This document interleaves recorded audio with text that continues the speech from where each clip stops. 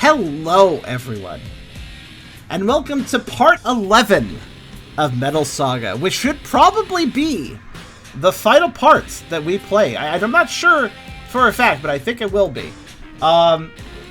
We are in the post-game now, and there doesn't seem to be all that much to do left. There are a number of significant things, but we're definitely winding down the list. So, let's hop back into this. But before we begin, if you like the video, do think about giving it a like, and if you haven't subscribed yet, think about doing that as well. And if you really want to help out, come over to Twitch. We're trying to reach partner over here, but I need more viewers to do it. So if you want to come by, whether it's to lurk or to talk, it really does make a difference, so please consider it. Also, we have a pretty cool Discord community if you want to check that out, and I have a Coffee link if you want to help directly monetize my content. All links are in the description, so check them out at your leisure. And also, for those of you that joined the pre-intro talk late, if you are really curious what was being talked about, you can always watch the VOD back. Like, even right now, you can watch the VOD back. So you can always look at that if you want to catch up on the conversation because you're curious or just really want to know. Like, so if you think to join late, just look at that. You can catch up that way. But yeah.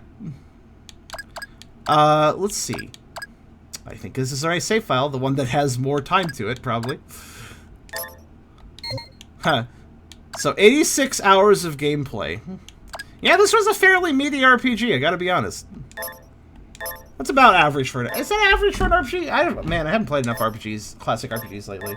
I can't remember how long they generally take to play. I think 50 hours is the average for an RPG. I don't remember. But yeah, let's go ahead and hop back in. So, let's see here. There's a few things we can do. So we have the Unknown Cave as a place now. That is, well, here. And it is a place that we can go to do a boss rush, I think. It was only opened up after the final dungeon. But before that, though, there's a few more things I'd like to do. One thing is, okay, first thing we need to do is we need to hop over to the shops. Now, I might need to pull up some extra guides. I don't need that many guides anymore. Hold on a second. Let me pull up 2 guides in particular. This is definitely a guide game. I need to look up the monsters real fast. Because we also need to complete our Pokedex. Professor Oak really wants us to do that. So, and also, even the GameFAQs guide person has not 100%ed the Pokedex. But I want to give it a shot. I don't know if I can, but I want to give it a shot. There is a monster list on this wiki. I don't know if they list every monster. Since they never 100% the game, probably not. But there's always the possibility that I found what they didn't. So, let me go ahead and see. Monster list. Yes, monster list, page 10. Section 10. Section 10? Yeah, section 10. Lists and other stuff. Here we go. Found it. Man, GameFAQs guides, they really did their best to lay out things, but sometimes it's really hard to navigate a guide all the same. It's all plain text. You can only do so much with plain text. Alright, let's see here. Also, okay. That's extra. It's a little further down. A little further down. A little further down. Well, oh, almost. Okay. There we go. Got the monster list. Alright, cool. That's what I did. Now, there's a few more things we want to do. First off, we have a few more endings to check out. Let's go ahead and do the Misha event, Misha is the female mechanic. We have never really used her because we stuck with Glide, but we can actually marry her, and we haven't done that, so I guess let's do that. We have to go get a wedding dress. Where are those? Where the fuck are the wedding dresses? Are they actually, I think they're Valdare, aren't they? No, that was the bunny costume, the maid uniform. That's not gonna do it. Yeah, those are post-wedding outfits. Let's see. Was the scavenger aisle? Okay, 4 gears? Nope. Anti-take fort. Actually, yeah, maybe. There it is, anti-take fort. So I'm just gonna... Wait, actually, I wonder how many people I could send wedding dresses to. That could be a cursed question, but let's give it a shot. Anybody I could send a wedding dress to is technically somebody I should be able to get married to for an ending. So, yeah. How long to beat Metal Saga? Longest submitted time is 51 hours. Hell right, I beat that time by 30 hours. No, not speedrun wise, but I don't give a shit about speedruns. I care about long runs. Also, to be fair, this is the sort of game where you can definitely, even without meaning to, skip a lot of content. So, yeah.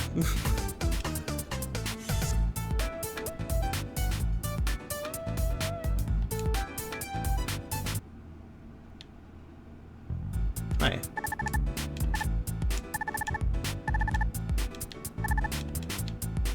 I don't know, that was weird. I thought she had a unique model. I was like, who is this person? Barely, she's just an NPC, though. Alright, here we go. So who can I send wedding dresses to? They're very expensive, but it's fine. I don't really have much to... Wait, no, it's, clothes. Very expensive. Look how expensive that is. Who can I send this to? Okay, so Roll is Misha. I just renamed her. So, send that one to her. Looks like we already sent one to Rachel. We could send one to Kade. That's the girl in the Japanese village who was going to be sacrificed to a dragon. And we can also send one to Cheryl. Can we marry Cheryl? I like Cheryl. That's like a marriage I'd be okay with. Honestly, any of them are better than Rachel, though. Rachel is just not a good person. Just put it that way. Also, yeah, how long to beat also kind of depends on what ending you're going for. Technically speaking, you beat the game in 5 minutes, so...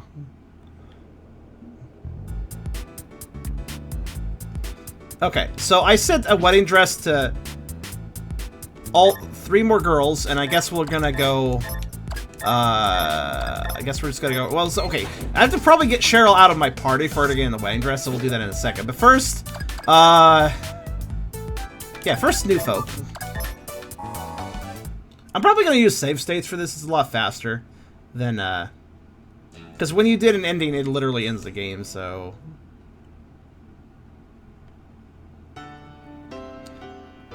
We're gonna glance at the multiply to see which one is best, exactly. So, yes, oh yeah, I have to make sure oh, right.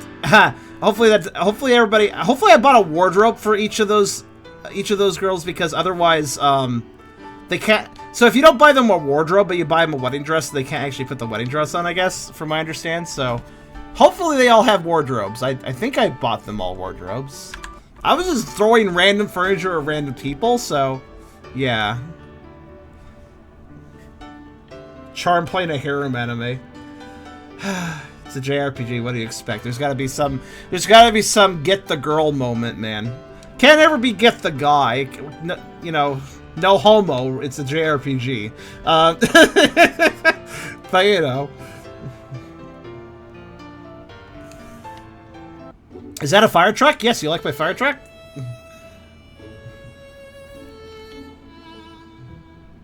Alright, so Misha slash Roll should be in one of these rooms, not this one. This one? I think so, but yeah, I think that's her room. Oh, she must be downstairs. We also must spawn her up here. So let's see. Where is she right now? So she is, yeah, she's right there. So the dumb thing about these events is that you gotta RNG them. So I gotta exit and enter the building until she's not there. Which would imply she's upstairs. And once she's upstairs... Come on. Do I have to leave town? I might have to leave town. I'll just talk to her. What are you doing? So they replaced your arm, huh? It's cybernetic, right? Do some research so I can provide maintenance for it. You'll have to give me some time. Okay. Actually, that might have been... Oh, wait, I didn't mean to... Oh, I actually switched party members. Alright, that's fine. I like her dorky pink mechanic outfit. I don't know, it's really baggy and dorky. I actually kind of find that a charming, I guess.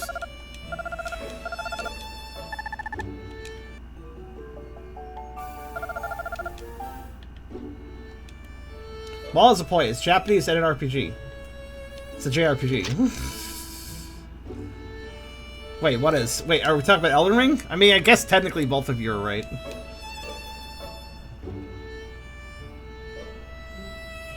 Okay, so I think... Oh! Here's the option. Let's tie the knot! What the hell? You never say anything about this! What the hell? You suddenly want to marry my sister! What the hell? Glide is understandably confused.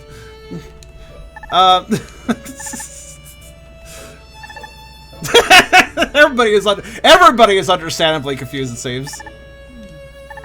Alright, count me in. Alright, Roll's gonna roll this. What? Oh, but would you like to save first, just in case? Oh, that's nice of you. What the hell are you saying? Good idea, you fucking... No, it's fine, I'm used to save states. Okay, if that's what you want. Roll's very casual about this. So that's why we're here. I see. Basically, it's the please let me marry your daughter scenario. Wow, that brings back memories. I did that too back in the days when I flew around flapping my arms going through the sky. Why are you doing that animation? Oh my, I never knew that. Anyhow, I'm okay with it, but it's not what I think that matters. What's really important is that you truly want to be together. I do, because I'd like to see this ending. That's the most important thing. Right, dear? I agree, but shouldn't we consult Charm's parents too? It really is, yeah. That Japanese, honestly, it's more of an Asian thing than purely in Japan alone. The idea that the parents get to decide the marriage, or at least have heavy influence over it. Yes, leave that to me. I mean, the dad's cool here. He's a nice guy, Nikolai. So that's the story. What do you two think? I just noticed something. I just noticed that Roll's mom is just freely advertising this video game. Right here. Metal Saga! Good. I have no reason to object. If those two have made up their minds, then it's fine with me. You've already given them your blessing, right? Yes, we have. We're very excited for them. I flap around like a bird. I'm so excited. Nita, what do you think? I don't know what to think. It's so sudden. There's nothing to worry about. Our daughter is a very hard worker. She can be your apprentice. I'm sure that's true with you as her father. She's well trained, I guarantee it. Roll and Charm would make a great team. She can work at the shop while he manages the business.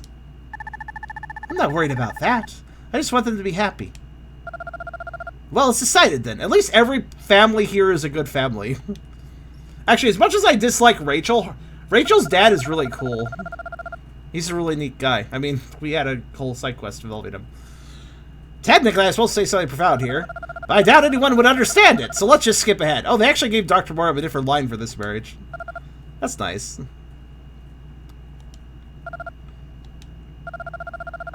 Unless there are any objections, yada yada yada. I now pronounce you husband and wife. Hee hee! Yes, evil hee hee laugh for that. Really tie the connection that way. And so Charm and Roll are happily married. Roll became Nina's apprentice. Charm took over managing the garage. Their business grew and they started a franchise known as Spiffy Tube! Spiffy Tube! My favorite, that's the best name. Which boasted a 10-minute ammo change that left the competition in the dust. Nice. Spiffy Tube grew rapidly, popping up across the landscape. Until it was the subject of a news expose titled Crooked Arm Dealers. Wait, hold on, what? Which sent the company into financial ruin. What the fuck? Spiffy Tube! We work so fast, we are actually doing crooked arm dealing in the process. What? And then I became a fucking mafia member and did illicit business? What? Charm once again resumed his role as a hunter. This time trained a new generation, the subtle art of garbage picking. What? How's that part of being a hunter? What was his story? Okay, well there you go. That's that ending. Well, as usual, the credits are the same for each ending, so I'm not going to sit through that again. Let's go ahead and head to the next potential marriage partner, I guess, which will be over in Torikami. Hooray, ending! I don't... We opened a business called SpiffyTube that did very fast service, but then we got called out for illegal arms dealing in the process of doing fast service. I don't... How the hell do you do that? Okay, well, if they want to die, I guess they can die. Hi, Dragon. Running gun's such a bad thing with all the monsters around? Not really. Not really in particular. Okay, so anyways, we're in Japantown again. Some of you probably haven't seen this town. It was an earlier town.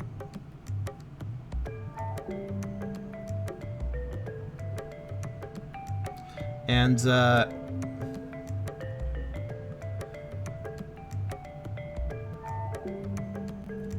gotta walk up this really long hill.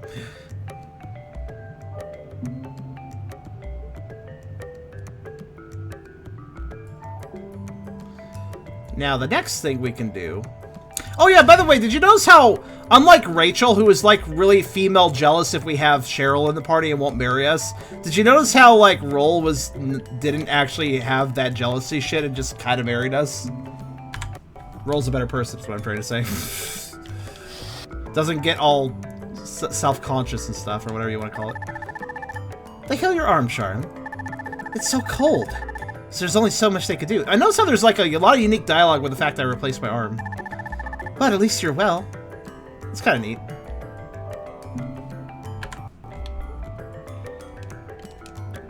I'm a little unsettled by the amount of harem talk in the conversations, but at the same time I understand why it exists. Is that so? The spirits that created the Ghost Taker finally resting in peace. Oh yeah, I never did tell you about that, huh? I'm glad to hear that. I'm sure they're grateful for what you've done for them. Yeah, that thing I did a long time ago, just to let you know. How have you been, Charm? I'm so grateful. Thanks to you, I can spend my days like this, sitting on the ground. Comfortably. I hope that one day I can repay your kindness. Okay, so I bought her a wedding dress. How do I make this interaction work? This is actually... Okay, so by the way, the ending guide covered a marriage to Rachel and a marriage to Roll slash... whatever original name was, but as far as Kaede and Cheryl goes, there's no ending information on those marriages. Yet I can still send them wedding dresses. So I'm gonna see. Maybe I can discover some endings the guy didn't know about. That must be a mechanical arm. I heard the technology was lost because of the Great Destruction. It must be a tough life being a hunter. Okay, so they don't want to talk about their daughter at all. I was wondering.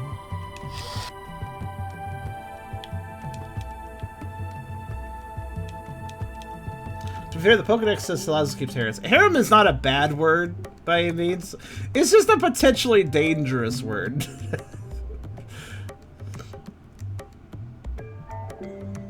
I just want to make sure people mind their behavior with it, that's all.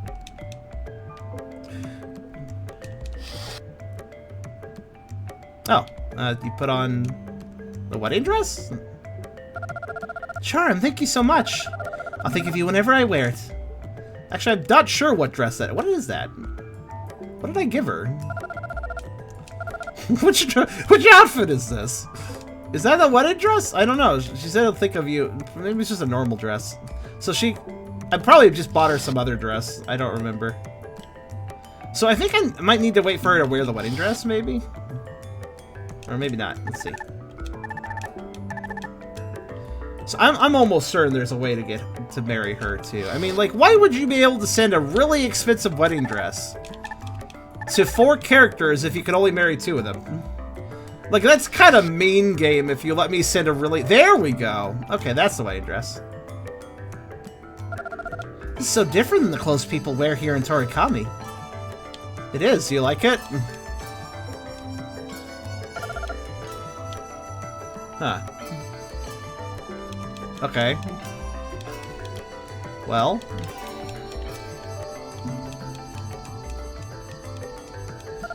Let's see. If I recall, Rachel, you had to see her wear the wedding dress. And then talk to her when she was not in the wedding dress. So maybe that has to be done here too. Is what I'm thinking. Alright. Okay, so she's not... I mean, she wore it. Yeah, so the ending guides doesn't have anything on Kaede, and doesn't have anything on Cheryl either. But I do wonder if we can hook up with these two. Not sure. It's a good question, but I'm not getting any new interactions out of her, so... I guess having Cheryl in the party could create another issue, but Rachel had an issue with that she openly discussed. She actually was like, "Oh, you're hanging around with other girls, huh?" It was basically like Rachel's interaction. Katie has never had a problem with Rachel. Never had a problem with Cheryl, so I don't think that's part of the problem.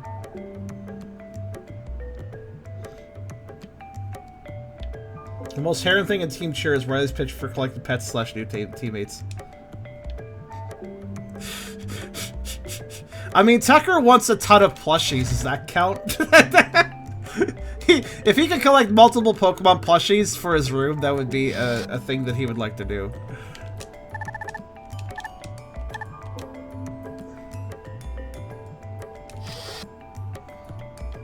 Oh, she's gone. She must be outside. Oh yeah, maybe if I talk to her outside, we'll get some additional interactions. Because I know she could be outside here. I remember that. I don't remember where she... Yeah, there she is.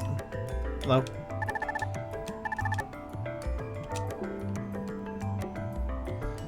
Okay. Well, the ending guide did not mention anything about marrying her, despite the fact we consider her a wedding dress. And I'm not seeing any interactions involving that doing anything, so I don't know. By the way, this room, right here, this room has never had a point. It's a cool side shrine area. It's very unique, but we've never done anything in it. Also, what the hell? Did I just... Like, it's a bit of odd. It's just a really interesting room. Also, I just noticed something. So, I want you guys to pay attention to something. When I leave the shrine, pay very close attention to my main character and where he's standing. Did you see it? They fucked up here. I just noticed they fucked up with the loading zone. They put me in the floor too far when I load into this area, and then I pop up.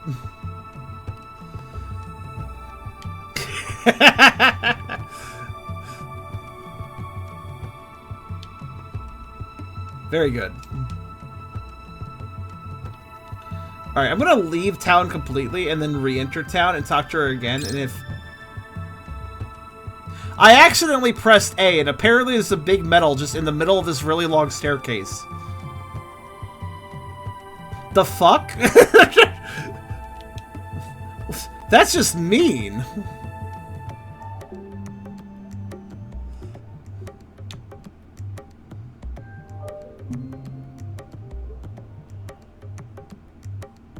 I like how I accidentally found bullshit. Basically is what I did there.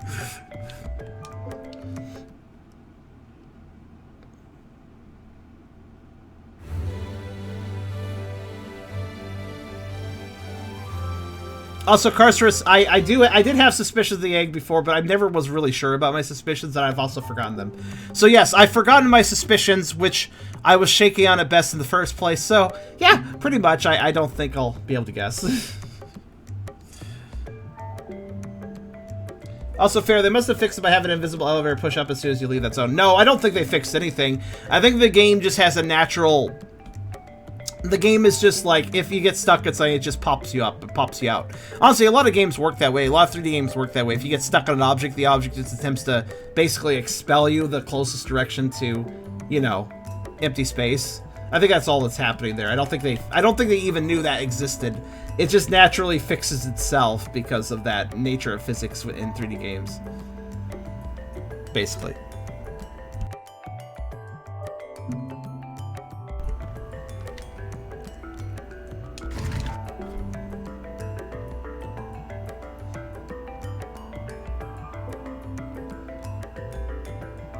Also, no point. That's 100% Japanese are all about that stuff. Japanese are all about things being utterly pointless. That sounds so depressing. Also, remind me, Tucker has one plushie, right, Car? Currently? Also, I'm thinking that maybe you can't marry Katie. It wasn't in the endings guide, but I did want to investigate. I'm pretty sure that they probably tried to marry them too, but... The wiki is the GameFAQs guide is not 100% infallible, by the way, but yeah, I think Tucker has one plushie so far. Though I did get fan art have been drawn with more than one, if I recall. Plushie is 7 times. I just try to remember what the plushie was.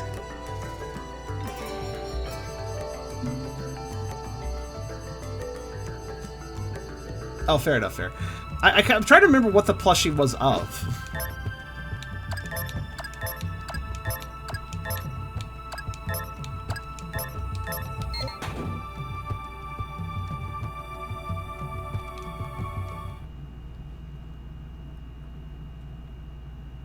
Toss of Priscilla, no.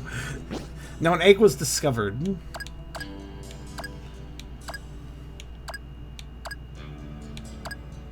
Substitute plush, was it? I don't recall if it was specific. One plush and bought one of my. I'm pretty sure. No, Car. If Tucker obtained a plushie, I would have immediately asked what the plushie was. I'm sure that I asked you for information about what it was. Also, let me think. Elsewhere. I just can't remember what the answer was. But no, listen, if Tucker had a plushie, I would immediately ask, like, what is it? So I think, well, we have recaps. What episode was it that he got a plush? I need you guys to investigate this for me. We need this information. I might legitimately need this information to write down on Tucker's sheet, actually. Because he does want to gather more than one plush, and it'd be good to keep records of what he's gotten. You do think it was a substitute plush. That sounds vaguely familiar, but I'm not 100% sure. Again, can I have somebody... Here's what I'm going to challenge you guys to do. On the Pokerole server, there is a recap page for every episode. Whatever episode covers Tucker getting a plushie, go watch that episode, play around with the timestamps, because there are timestamps in each video, and try to figure out what was it.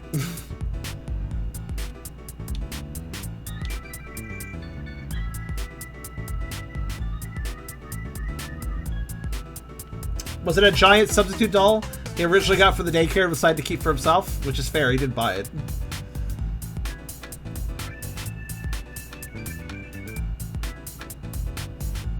Alright, Anyways, about this game. I need to take Cheryl out of the party.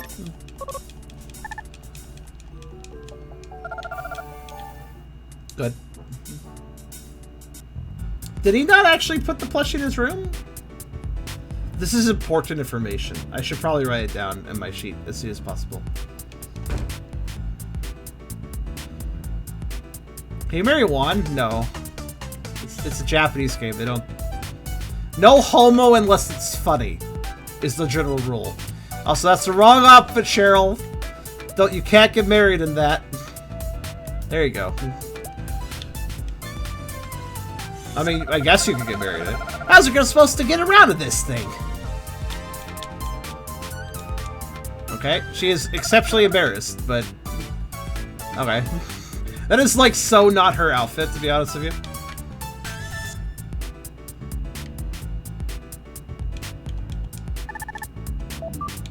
Also, I don't think we can marry Cheryl either, but... Let's find out for sure. Can we marry the muscle dancers? No.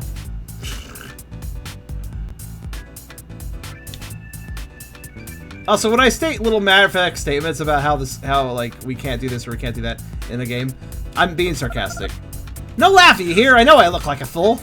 Why is she saying a different line now? Oh, that was fast. It's 6. It's what? It's 6. It's only cooked for an hour though. Yep.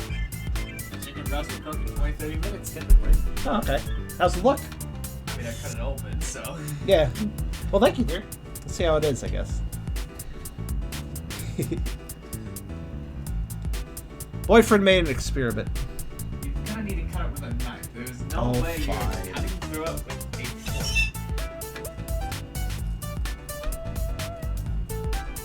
fork. Boyfriend took 3 chicken breasts? 4 chicken breasts. He opened them up before cooking them and put Swiss cheese. I like how the cheese is all stringy. It's pretty good. He put Swiss cheese and ham inside of the chicken and then cooked it all up. Also breaded it. Oh. Now he dies. I didn't realize I had a toothpick there. I was just kind of chewing on a toothpick that could have stabbed me. But I'm good. It didn't stab me. Yeah. That's pretty good. Yeah. Thank you, hon.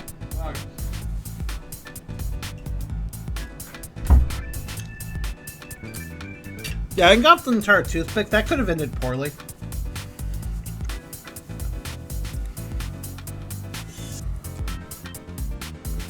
It didn't, though, fortunately. I really am like a dog. You need to be careful. You can't just, like, give me food that has, like, a toothpick in it or something, because I will hurt myself. Like, you get...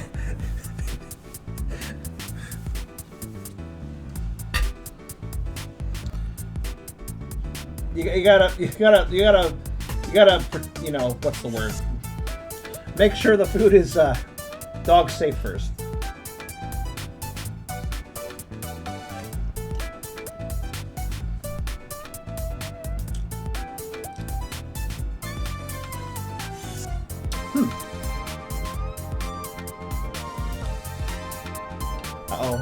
Uh-oh.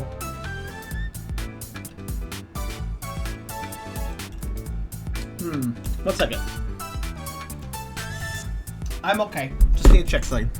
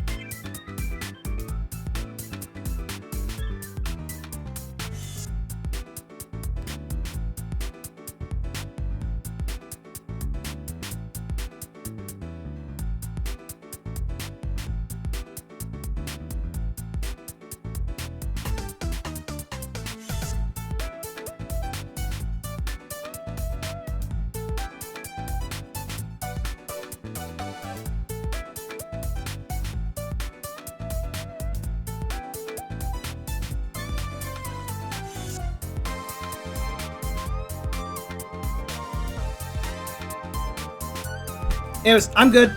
Just want to double check that a part of it wasn't raw. And it is not raw, it's just like... just some other coloration.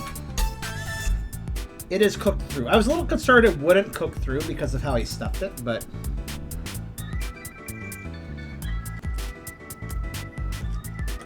it seems safe.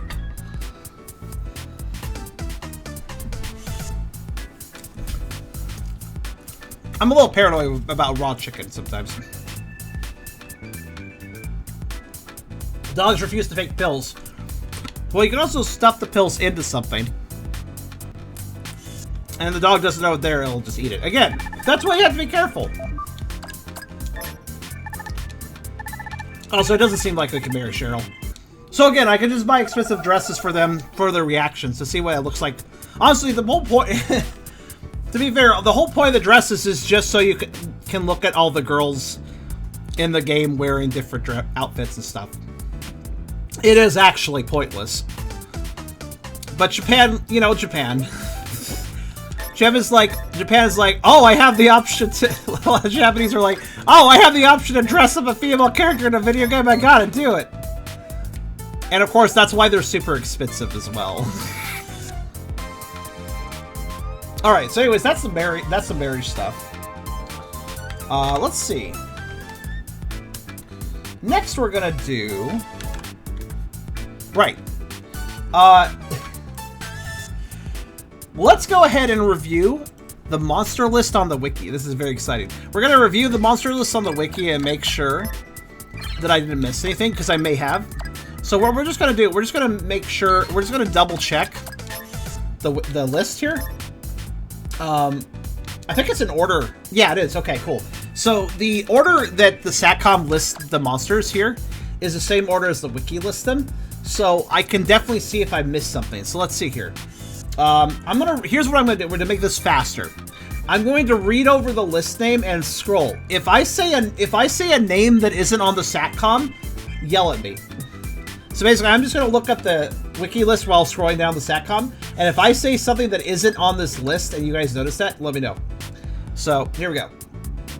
Giant Slug, Power Flower, Iron Slug, Pogo Cadet, Punk, Bazooka Pooch, K9 Cannon, Killer Blob, BB Trooper, BB Paratrooper, BB Commando, BB in a Can, BB in a Barrel, BB in the Box, Snake Charmer, Ant Commander, Acid Ant, F-16 Falcon, Thunderbird, Balloon Sniper, Balloon Gunner, Mad Quacker, Black Quacker, I don't like saying that word, Samurant, Metal Mite, M61 Mutt, Golden Ant, Golden Colony, Pogo Fett, Foreman, Postal Primate, Chimp Pyro, Chopper Chimp, Kamikaze Mole, Rocket Mole, Mole Master, Lost Mole, Sonic Sunflower, Marauder, Brigand, Gangsta Bunny, Muscle Jr., Mass Muscle, Muscle Guard, Muscle... Uh-oh, I missed something, didn't I? Hold on a second. Something's not right. Wait, I did miss something, didn't I? Muscle Guard. Uh-oh. Uh-oh.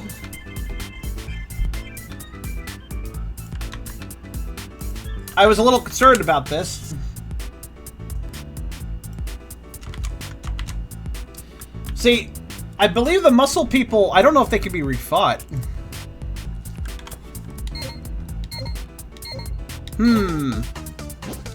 Well, let's investigate.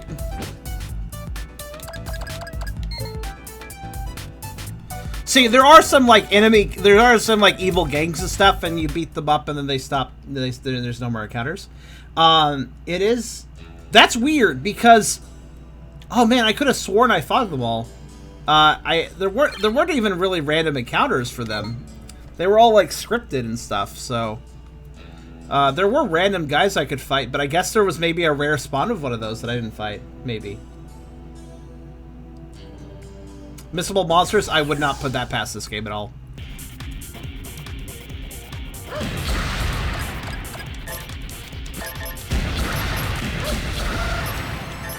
Like, not at all.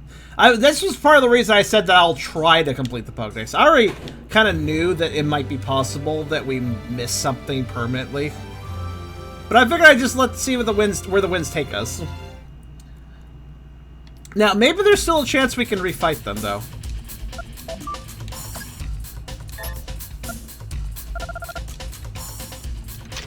Maybe there's still a room where I can fight these guys. Let's look around a bit.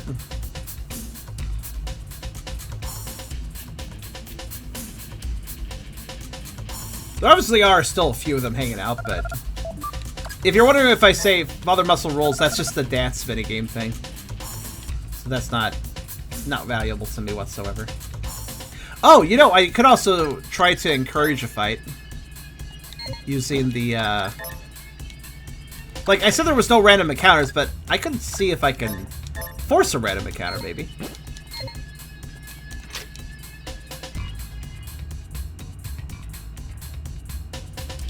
Let's try this item in each room.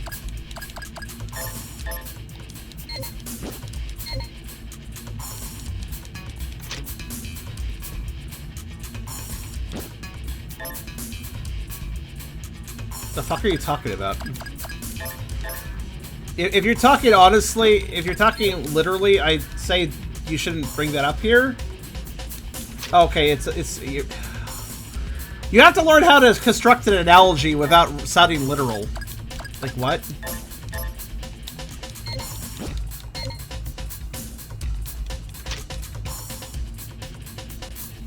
Oh, thank God. I think, yes! Go! Good, good, good. We can still get fights. Excellent. So, alright. I mean, they disappear, but they'll come back.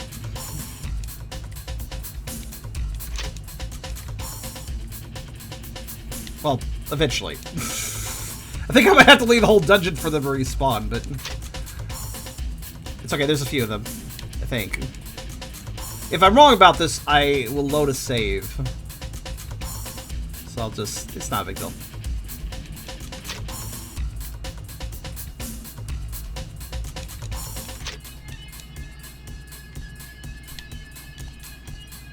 I mean, if I only have that one guy, I'll have to use that one guy and save scum for the encounter I need. It's doable.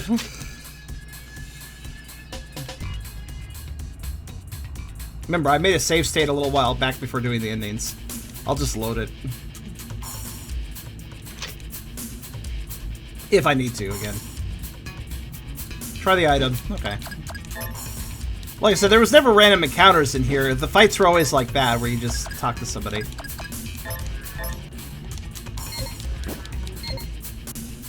I've been trying it here and there. It's not really doing much.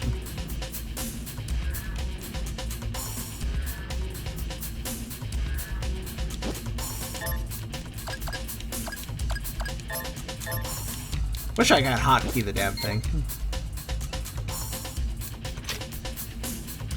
Yeah, there was never random encounters, so I don't really trust the love machine to work. But there should be random people to fight. I think there should be more than just that one guy. If it really is just that one guy and he doesn't respawn, then I will reload the save. I think he does respawn, though. I think they may have added him as a failsafe, actually. If so, that was rather nice of them.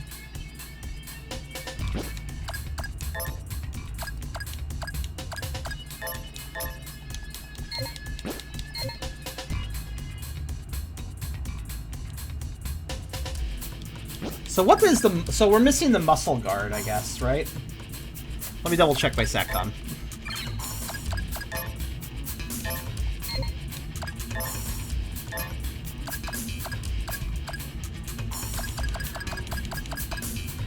Yeah.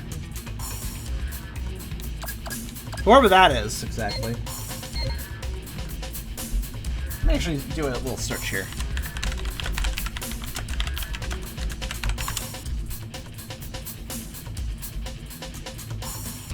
Oh wait, Muscle Guard is the guys in the helmet. Yeah, I've never fought them.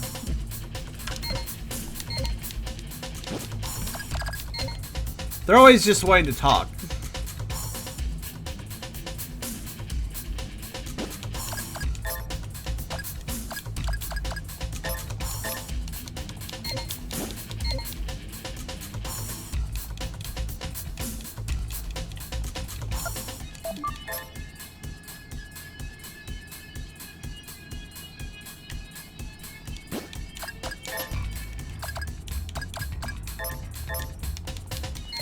How do you fight them? That's a good question.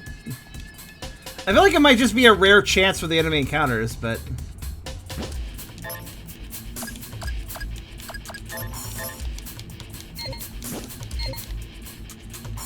This is the mystery. I do feel like it's still possible.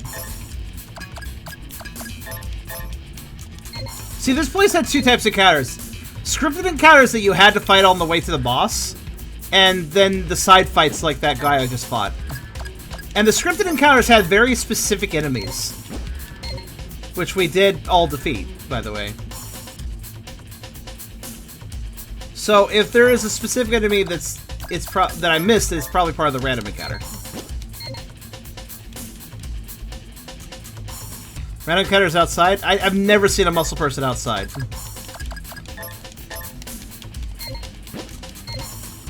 Okay, let's leave the facility.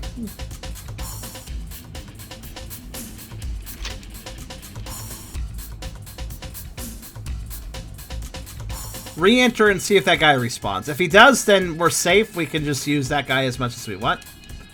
If he doesn't respawn, that single encounter, if that single encounter does not respawn, then I need to load my save. My save state. Let's see. I want to know if he's an infinite source of encounters or if I just remove the last guy. If I just remove the last guy, then I'm very lucky I missed him. Because I normally would, you know, normally I would take out everybody, so... He was on the first floor, right? One of the rooms down the hallway in the first floor. So we'll see if he comes back. And if he doesn't, that's fine. It's quite a walk to get out of here. It's kind of weird how this is technically a dungeon. But there was never random encounters. Even once I became hostile to the whole group. First room on the left. Okay, let's, and yeah, those guys standing around there, those are probably the guys we need to fight, because they're called muscle guards, and I'm like, those are probably muscle guards. Alright, so I completely left the area, and have returned. What do we got? Yeah, he's back! Okay, let's drop a save, then. They must have added this guy as a failsafe, then.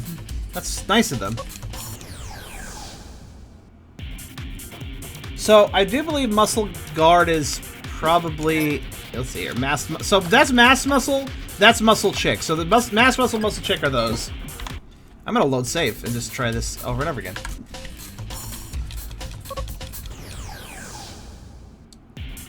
Okay. I know that was the same encounter. Let's just go in a circle a bit. Still the same encounter. Is he just like randomly different encounters? The like, may have to leave the room to reset what it is. Hello. Or maybe I just have to. Okay, hold on. Let me check something. I'm suddenly curious about something.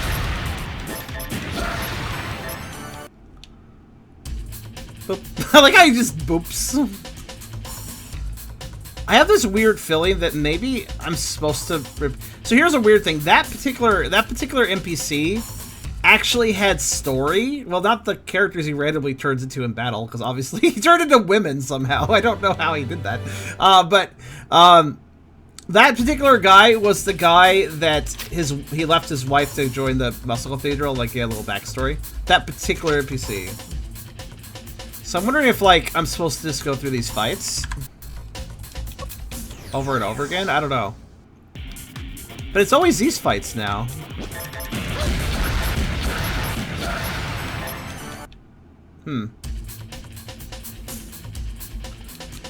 He's always women. This guy is always women. Let's just keep resetting them, I guess.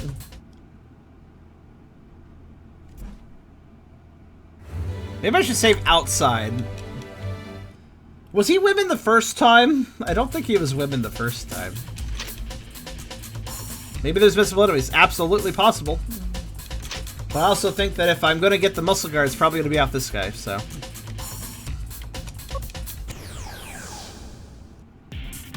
Why are you always women?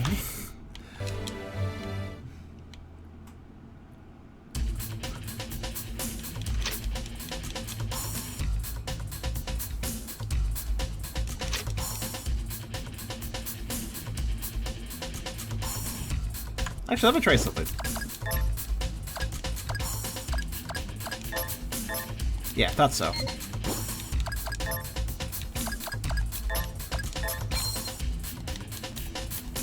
If I activate that, and then talk. Okay, what happens? Stop being always women. I have Mel. Actually, what do I have Mel? That's curious. I just noticed that. Oh, the Scarlet message. Yeah, I never read that one, but I kind of worked it. Eddie says, way to go. I heard you defeat all the outlaws around town. Not bad. You make me proud, son. Yeah, thank you.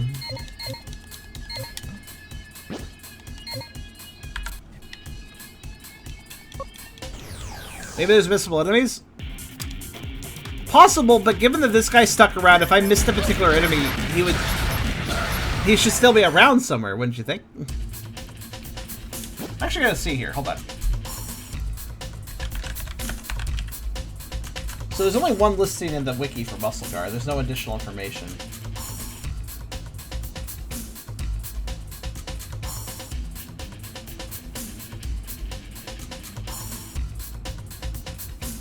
I like... I tried searching Muscle Guard, Metal Saga, and I immediately got porn results. Good.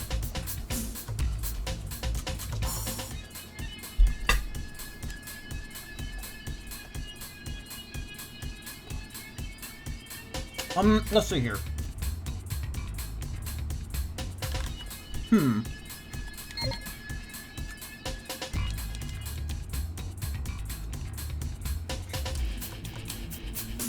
Well, I mean, these are muscle guards, like this guy. Maybe there's a way to goad them into fighting me. Like, they just do this, right? No. Wait! I have a dumb idea.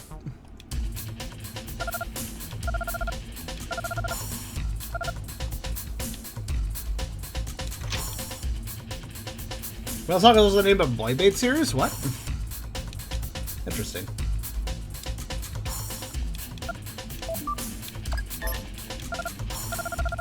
I want to, like, make these guys mad, because these are muscle guards. As you see, they're named that, so... But you can do their training, but I've already done that. I've already gotten the reward for it. I guess I haven't... Well, okay. Fuck it, let's just do their train... I don't want to, but let's do their training again. I'm gonna lose this. You know what I haven't done? I've never done training with both of them. I've only done training with one of them. I mean, they're both level 4 training, but what if I do both of them? Will they reward me with a fucking fight? I don't know.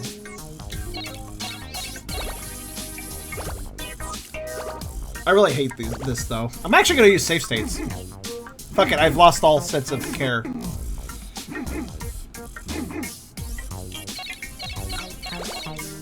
I'm just gonna use save states. I don't give a shit.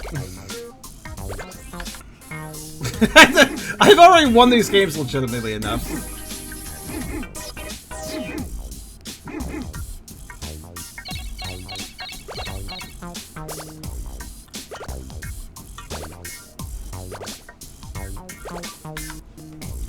Yeah, I'm just gonna save on each phase.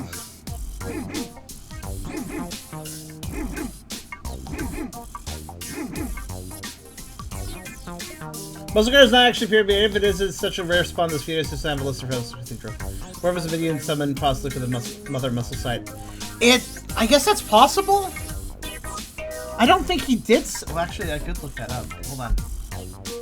You raise a point? Let me see. Let me do a little research. Let's see. No, god damn it.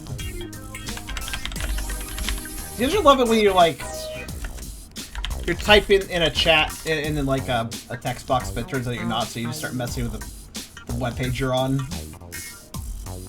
I'm gonna do a little research. What I can tell you... No, I don't want music. Yeah, Father Muscle only... Like, he had guards with him, but he engaged himself. And, okay, I'm looking at YouTube fights. He never summoned anybody there.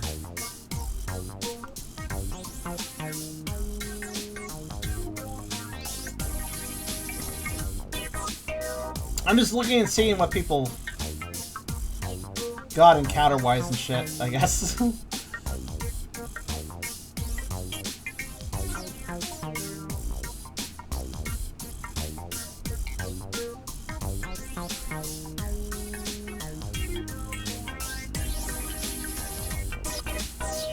Alright, here we go.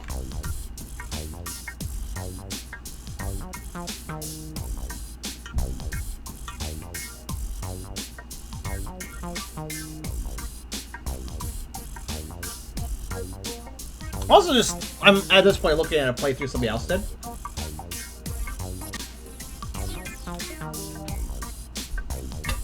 And I'm just watching how the dungeon went for him. See what encounters he got.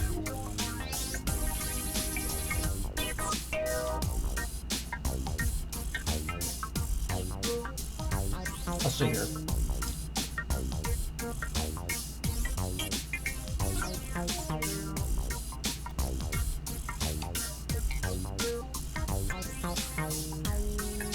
Yeah, he had the same encounters I did.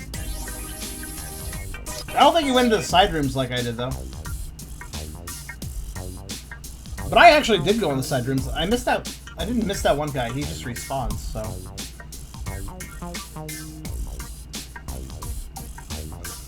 Have you ever failed the flex aim? I just did. I select no. If I literally just failed and selected no. That doesn't really do anything. Did they strip? I don't know why that matters, but no. I don't know, actually. Anyways, let's go back to being this, I guess. Maybe.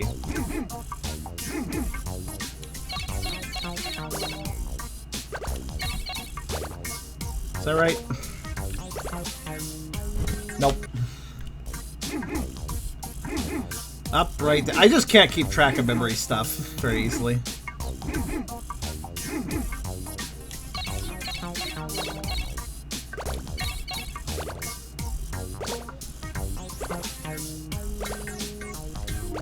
Oh, good. Got it that time.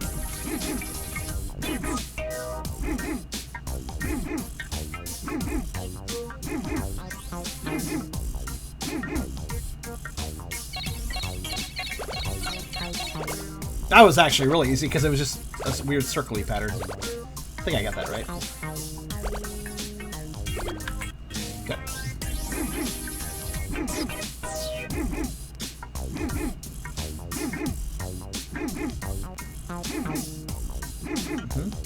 Okay.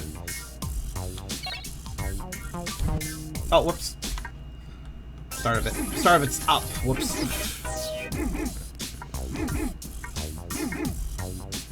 Removing your equipment doesn't change how the fight goes.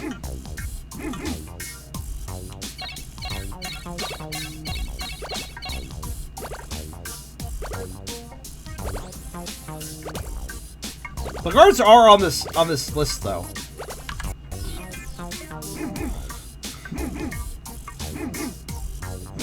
I hope that they don't do any more red arrows because this pattern is really easy to follow and I like it.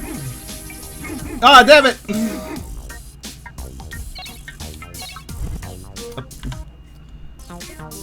Well, this may be erroneous, but it's weird they would add a guy in that you don't fight.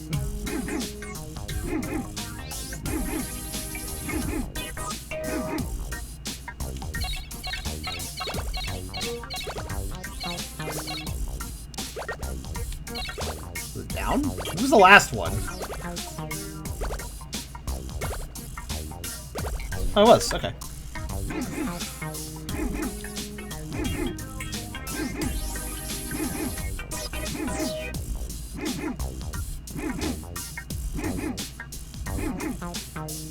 Oh, okay.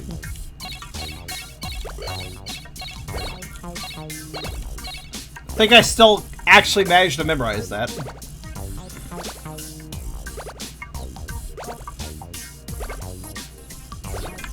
Yeah, I did.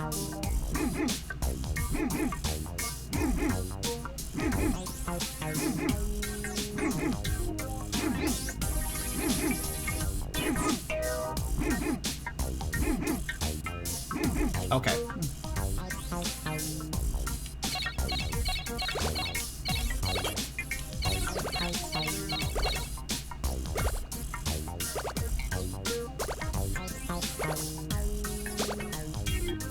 I've talked to every muscle person in town as well. Are we done yet? Thank you. Anyways, my thought was, Wait, are you looking up guides? Did you find a Metal Saga, like, official Prima guide or something? Because actually, that's not a bad idea. I didn't think of looking up such. If I say yes, does it just... It does. It just restarts. No. There is one thing to consider.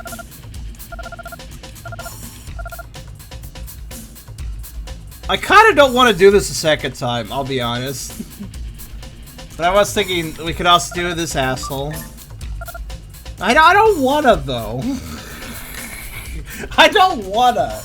I don't think it's gonna make a difference. You know what actually might make a difference? Hold on. If you can find a strategy guide on this game, which probably does exist, I encourage it. I just don't wanna, man.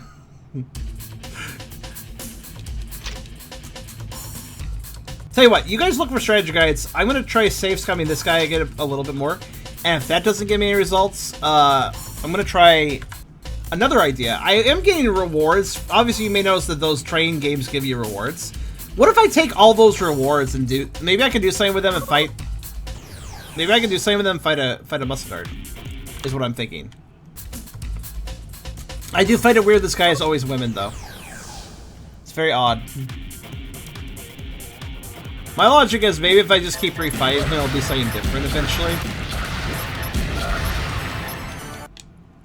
When I try to look up this game, I get sent your videos. Awesome, I'm outreaching. There is another playthrough of this game online, but I try to make something that's a little higher quality. I'm actually kind of multitasking here. Also, it's pretty clear that the other person who did a Let's Play of this did not figure out the whole hard drive emulation thing, so their game loads a lot slower than mine does. Because yeah, even emulation can't really speed that up. But yeah, he's always women. It's like the problem is since he's always women. This is really weird. I think if he's only one scripted encounter, then you know what I think happened here?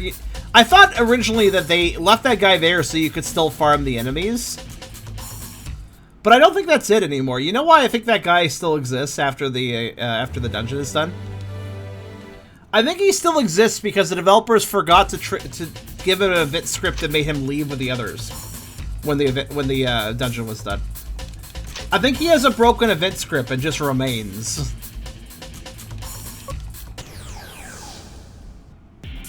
That would make the most sense, actually.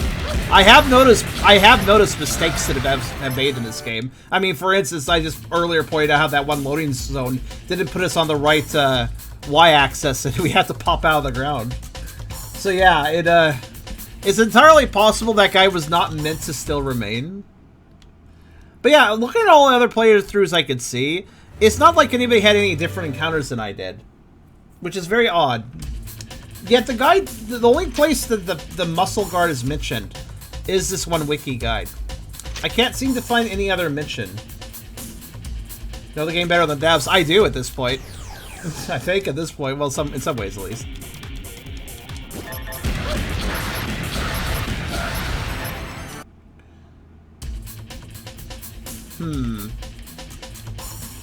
Wait, if he doesn't, so yeah, I bet he was designed to like permanently disappear with the others, but didn't.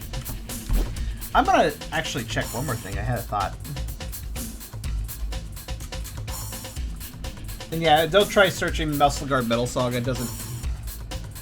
It devolves into like weird clickbaity porn results. I don't really understand why that happens so quick. Like from the first page, on the first page, I get 2 results involving the game, and then a bunch of weird porn clickbait results. Like what the hell? It's like Google, what the fuck's wrong with you?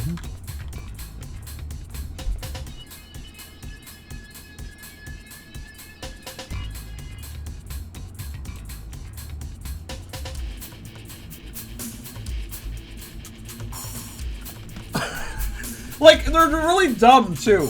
They're, like, clearly, like, weirdly auto-generated. I'll read one of the ones that's less explicit. For instance, one of the titles of these is I Have Enjoys, Run Sweep, Homosexual Sex, Homosexual Surfer. What? What? What the fuck? Oh yes, the homosexual surfer is my favorite types of homosexuals.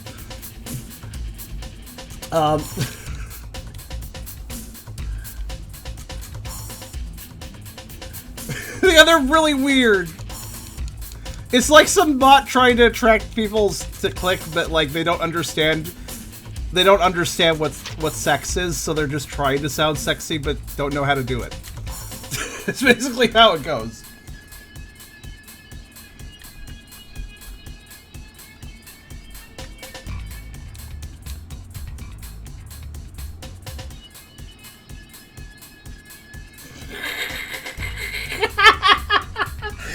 Some of them are just amazing. I really can't read these out on stream, but they are just sort of amazing.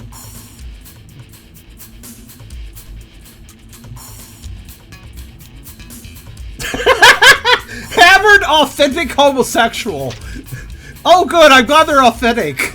I don't want a weird off-brand.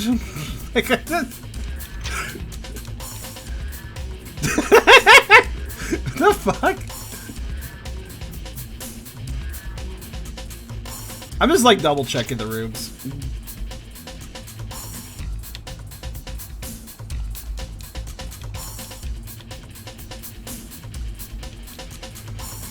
Yo, bro, I was only pretending to be gay. I'm not authentic at all. I honestly, of course, I kind of agree. I wonder if that was added by accident. Weirdly enough, the listing here, let me actually provide the GameFAQs listing. Hold on. For anybody wondering, the guide I'm following is right here. And if you just search muscle guard, you'll get right down to the result. There's only one listing of it. And what's weird here is that there is a. Here's the thing: you say that it's not real, but there's actually a SATCOM bio, act slowly, and also a money amount they give, 340G.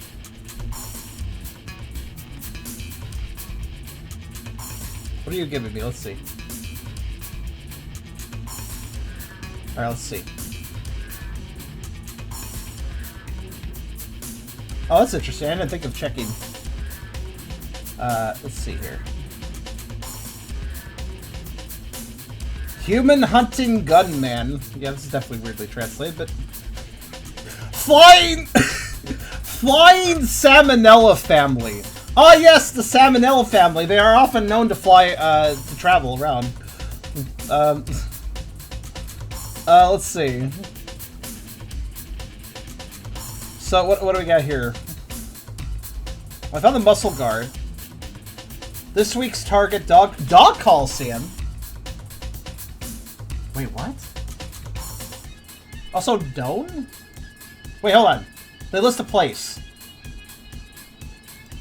This week's target, Doan. So they have to be a this week's target or find the dog Coliseum? Okay, hold on.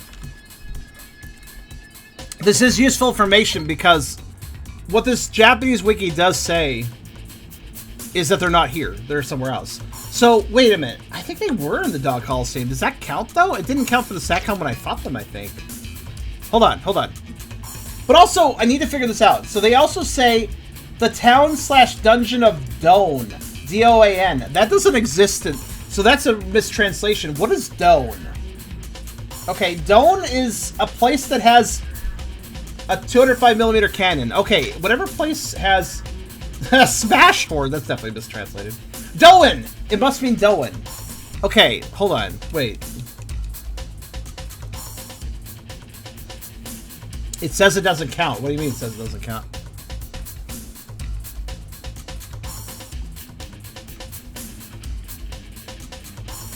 The Dog Coliseum?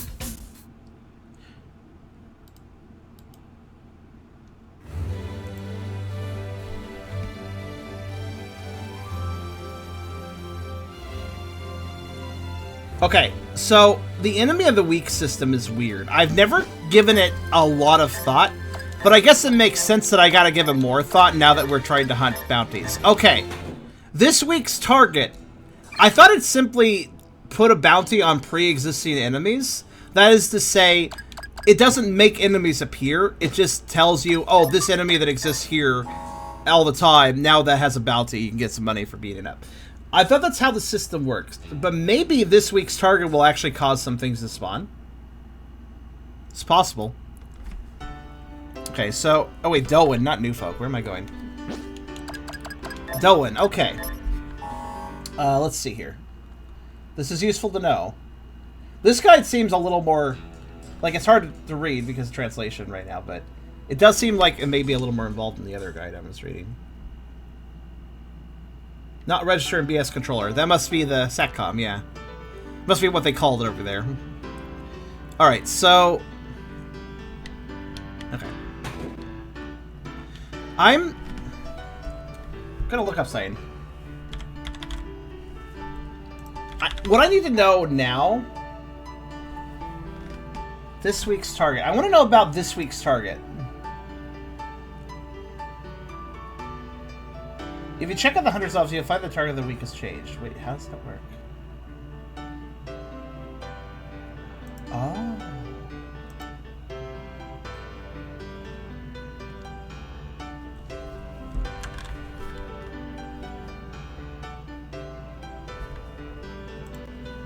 Hold on a second.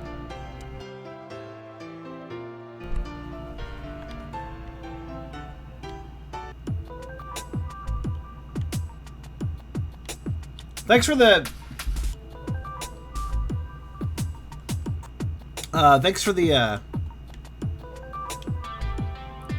find on the Japanese website, though.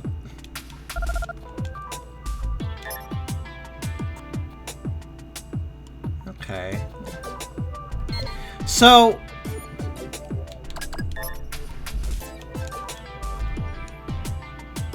This week's target. How does this system work? How does the this week's target system work? Oh, that might have been another glitch they caused. I'm just thinking about this. One thing I am aware of is that if you have a this week's target that shows up, that actually, oh god. Okay, I think I might know how to trigger a new this week's target. But I think I understand what happened here. I think the only reason... Okay, so when you get a this week's target, if you get told about this week's target, it actually gets immediately added to your SATCOM. Like, it gets credited. So, for instance, the Surfer Bunny, I never fought them. They were this week's target. And then they immediately were on my SATCOM. So I think they just immediately counted. And what's interesting, what I'm noticing about this, or what I'm pointing out about this, is that I think what happened is that they fucked up and didn't properly include the muscle guard. But... since they are on this week's target, you can get them through that. In other words, I think the developers fucked up there, but here's what I'm going to do, though. I don't know how to change this week's target. Also, I don't know for a fact if Doan is Doan. I'm going to double check that. There's a regular boat bound for Horai. Well, then, yeah, it has to be a port town, then. It's got to either be Lorelei Bay or not. I assume Lorelei Bay got turned into... Horai. Let's see. I can actually verify that. Dr. Gray's Institute. Yeah, okay, yeah. Doan is Doan. Confirmed. Yes, yes. So if I can get this week's target... If you're wondering why I reset the game, I'm wondering if that is what triggers the whole this week's target to, like... Like, it's always, like, this week's target and then it expires, and it's like, what the fuck's a week, though, right? So, like, right now it's Ghost Tiles, but, like, how do we change that? You know?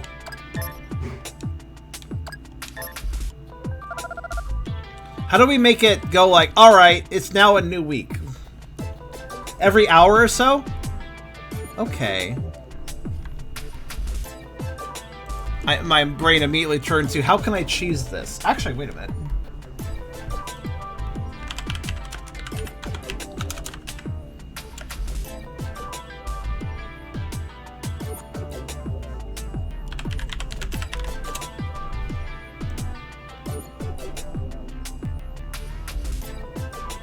It does change over pretty fast, but I don't know how quickly.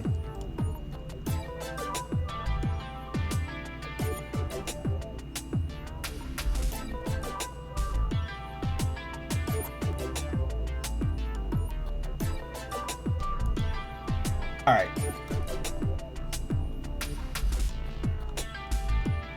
This game is pretty messed up.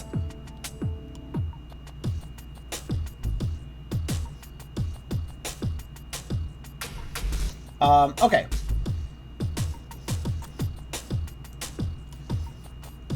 Let's go back to the list. I'm going to ignore this for the moment. I'm going to ignore this muscle guard for the moment. Let's just watch and see if this ticks over. What time is it in game right now? Where do you find that out, actually? Isn't there like a little time display somewhere on this particular screen? Satcom. Maybe. Yeah, well, there.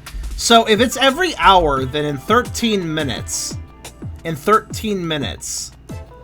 it should change over. So, okay. Keep that in mind. But let's actually keep going down the list. Let's keep going down the list. Let's look. Now, that was a really complicated one, but there's probably easier ones that we can go get right now. So, let's keep going down the list. So,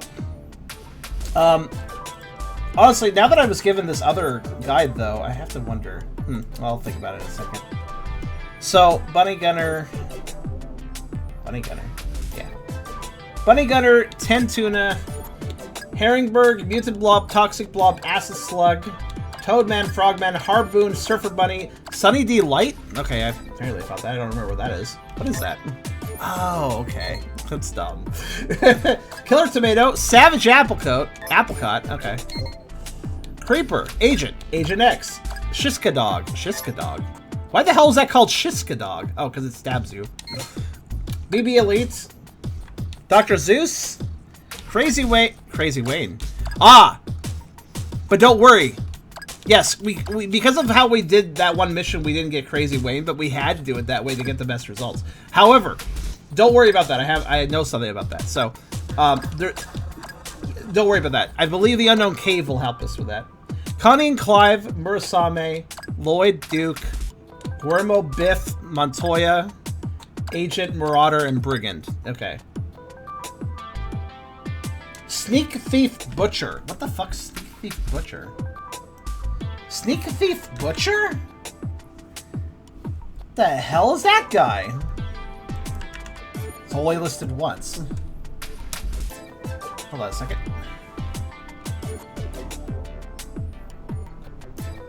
Around Doan.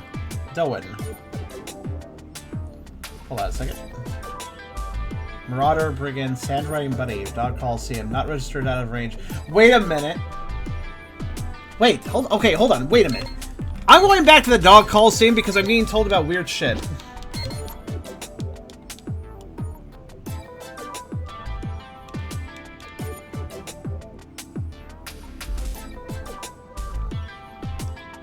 I thought the Dog Coliseum only had one set of fights, but I'm gonna double check this real fast.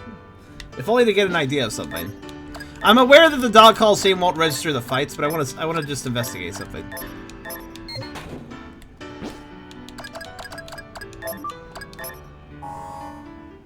Sneak Thief Butcher is in Hell's Keep? Oh, really?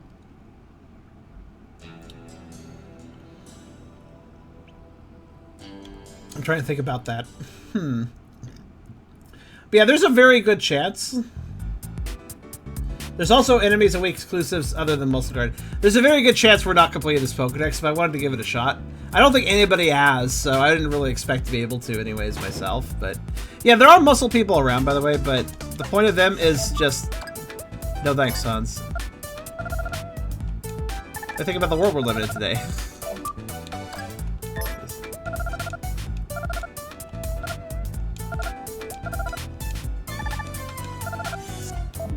This is a new conversation. I've never had this. Sure, go ahead.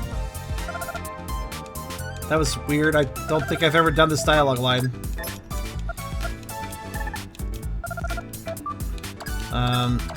Hold on. Let me try something. I'm kind of immediately curious why there's so many lines here. No, thank you. He's surprisingly polite. I'm trying to annoy him, actually.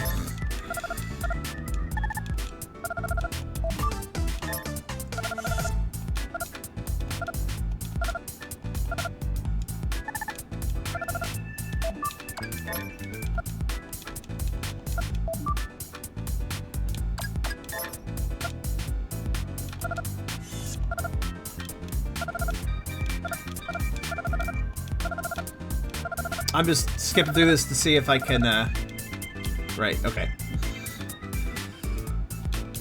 Hi, let's run the Dog Coliseum. Again, I guess.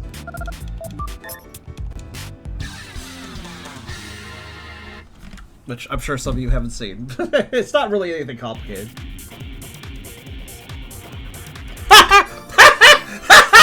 Okay, well, that's an easy first fight. What a fucking wuss.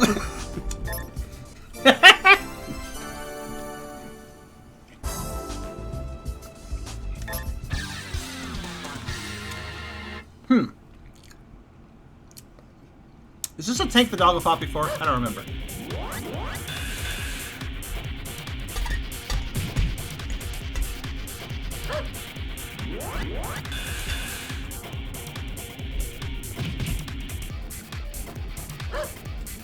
Also, there, jeez.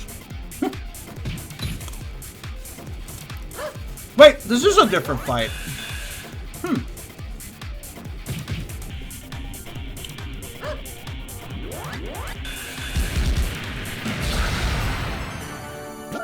I guess the Dog Coliseums definitely can change over time or something?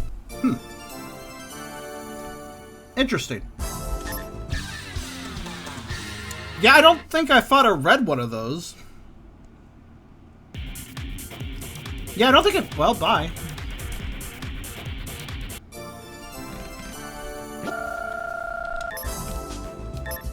Why do they add enemies to the arena that want to run away? I guess the Dog Coliseum has more than one set of fights. I didn't realize this.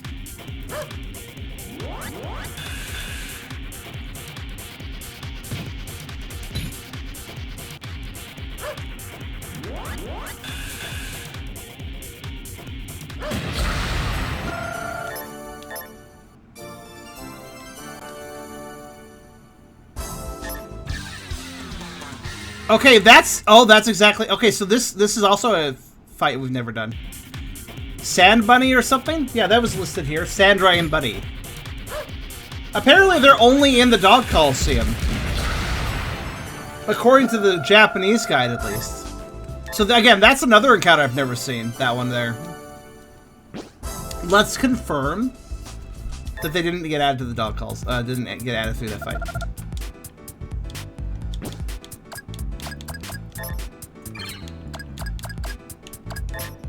So yeah, this might be broken as much as... Remember, guys, we're playing a game... Yeah, it's on the list. Remember that we're playing a game that has a giant metal quest that you can't complete. Because there are 2 medals. You need to pick up everyone. And there are 2 medals. Not only are there 2 different medals that can be permanently lost if you lose your gear in a scripted sequence or lose your money in a scripted sequence you can't avoid, unless you just directly avoid an area. That will replace the medal with your equipment, and you'll never get that medal. Twice? There's 2 situations where that happens. But even if you avoid those situations and get those medals, there are 2 medals in the game where if you pick up one, the scripting for them is borked, and if you pick up one, it makes the other one disappear. So, when it comes to a 100% completion of the bestiary, I knew coming into today that it may not be possible. And I think, according to the Japanese guide here, I'll just pull it up actually. So this Japanese guide, it's a little hard to read, but it listed something that the wiki guide did not list. And that is right at the bottom of this particular hunt list, is this. And I find this interesting because Sandra and Bunny, 0G, no, I don't need to translate that, Google. None. Dog Coliseum. The only place you can get it is the Dog Coliseum. Not registered, it says. So I think... Well, like, for instance, if we go up to the muscle guy, which is, like... somewhere. There he is. There we go. So you see the muscle guard, like... As stated before, the Dog Coliseum, that doesn't add an entry if you defeat something in the Dog Coliseum. But the muscle guard's in the Dog Coliseum at some point. But also, it's a this week's target at Doan. So you can get the muscle guard through this week's target at Doan, and that's the only way to actually get it entered because Dog Coliseum doesn't work. But if we scroll down here, Sandra and Bunny only at Dog Coliseum. So I think what the developers did is they did one of two things wrong.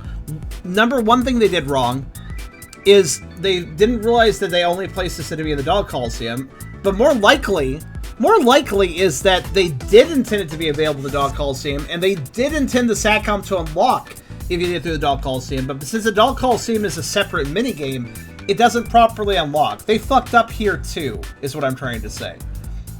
There was something that was supposed to be scripted. This enemy is legitimately not available to be added to the SATCOM, so there's no chance of doing the 100% reward for the Pokedex. So I guess we don't need to continue doing this. It was not a huge budget of a game. This game does not have a huge budget. So if you got a JRPG, which is usually a pretty complicated genre to develop in, you got a JRPG and it has a low budget, you can betcha that its issues are probably going to be along the lines of, yeah, mistakes.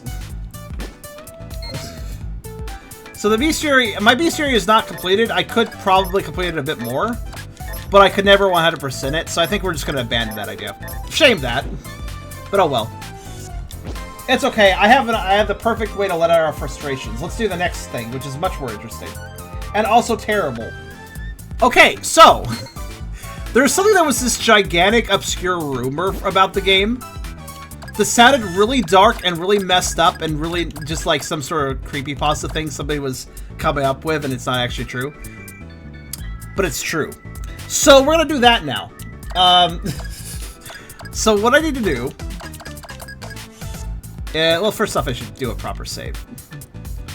There's a really weird thing. We can do something really weird and dark, and it requires really obscure steps. And I've already memorized how this works. At least I think I have. I might have to look it up again, but... yeah. Spooky stuff? More like just really kind of depressing. Here. It does get us something, though. And I'd like to do it before the boss rush. Okay. Now that we saved... Yes, this is the big thing for today, aside from the unknown cave. I need to go to...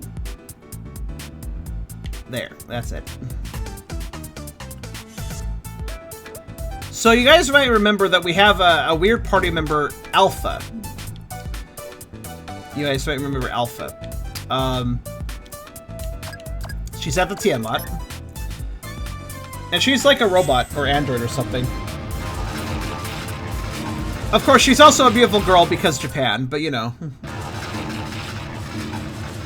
You may also remember that if our party members fall in battle, we have to go back to the junkyard and talk to Dr. Wily, who will zap them with a machine until they come back to life. Well, just remember those two things. Here's what we gotta do. We gotta take Resin, because we renamed Alpha Resin. Which will make Cheryl leave, that's okay. So, here's the thing about Alpha / Resin. She can never go past level 140. She starts at level 140, which is quite high, but she can't level. She also can't equip any equipment. She has her own set of equipment.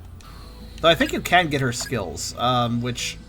We may as well check that out, actually, since after what I'm about to do, we won't be able to do that. So, let's go to the transport pod and actually see, because I think the skill master can actually teach her stuff. The only person that can. So let's go ahead and see what she can learn. I'm kind of curious, actually. But we're not going to be really utilizing her for the unknown cave. That's not the plan. You'll see why. But let's see here. I was pulling toothpicks out of the next piece of chicken I got to eat. All right. So...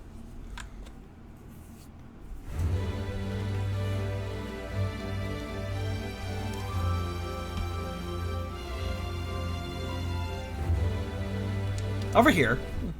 Let's see here. Let's see what this guy can teach her. I'm kind of curious. Apparently the only person that can teach any skills are... and what can she be taught? I'm just a little curious. So she can be taught the stuff everybody can learn. Here we go. Alright, here's her list of skills.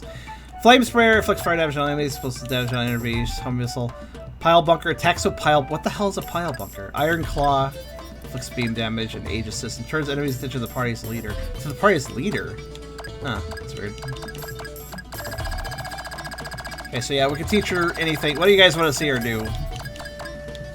Pile bunker, maybe? She actually has a full list of skills. Hold on.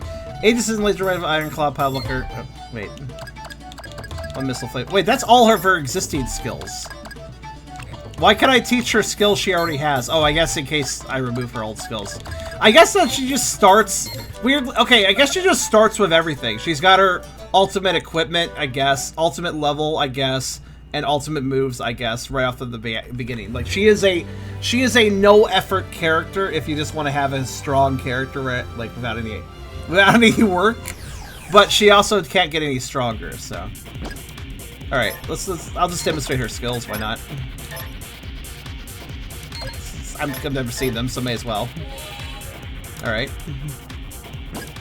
What else can you do? Laser rifle? Sure.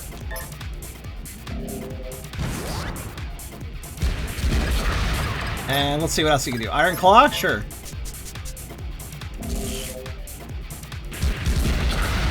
Mado, she gets a lot of turns because she's like wearing no equipment because she just comes defaultedly ready, so...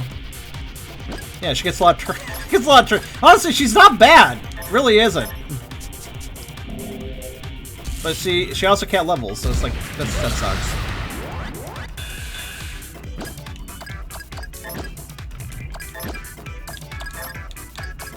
Homing missile. Let's see how that works. I wonder if she's as fast in a tank, actually. But yeah, she got 0 experience for that battle, because it's just how she works. Oh shit, where did I leave my tanks? Does anybody remember? I forgot what town I left them in.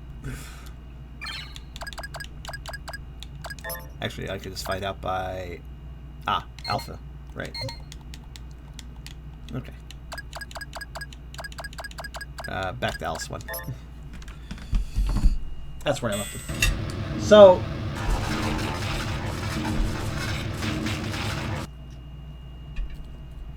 I wanna check her aptitude with a tank as well.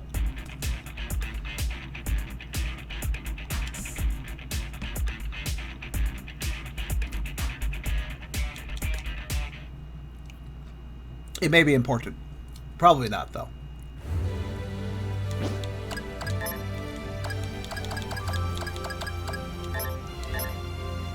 Muscle Temple? No, I'm not taking her there. Alright, Flame Sprayer. That's not really flames, but still useful, I suppose. I was expecting a flamethrower. Alright, so anyways, let's grab our tanks.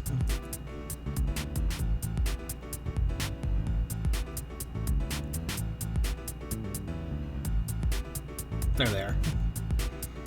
Left them all the way up here. Silly me. Alright. So, yeah, she can drive a tank as well. So I am curious. I'm basically curious if the fact that she doesn't have equipment and has high speed affects her speed in the tank as well. I want to check that real fast. I believe once she's in a tank, it doesn't actually affect that. Which is unfortunate, but...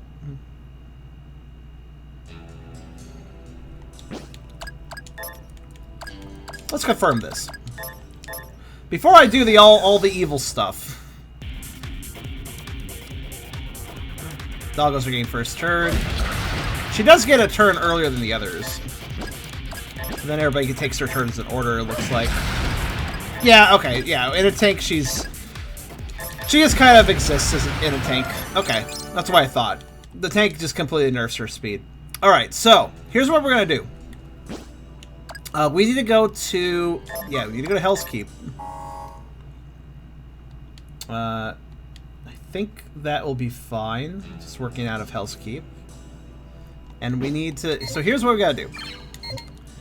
We gotta look at our tanks and take her and just make her leave. There we go. And now we gotta just go around. And this would actually be easier if the dog wasn't in the party, but I can't really control that. And now we just want her to more or less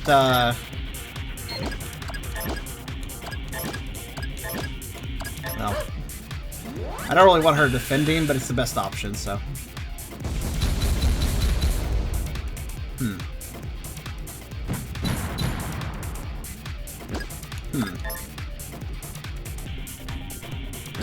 What's it gonna take to get them to hit her?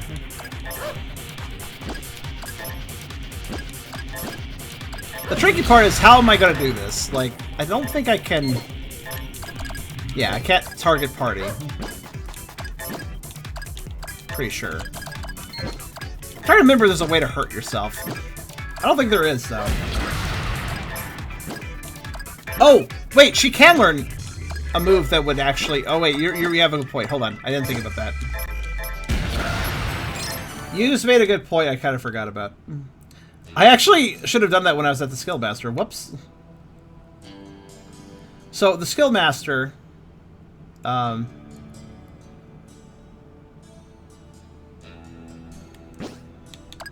That's fine. That is indeed alpha, yes.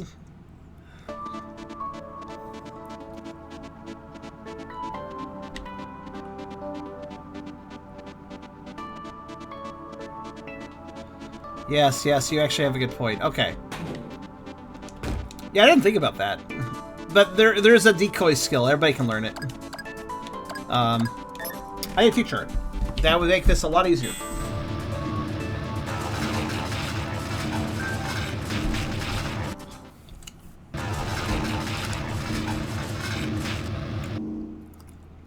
Because I don't know if you noticed in this game, but enemies don't really spread out damage. They tend to focus one target, so it can be really annoying if you want them to focus on their targets. So you have to use skills to kind of force them to do that.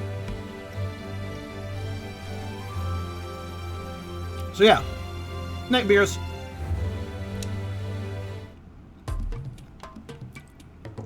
Yeah, the reason that this guy sells her old skills is that technically I can make her forget a skill, so that's what we're gonna do.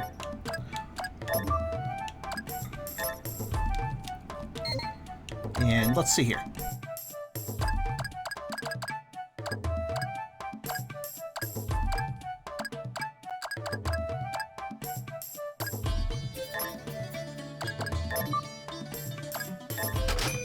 There we go.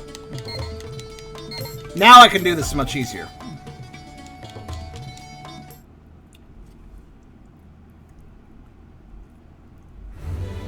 So what we gotta do is actually a little tedious, because that's not too bad. What we gotta do is actually, it sounds like a fake thing, but it's not. Basically, what we gotta do, now that I think I'm set up for it, is we gotta get Resin/Alpha to be killed. Yeah, we just need her to get taken out. But we don't need her to just get taken out once. We need her to get taken out, I believe it was 11 times. So, now that I have the decoy skill, I think we've got this set up properly. Yeah, the strongest mobs are in, strongest mobs are easily in, well, the tower. So, just go back there, I guess. I'll leave these tanks here. Just remember I left them in Hell's Keep. I guess. Actually, wait. Yeah, let's remember we left them there. Okay.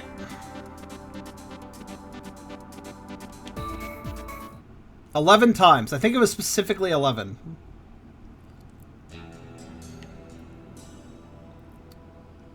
But we got decoy. The dog's going to make this a little harder because he's going to keep trying to murder things as I want them to murder Resin. But it should be okay.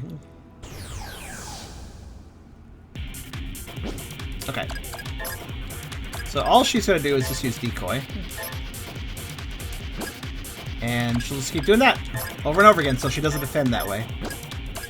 So she gets all these turns, so it takes me a second, but...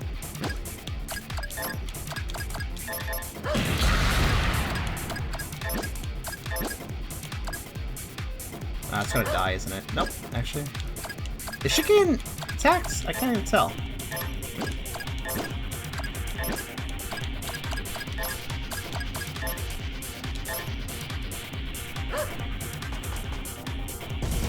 Oh, wow. Okay.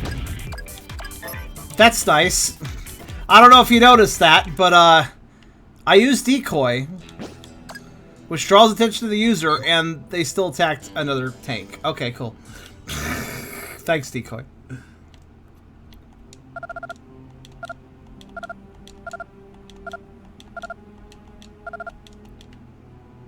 Alright, thank you, Hairhead. Yes, I know what I need to do. The question is how to achieve that. Let's go into the tower proper. There's harder enemies in here. Since Alpha can't level, she should be just... I mean, like, she is a level that she should be able to be defeated. Actually, wait a minute. Well, that'd be expensive for... Well...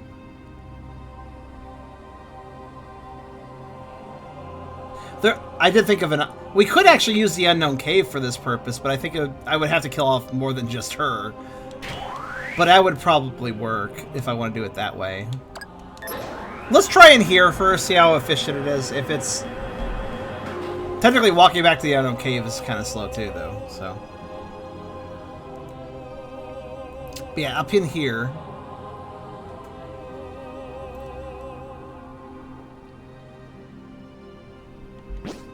Actually, I think about it.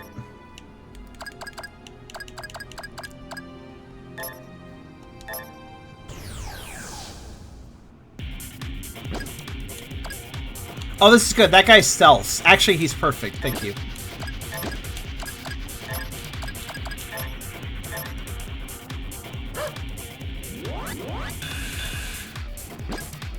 So he should just be able to...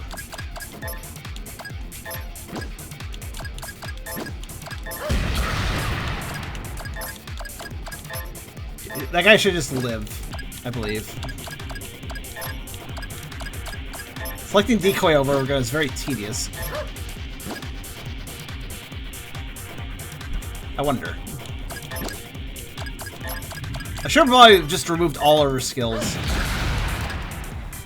Ah, screw it. Let's just defend. What is this guy even doing? Okay. Actually, wait. She can just miss by attacking him now.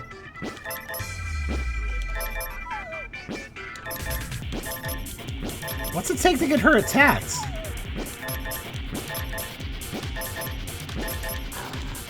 Alright, you know what? I will use the Unknown Cave. This is stupid. So yeah, this guy is getting turns, but he's not attacking her. Or if he is, he's not damaging her.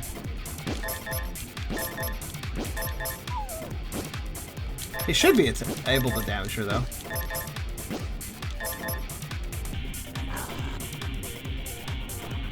Oh, that seems like a very bad decision on your part, but alright.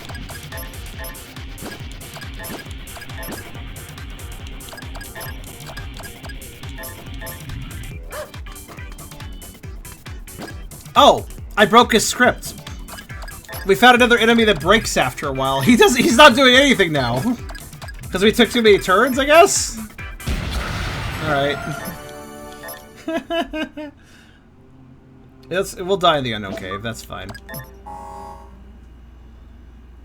Whenever you see the dash lines, that basically means we broke an enemy script. We've done that a few times. Yes, that is as stupid as it sounds. Alright, yeah, this might be trickier than I thought. I guess we'll mix the Unknown Cave into this, I suppose. I guess Thing is, though, I might have to die with all of my characters, then. Ugh.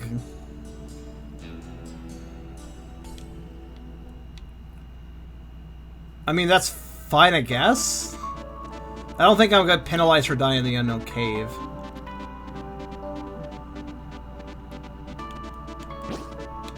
It's just not the way I would have wanted to go about it, is all.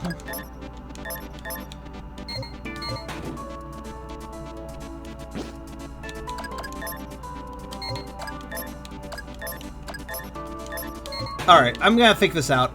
Let's go ahead and go over to... yeah, Lorelei Bay.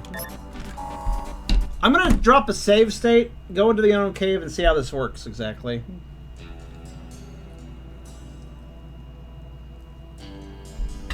Alright. At least we have good boy Tucker usually being able to use the Wait, does she have a... Yeah, she has nothing, because she actually can't equip anything.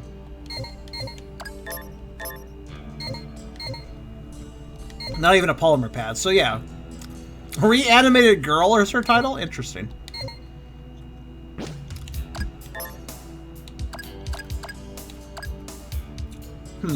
Corrosion? That's one way, but it would be kind of slow. I'm trying to think of the fastest way to do this, right? It must be... we must have to do that in cave, then. Alright, here's what I'm going to do.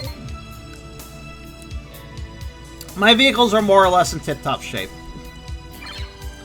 We're going to bring them... we're going to park them by the unknown cave and just leave them there. And then we'll just do stuff on foot and die, I guess. That way I don't have to go and repair the vehicles.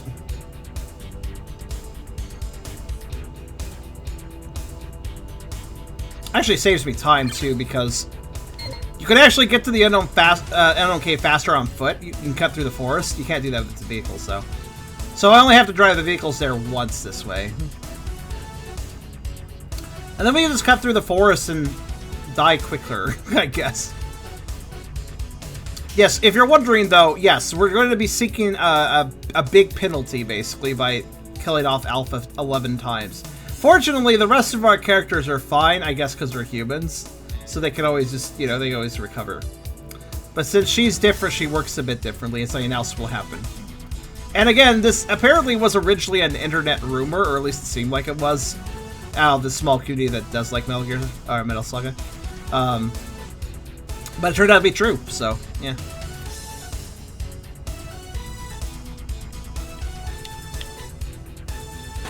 Let's park there. Alright, let's drop a save states. Save myself some time. Just in case whatever I'm doing here doesn't work. I guess if I'm just trying to die, I should probably unequip my pads. Which I probably shouldn't just say as a single word, because if you say that as a single word, they usually mean something else. Anyways.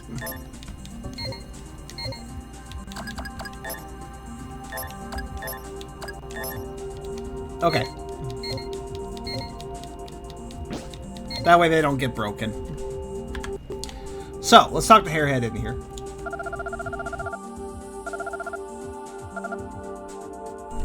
Okay.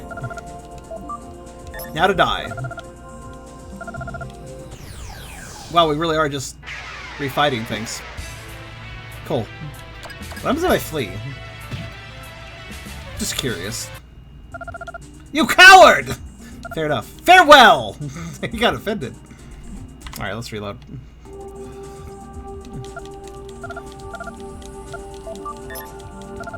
Are the battles harder, or are they just the same difficulty as they always were?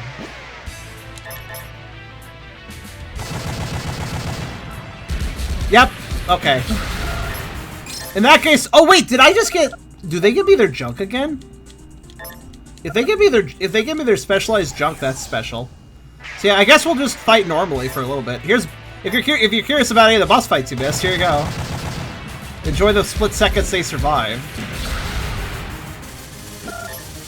Yeah, unfortunately, to get to a fight that Alpha can't defeat will probably require going deep into the boss rush 11 times. Which, yeah.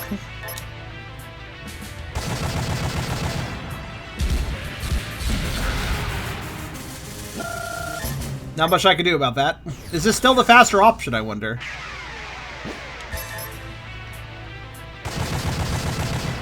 I can't think of any other faster. There's not like any. There's not like a super enemy on the field that would do a lot of damage to me either. So, yeah, this is not me seriously taking this. Yeah, I could have come in here with tanks. That would be me taking it seriously. But we'll do that when we have Cheryl.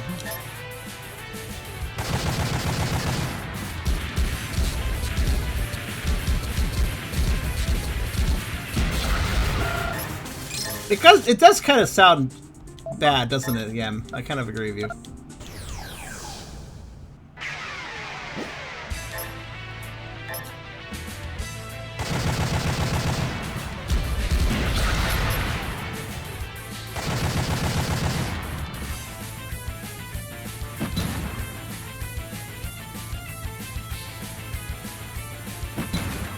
Trumpet. A fucking attack, man.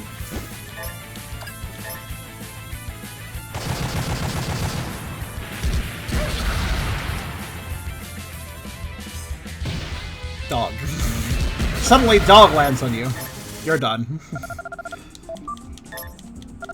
It'll take a while for us to get to a point where the fights actually get hard enough to kill us. I'm just gonna fight normally, honestly.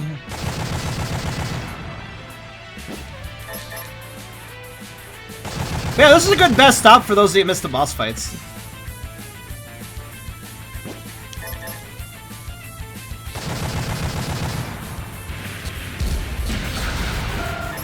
I wonder if they're gonna force me to do the double fight with Orochi. Oh, I guess this is not. Bobber Prince. This is gonna run away. Oh, she's actually faster than it. Nice. Take that, Suezo.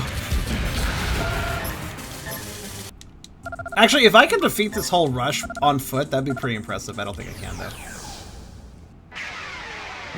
Oh, this guy comes with his assortment. Okay.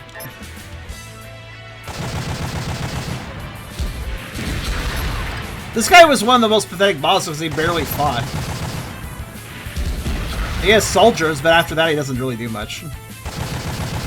Drugs!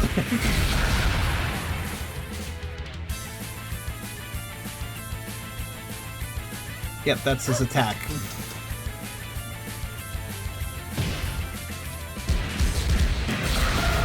A drug that turns you to a Durg. Tankosaurus, ah yes.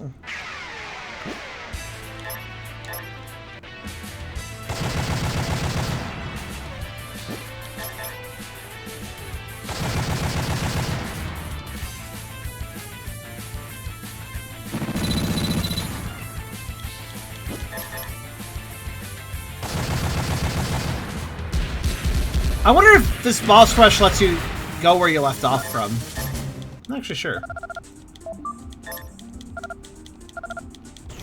If so, we could just...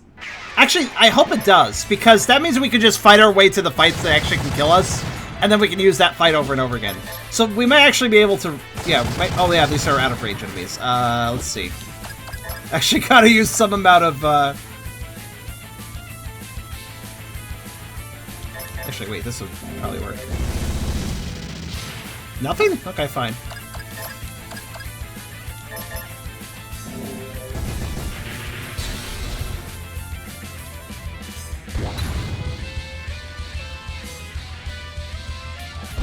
The Ghost Tanks was not really an outlaw. The Monolith was, though.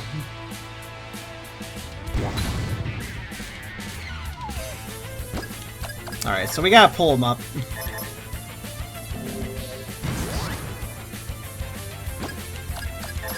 Or hit him with a remote laser. That's another way.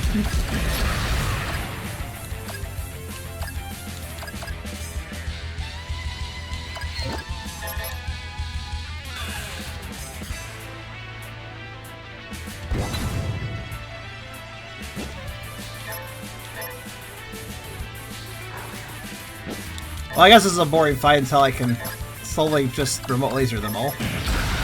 So... Oh, return to front. That's better. Wait, which one returned to front, though? I guess both of them, technically.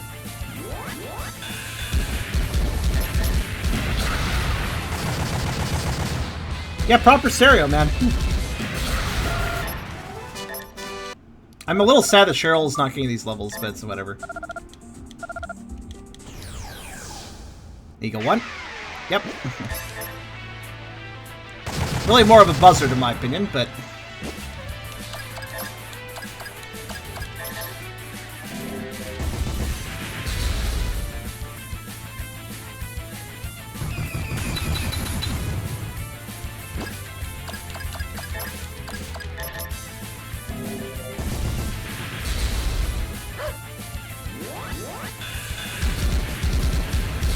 Hi, Zerix.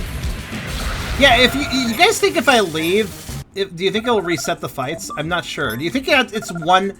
Do you think it's one consecutive boss rush, or do you think I just have to refight everybody, and I can pause and come back? Oh yeah, this thing. I actually have no idea. If I can pause and come back, that's great, though. Because that means I could definitely kill her a lot easier. We just have to get to higher fights. That's loud. That was a loud noise.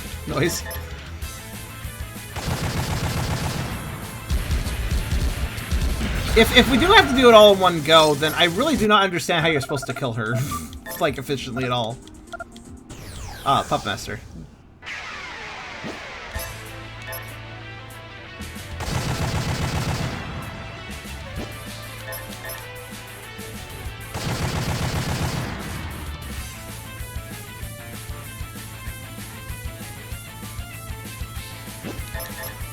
I like how these fights are basically just Alpha shoots all the enemies. Oh, I didn't have to defeat the puppet for some reason. Okay.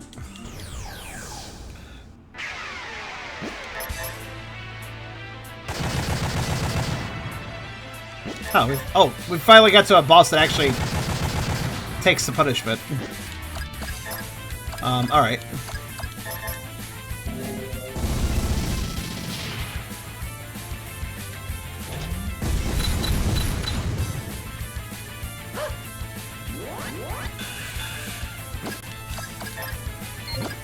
I guess I'll just keep attacking.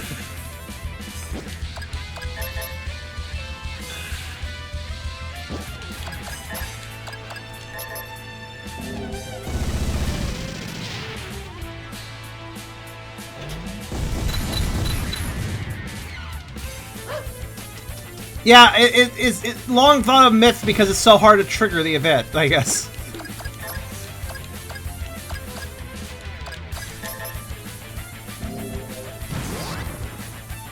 Trying to figure out what her which one of her attacks does the most damage, but they all seem to do around the same. Hi, Kino.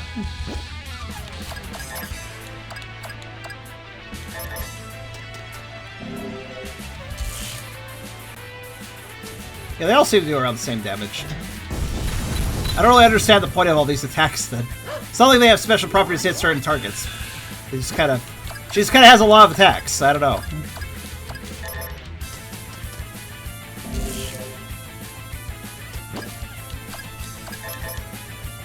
Rule of cool, I suppose?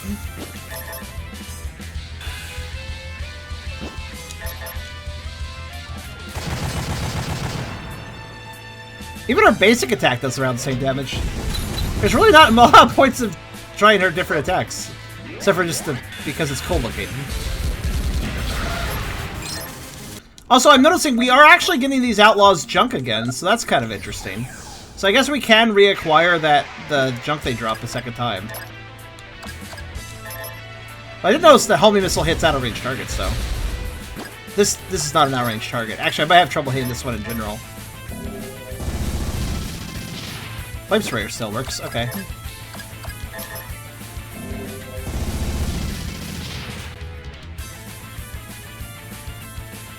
I don't think I've actually seen it do that before. Interesting.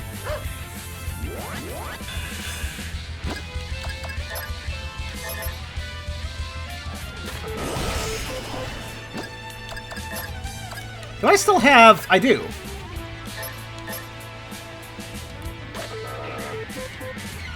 Oh. That's sad.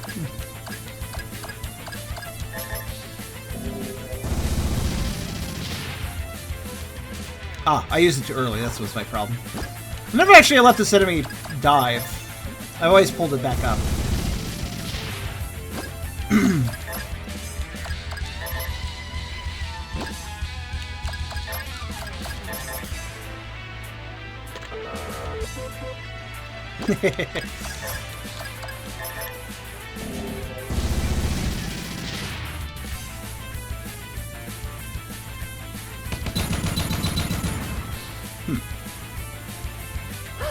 Yeah, so far we're invincible.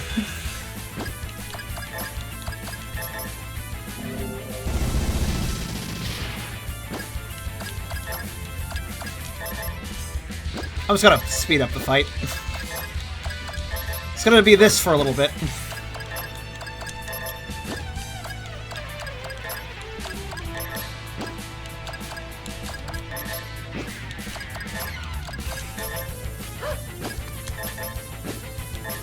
Actually, fuck it, just hit it with whatever. That's even faster. There we go.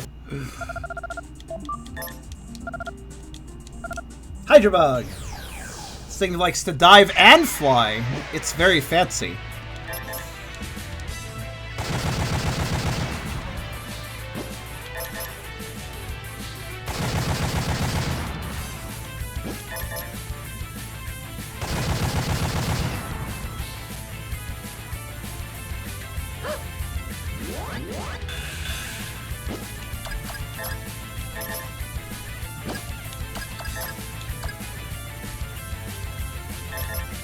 We can make it go back in the water, though.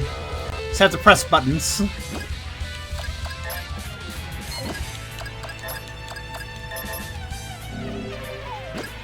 And now it's underwater. That's fine.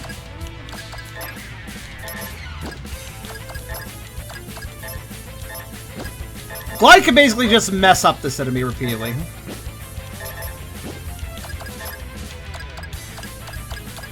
Which basically just prevents it from doing anything, I think. Maybe I should let it do its attacks to see what it can do. Let's just let it do something. Kind of curious. Well, it shot a missile. Oh, it hurt Glide a little bit. How rude. Wait, it didn't hurt Alpha, though? Oh, for fuck's sake. That's rude. Oh, what the hell? What the what? It came up with a... Alright. Came up with its missile launcher. It's like, I was ready for that.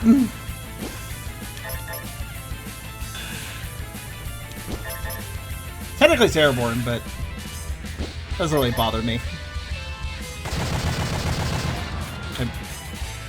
Land? Alright, that was good work. You you flew only to land again. Good use of your moves. Okay, it's flying again.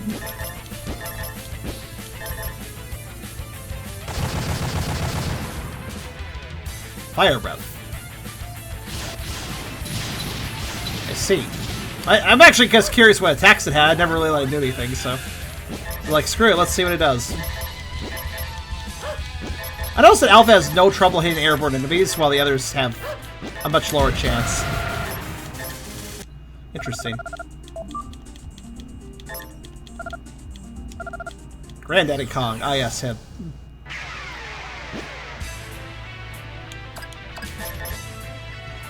Yeah, I was gonna say, doesn't he have, like, a lot lower health? Yes, he does. Oh, get out of here.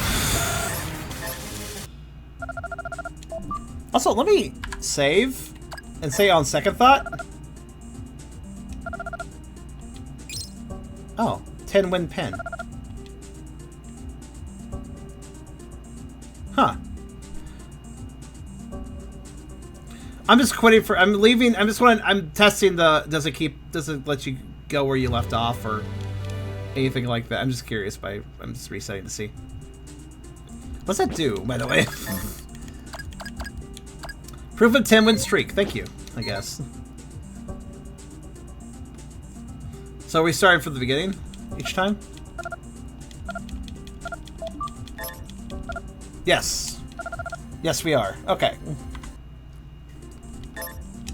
Let's continue standardly then. Oh yeah, this guy.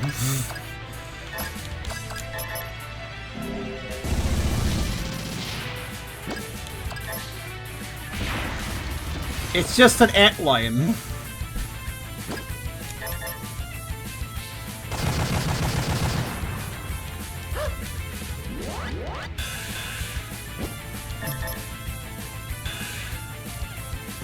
Tank Eater, is that you, Charm? Possibly.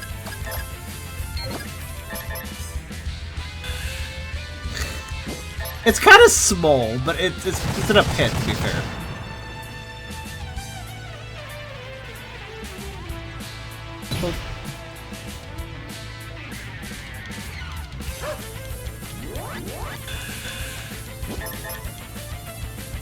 Because of the way this game's defense system works, a boss rush doesn't really make a lot of sense, I'll be honest. Because literally, we're untouchable to a lot of enemies after reaching a certain point.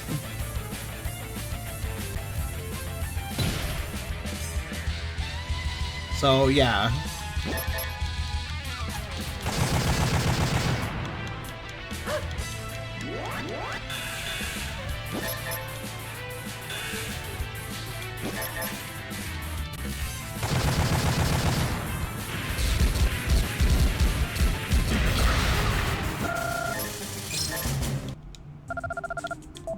Like, boss rush can make sense in other RPGs, but with the way this game handles stats, it's kind of silly.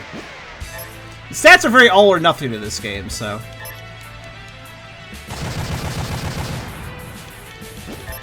Well, I guess if nothing else, this will show us what point of the boss rush we actually have to try. At what point of the boss rush we actually have to try.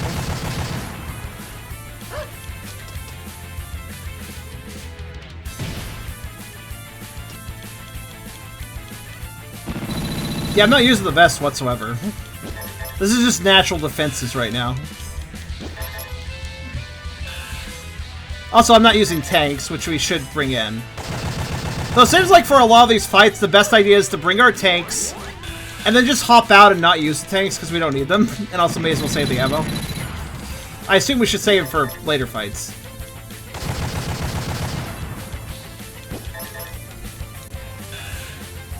It's a boss rush for the sake of a boss rush, basically. The only good thing is that this actually lets everybody here that hasn't seen the whole video series see all the different bosses. So there's at least that. I would be actually fast-forwarding through these fights, like in full. Except for I figured, you know what, you guys could see some of the moves they do. Sadly, we don't get to see Optimus' Swine Piglet Missile. Oh well.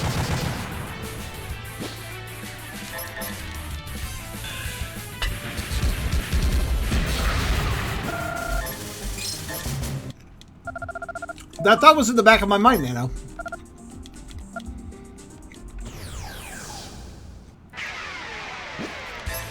You. Okay, this boss is going to be an actual pain. Just going to say that right now.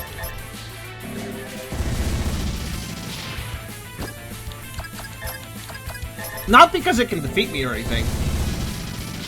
How did you miss that?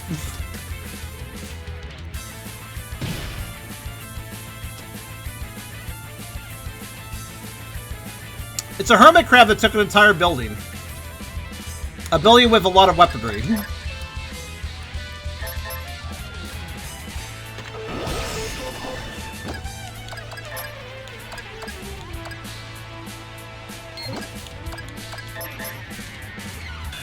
But that's not the problem. The problem is what you'd expect out of a fucking crab. That's the problem.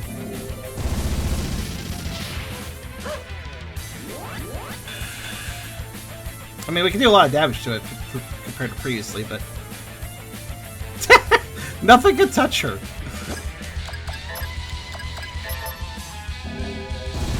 Like, you just like, couldn't. You're gonna get a grip or something. Maybe she's covered in, like, fucking Vaseline or something.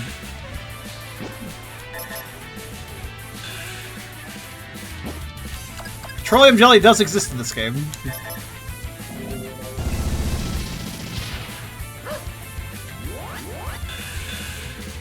Ah, there it is. And now it becomes stupid. Maybe we can still punch through the defense, though. And I don't think I have... Well, do I, actually? Oh, I did bring some. Well, probably should have noticed that before we went to shelter, but that's fine.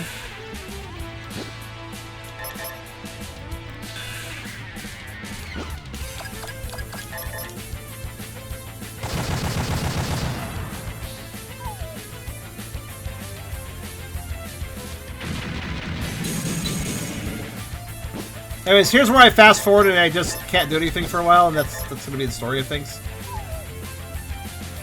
And I'll just use Sonic Wave over and over again. Oh, there we go. I guess he has always a chance of leaving, at least.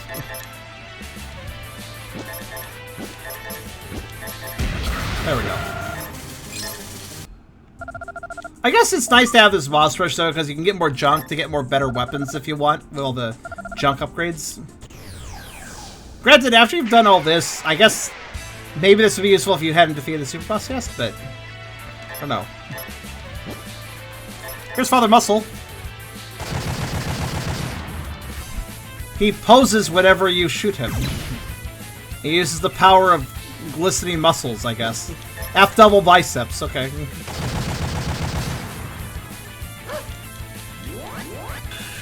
Father Muscle doesn't summon minions, does he? No. Also, we already checked, and it's impossible to complete the Pokedex considering the Sand Bunny lady, who is only available in the dog arena, and thus you can never actually add her to the Secom. So, it doesn't matter. Ah, this guy. Okay, the outlaw order is really confusing me, actually. Some of these outlaws should be before other ones, or...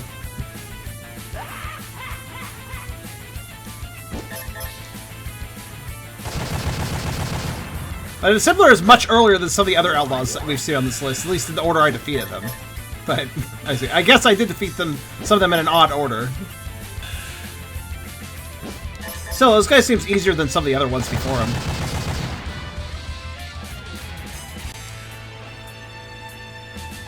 Horrific Wrench. Good work.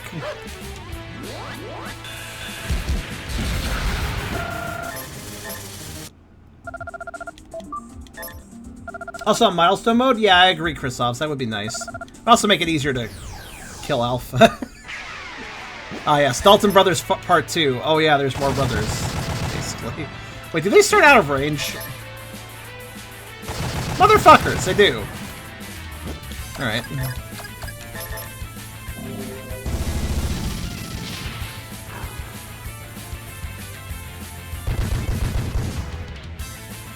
Good work.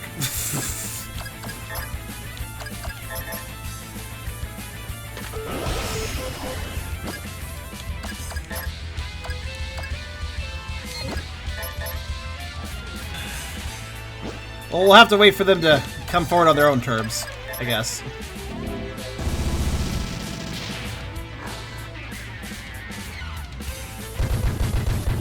Maybe before we take so much up from the first boss, we have inventory space for... Yeah, absolutely.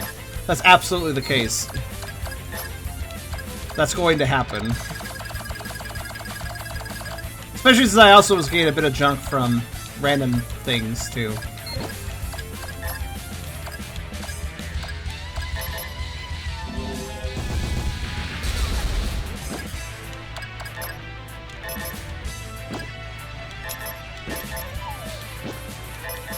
Oh, it returned to front. I can actually hear it now. Not that it seemed like it did, because it didn't move, but... Thanks for that.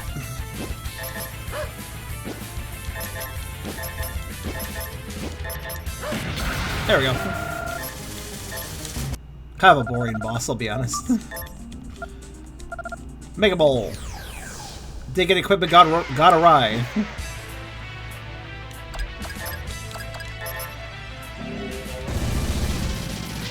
Oh, is it also out of range? Jeez Louise. How many of these things start out of range?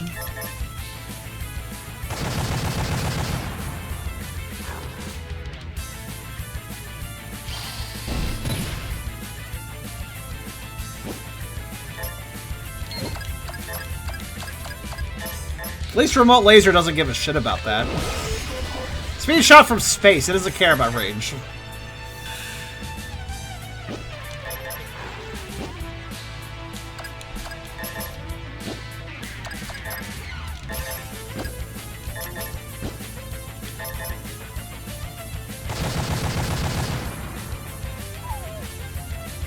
Ah, I gotta return to front. They always make that poor decision at some point, though.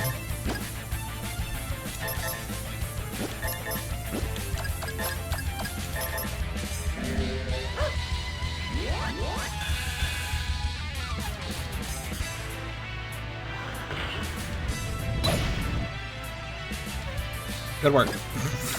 I don't even know how that even attempted to hit Tucker with that positioning, but alright.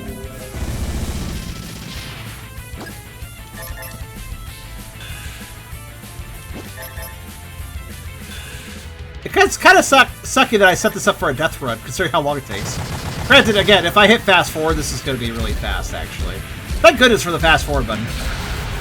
I'm just taking my time on this first run since a lot of you guys probably haven't seen every single boss. What's next? Daidarabachi. What's that again? Oh, right! Forgot about you.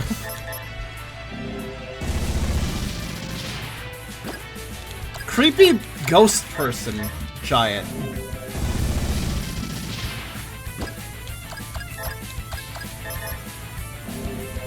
I legitimately, this is the enemy that makes me most... Like, if this game was popular, this is the enemy that people would make a theory video on.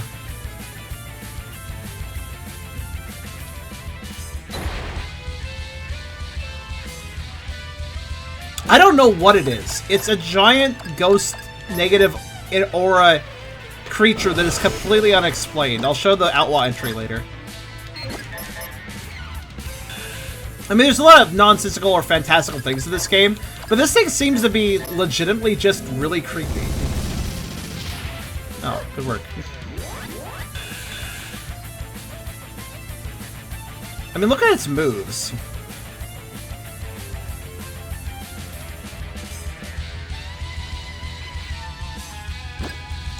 Even how a fight kind of just unnerves me.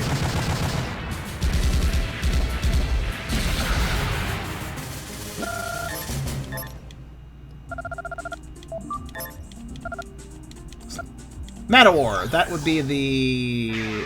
Ah, yes. That's right. Yes, it's Gilgamesh from Final Fantasy.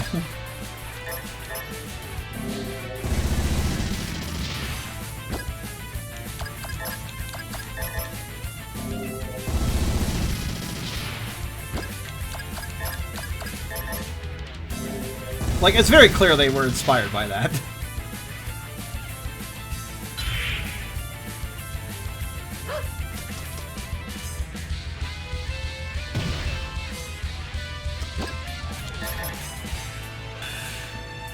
Aside from attack power, he's not really anything special.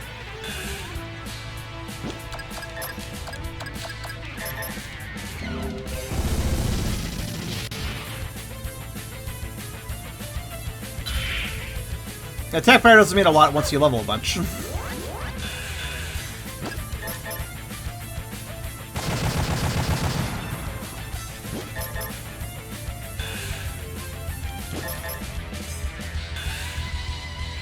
If those of you intended to die 11 times inside this game, they have an item inside the city 1 HP for the management. I'm wondering, actually, hold on. Let me see if there was a suggestion.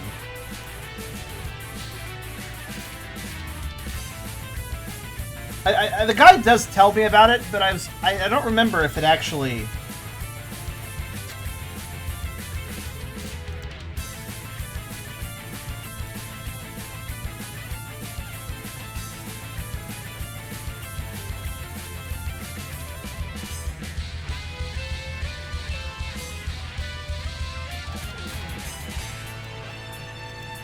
Hold on a second.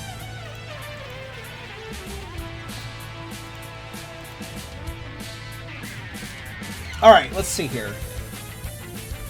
Blah blah blah, if you want to get this sequence, you must kill off Alpha 11 times in the game. That's... Yeah, I was right about 11... Oh god, they don't tell you how. They don't tell you how, though. Like, it didn't seem like a hard thing on the surface, but...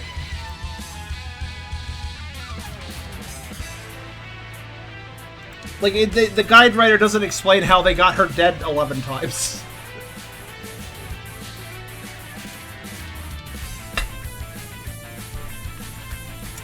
There's gotta be a faster way, right?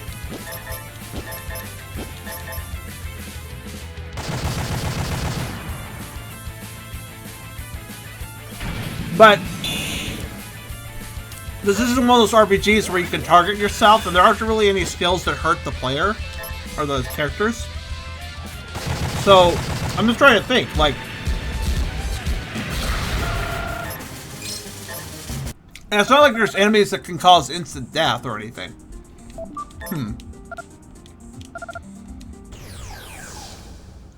I don't know. I can't really think of any way to do it. Aside from just getting to a powerful enemy, which is itself seemingly a bit tricky, but... Which means basically doing this boss rush 11 times and failing at 11 times. That sounds a little tedious. I mean, I guess it could be done.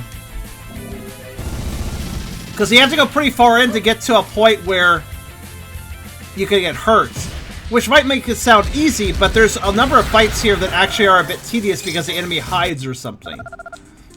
So it would take time even with fast forwarding. We can repeat the final boss of Ziggurat, but I still have to dive in there 11 times. That's still slow.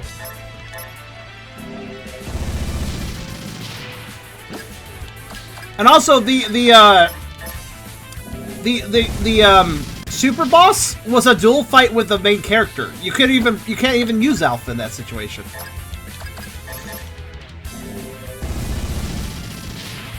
Also, now we're just fighting an overgrown pet chameleon, because why not? Oh, it does do something funny, actually. Actually, hold on a second.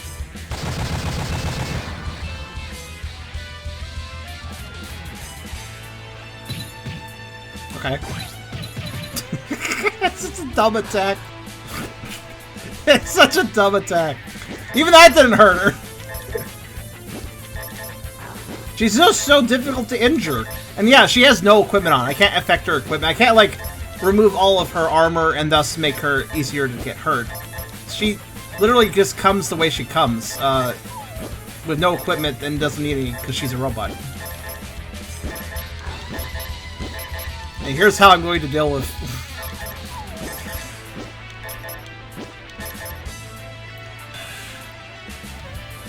There we go. Just waiting for it to do that, honestly. The good news is every enemy that hides will eventually unhide, I notice. It's a matter of surviving their attacks. Now to fight a guy that's barely on life support, but he has a Gatling gun, so I must kill him. And also a very crazy old lady.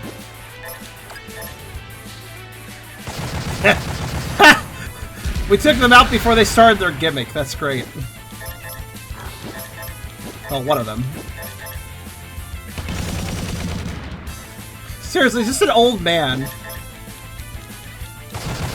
Charm, phrasing. I don't even know what I said this time. I don't even know.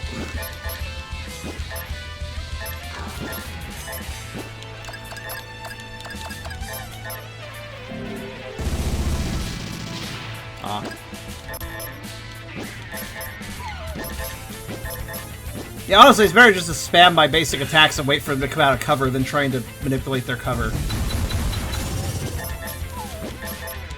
Because they'll eventually leave it. There it is. Take that, old man. Annihilator. Wait, this is like one of the first bosses of the game. Why are we fighting on battle number 30? This is like boss number 3 or 4. What the hell is going on? What is this boss rush order? Alright. I mean, okay, that's not true. It is a slightly later boss, but... It's not that late.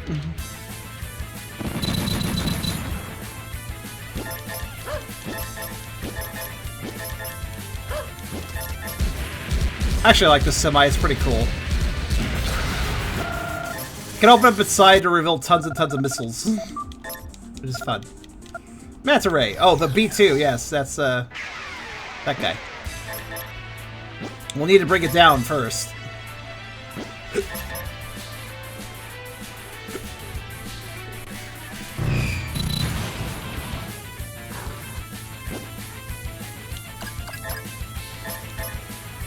Or use the remote laser, which always will hurt things.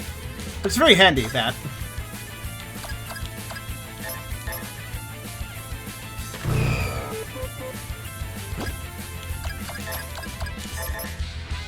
I guess I'll flame spray to make it faster. It likes to go back up, so...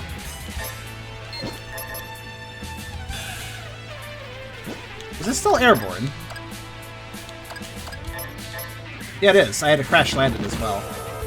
There we go. Brought it down. Forgot. It's high altitude. I bring it down to airborne, then I bring it down from airborne to the ground.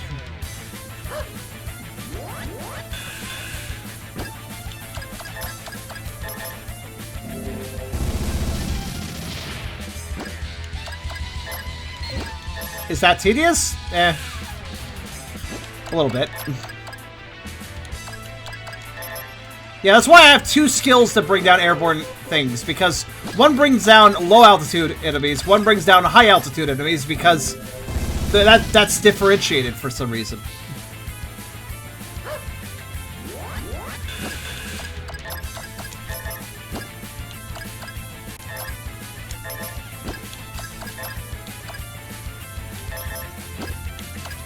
I just realized that holding L2 actually speeds up the description text. I never noticed that. I like how this thing is doing nothing but wasting his turn trying to fly again. Good work.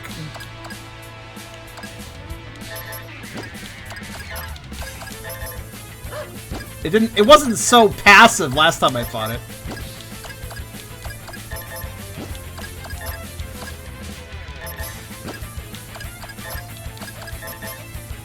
Oh, there it is. There's using the machine gun. That's what it usually does. Not that it mattered.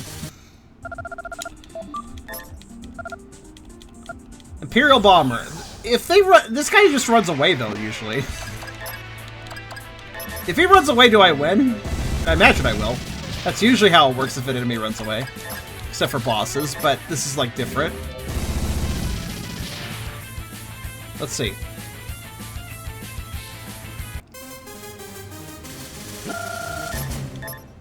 Yeah?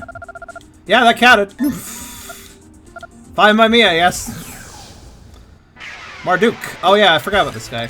Now we're getting to the last, like, the last area enemies. So maybe we'll take some damage now.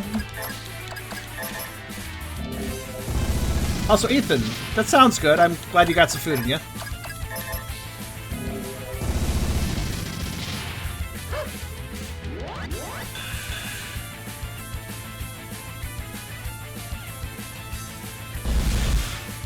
Good. Missile! Yeah, it did what it said. It missed.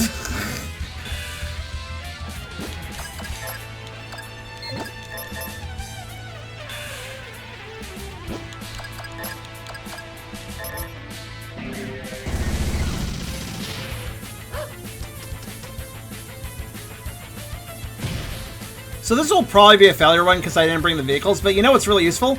We'll know the exact point in which I need to get in a vehicle based on, like, you know, when I start taking damage.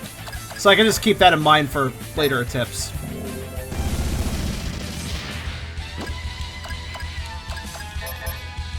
This thing is slow. I'm just going to speed up now.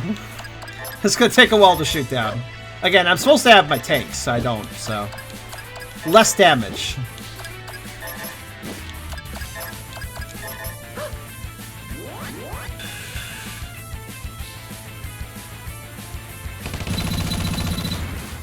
Oh, she did damage! Isn't that... That's amazing! Okay, I guess Marduk is the point at which I want to get in my tanks. Or at least, I guess she wants to. Apparently, I'm still strong enough to deal with it. Yeah, the way the stats work in this game is really weird, because it took this long, and now she's finally taking damage. I love my dog's angry face. Especially when you see it from the front when I use a special attack with Alpha. Yeah, she can actually die to this. Cool. Look at my dog's angry face, though. Look at Tucker when I use this attack. Angry.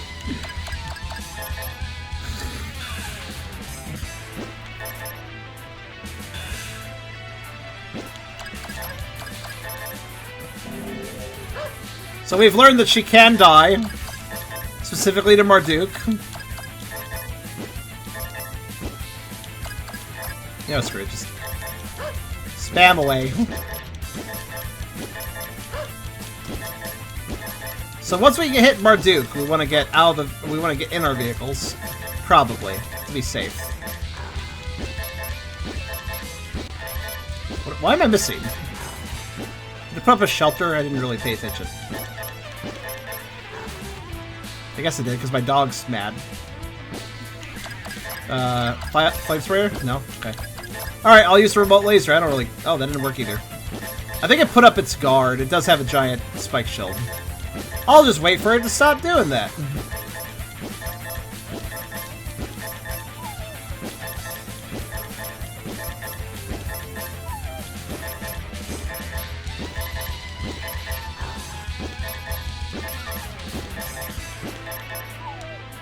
It's in shelter right now, yeah. Okay. It actually says when you're selected. I just kind of forgot that. How long does it stay in shelter? Again, usually everything will eventually leave what it's doing.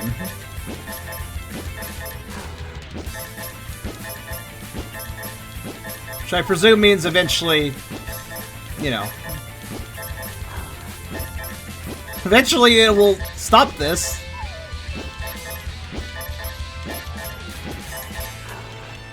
Right? This is a legitimate stalemate otherwise. I mean, yeah, Alf can die, but the rest of us can't, really. Sir.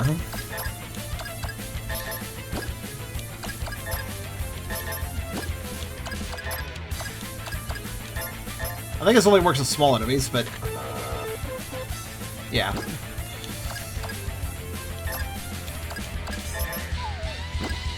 What about the pile bunker? Oh, there we go! I guess pile bunker is a way to get around that. So, when I fight Marduk, I might want to bring something that can break shelter defense. There's a grenade for that. So, okay, I'll write a little note. Because it looks like he actually doesn't leave it. Unlike all the bosses before this. So I'll bring a few shelter grenades in case he decides to cause an issue. When we do the legitimate fight. This is kind of me researching the fights, honestly, this process I'm doing. I was wondering if Pile Bunker perhaps broke defense. It doesn't say it does, though, look. Attacks a Pile Bunker. It just says attacks a Pile... So I guess Pile Bunker can break their defense. Break through the shelter. That's good to know. I mean, for now, but to be fair, I'm trying to get rid of Alpha, so... Tiamat! Oh, wait, Tiamat! Oh, yeah, this is, she'll die here. Probably. We're getting to the seriouser fights now.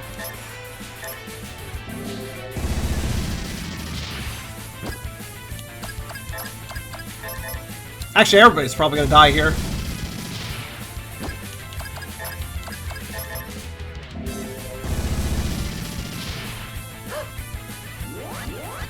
I guess we'll see, though. How much damage?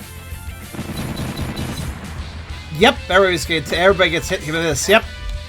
Okay, so Marduk is the turning point where I actually have to take the fight seriously. Got it. There's a very good chance we'll die here. Everybody.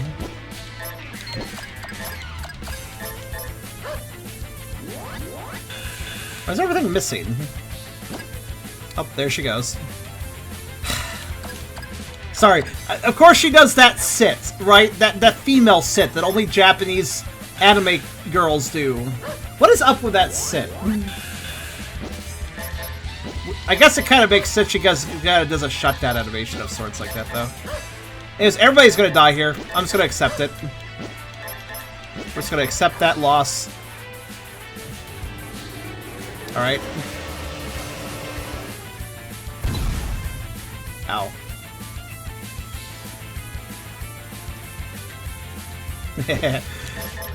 Yep, so we found the point in which it crosses over to too difficult. I'm amazed by your prowess. Please accept this. 30 win pen.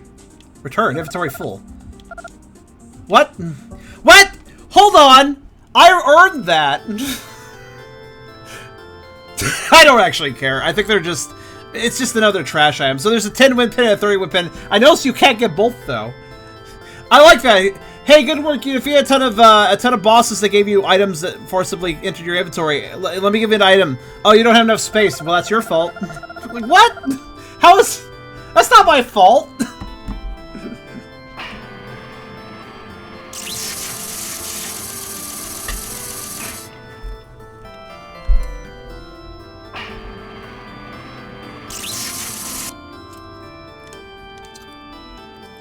Okay, so how many fights was that, by the way? What fight did we get to?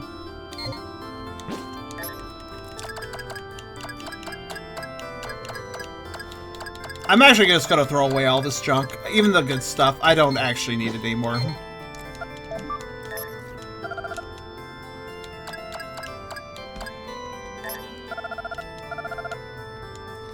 This... Oh, let's try it anyways.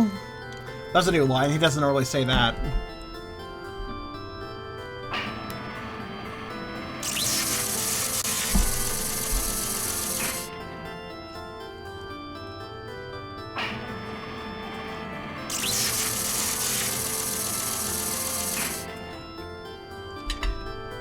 Yeah, it still works. Okay, so I could revive... Actually, I should probably revive him. So I guess this is... I mean, we can do this way faster, though, than I just did.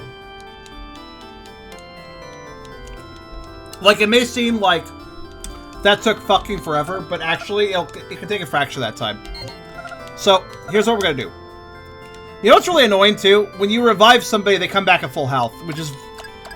In this situation, I wish they was one of those revive them at 1 HP situations, because that would be a lot more useful at this moment.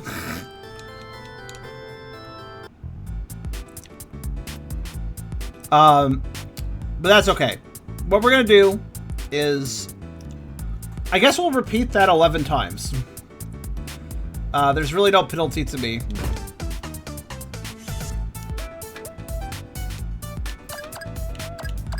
We want to go to there.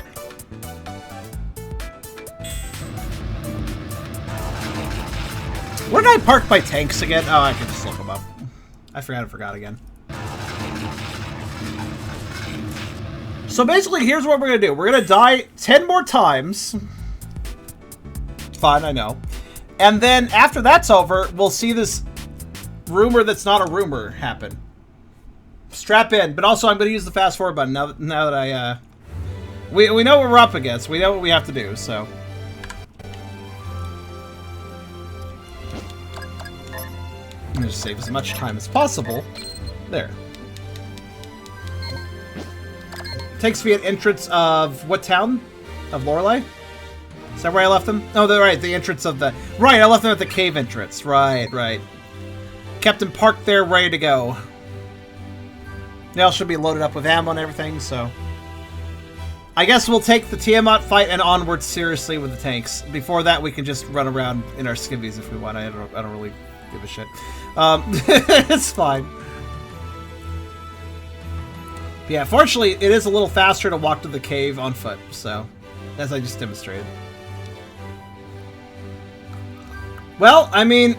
This game, though, guys, right? Like, it's an interesting game, but it's got a lot of missteps, too. It's got a lot of cool things, but it's also got a lot of missteps. It's a very all over the place. Like, it has brilliance and complete failure at the same time.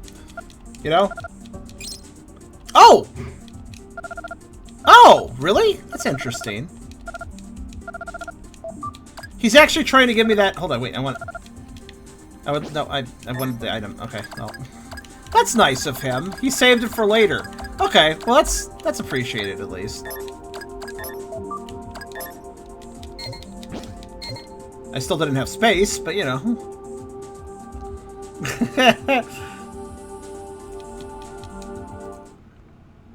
So I noticed that I only am getting given the 30 win pin. And not the 10 win pin, which technically I earned last time, so technically speaking, shouldn't I have earned both? That's not a big deal, though. Alright, there. Just in case he decides to give me the 10 win. Alright, hello. There we go. Oh yeah, he did! So there was a 20 win as well. Okay. Alright, well, let me empty my inventory one more time. Sorry.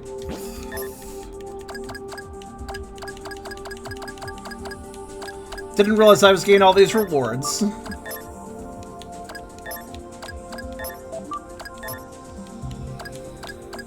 still hanging out of the pendant. I should probably put that away.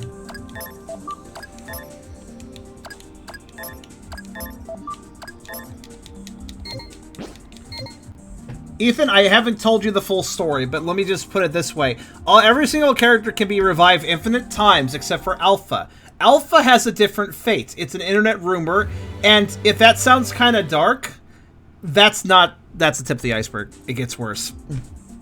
And that's all I'm saying until we do it. If the idea of killing off this character by making her die a bunch sounds kind of dark to you, you ain't seen nothing yet.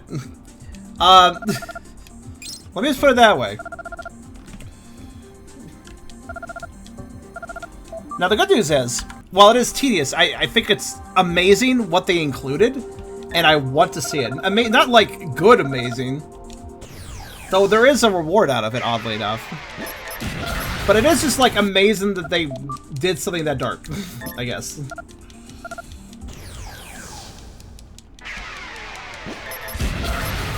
Right, anyways. Do you guys remember what number Tiamat was in the fights? Anybody remember?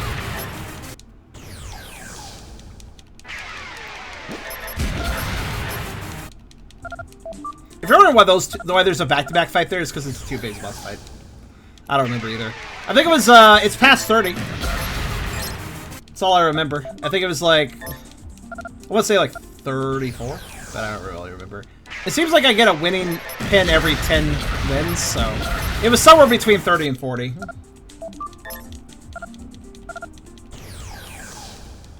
Too bad they don't throw Tiamat at you right at the beginning, where this would be a lot easier to do. But oh well. So some of these fights are gonna be like, you may notice though, like I can definitely speed up some of these fights, like way more than we had. Well, let's try a speed run of this.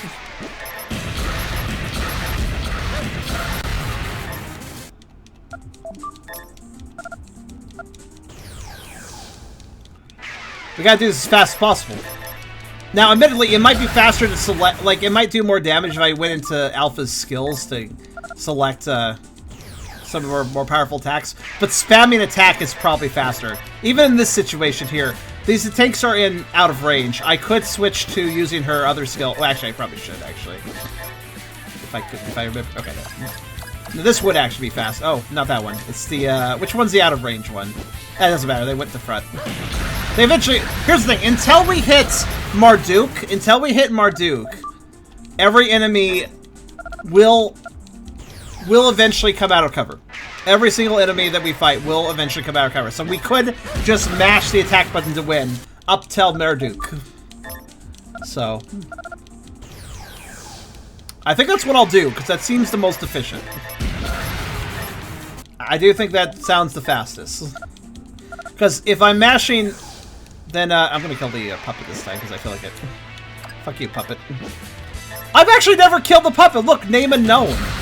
Well, there we go, we just got another entry, I guess. That's odd. Well, we did kill the puppet separately that one other time, but I guess puppet in the guy's arms counts differently as puppet on its own. Like, I guess they count as two different enemies, even though it's the same enemy.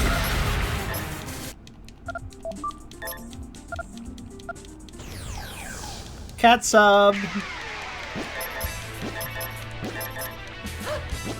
Honestly, for me, a cat sub, it's not very kitty-ish. Well, it's a fish, but it doesn't even look like a catfish, in my opinion. It looks like a sub with a tail. That's about it. I will make this thing resurface to beat it up faster, though. There are situations where using a skill is a little bit faster. Well, I'll make sure to do that.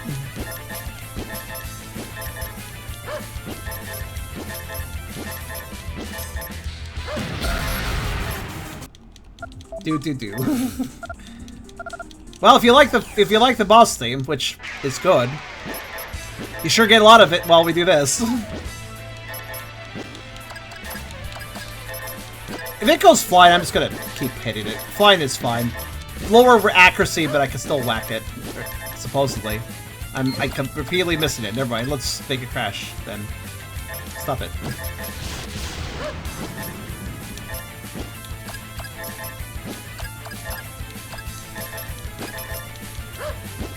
For fuck's sake.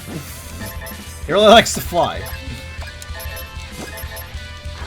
I think it spends more time changing its position than it does fighting. My god, just stay in the water.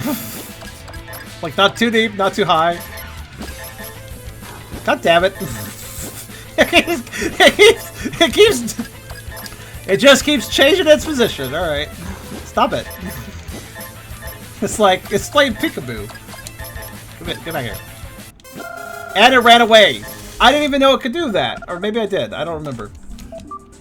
Does it have an anglerfish sub-enemy boss? Nope. You just saw the two water aquatic enemies. There's only two aquatic bosses, so yeah.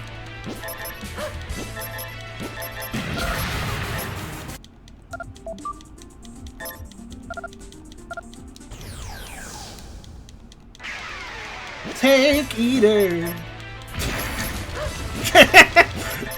Well, I don't know why this outline is so... Like, with a name like Tank Eater, I expect this thing to be really monstrous, but it's just like, hello, I'm Little Bug, how you doing? It's like, I don't know, it's just not very impressive looking at all. It's just, there's an outline, I guess. Yeah, it's kind of big, but not really.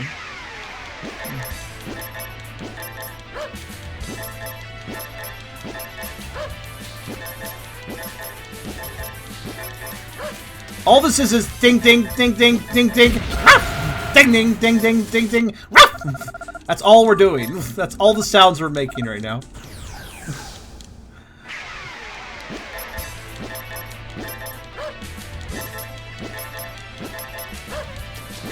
Also, this guy would be really easy to kill if he didn't go into shelter so fast.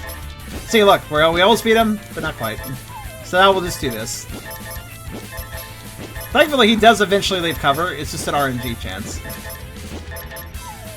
Also, it's good to see that any outlaw that runs away from us, we win, technically. So that's nice. I do apologize for the grind. I wasn't sure if I should... I really wasn't sure if I should set up for this before the stream today, but I also didn't have a lot of time. Like, sometimes for Elden Ring and for Metal Saga, you guys may have noticed for both those recurring streams, I sometimes do stuff in between streams to set up for the next stream. And yeah, I try to do that when I can, but didn't really have a chance to do that this week between last session. So I could have. Does this guy ever come forward? I forget. I think it does eventually. Yeah.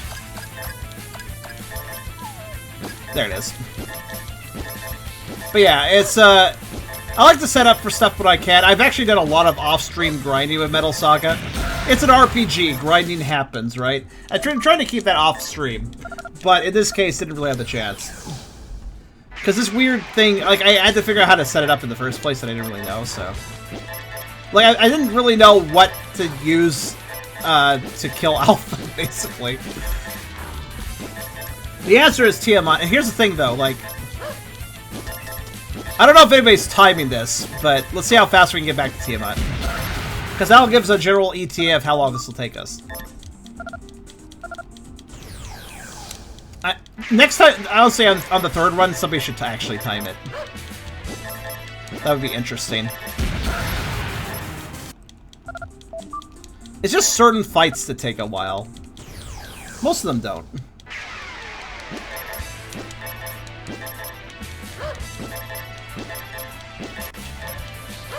When we do run number 3, I'll have somebody time it and see how fast I can get through it. So basically the idea here is we do 11 runs where we just get ourselves killed on Tiamat. And then after that, we see the really dark stuff I was talking about. Get a reward for it, use that reward to set up for the actual run with this, and then get Cheryl back in the party. And take on this encounter, take on this boss rush seriously. I'll use save states too, just in case we get some bad luck on the actual run where we try to beat this. Oh, it's okay, Ethan.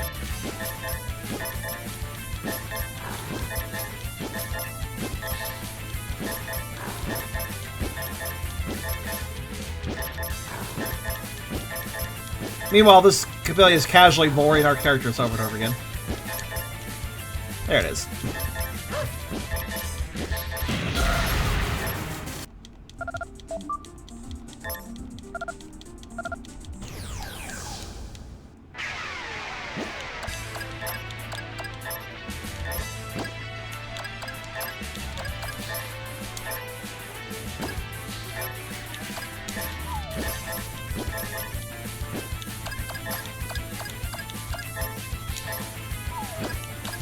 That's sword you can hit out of range from these attacks. Oh well, whatever.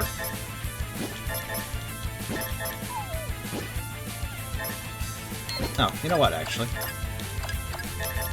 Bye. I need to use the remote laser. That's also useful now, then. There we go. You know, use it. Use a satellite laser on enemies I'm fighting in the cave. That makes a lot of sense.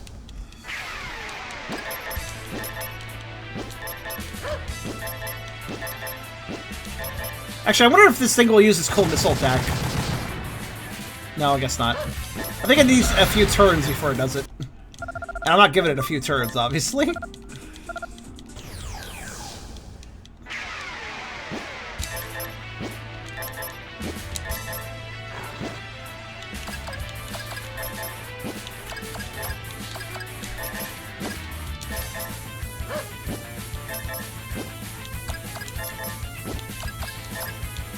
Unfortunately, with the certain enemies like the battery, I do have to spend a little time just kind of forcing it down over and over again.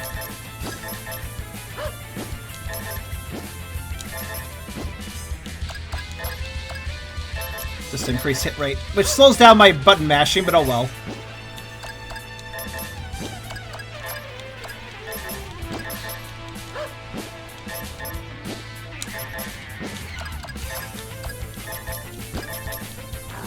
Oh, went out of range? Okay. That's different. I don't think I've ever seen it do that.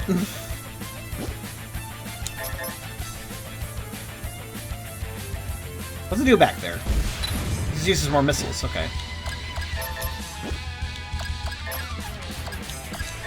Yeah, I don't think I've ever seen it go out of range. That's weird. It's pulled a new tactic on me.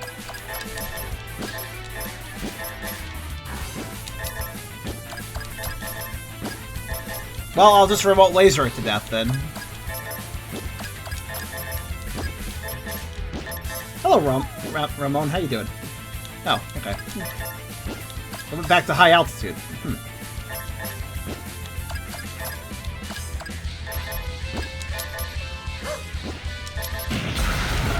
There we go.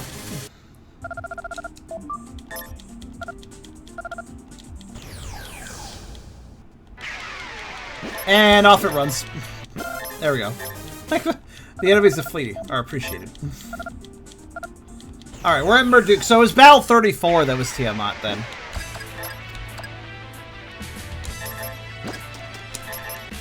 Okay, we just play as normal until it starts just defending everything. Then I have to use the pile bunker or whatever.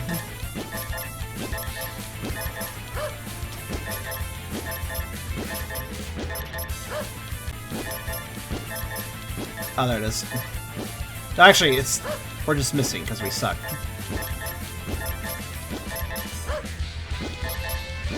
Subgun. Charge. Switch armor. There it is. And pile bunker. There we go. Okay, now we get to the fight where we die. Hooray! A celebration. Great elation of results. And I guess since I'm just aiming to die, I'll just spam attacks.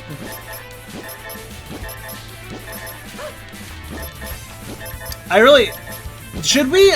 I'm actually curious. Do you guys think we should try the Research Institute place? Or I mean the final dungeon? Should I try to die in the final dungeon? Should I try to kill her in the final dungeon? What do you guys think? Should I give that a shot? I was in there briefly, but then you guys suggested the Unknown Cave, so I went to the Unknown Cave. And now you see how fast the Unknown Cave is. Should I go back and try the... Should I go back to the final dungeon and give it another go? There's actually numerous enemy encounters in there, and some of them might be able to take her out rather quickly, actually. It's all a matter of finding the right one. The problem is the dog may just kill them, so...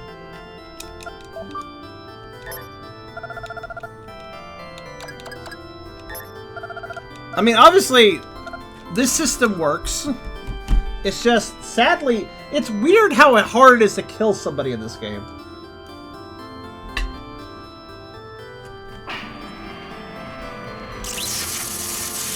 Final boss? I don't even know if the final boss is all that strong, but we could try it.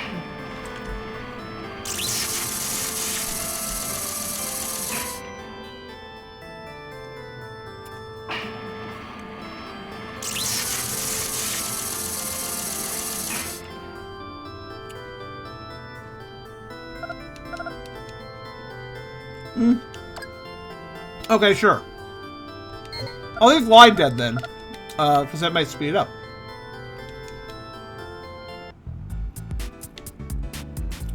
So at this point, I just kind of feel like anything that causes a party wipe is fine.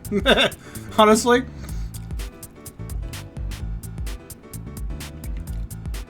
Alright, let's, less characters we have alive, the better, I suppose. If I'm gonna do this method. Alright, we'll go to Hell's Keep. It wasn't doing this damage against tanks? Maybe it was. Alright, we'll run through. The problem is, it's a bit of a run to get to the boss, but it may be faster than doing the boss rush. We'll see. Time it. Time it right now. Start a timer, somebody. Let's see how long this takes me, because I gotta... Obviously, I gotta go from the junkyard, warp to Hell's Keep, leave Hell's Keep. If I get an encounter, that'll slow me... On the way out, that'll slow me down. Like I said. There's also that to consider. The encounters are just... fucking... yeah. And then, I get through there, I finally leave. We can activate Animal Instinct to go through the dungeon faster.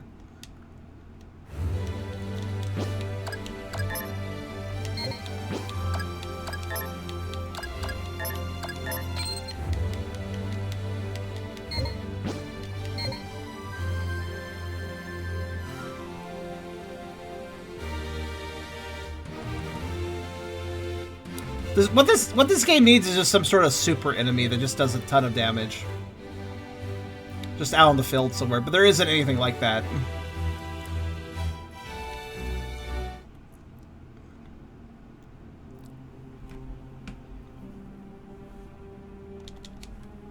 At least you don't have to see the whole elevator ride.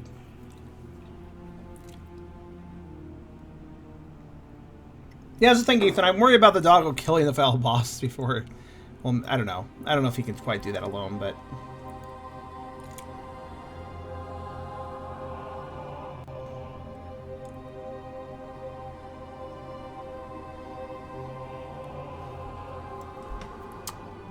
Got something stuck in my tooth. Well, chicken, obviously, but...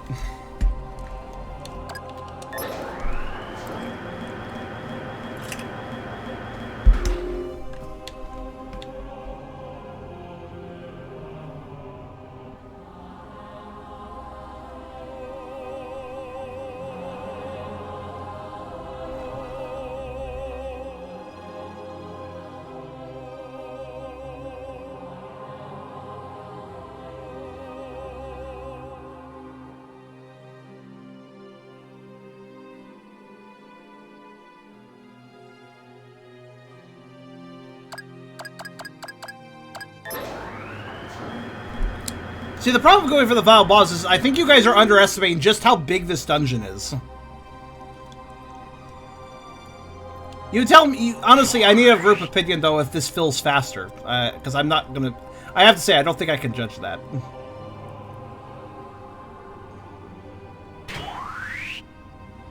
And this is when the encounters turned off. Like, it's still just a long walk.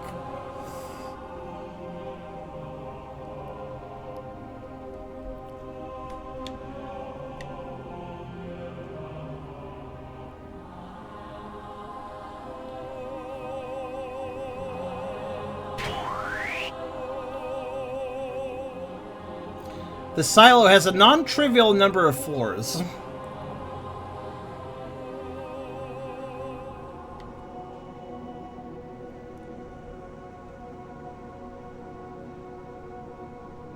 It's possible, Krasovs. It's possible. In fact, if it does, that would really make this not really the best strategy. I'll make a save state before it does.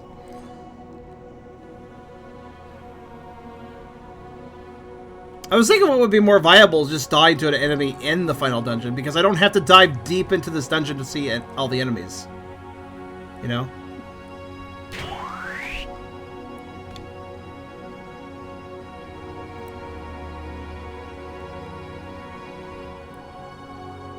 But yeah, this doesn't feel very efficient, is all I'm saying.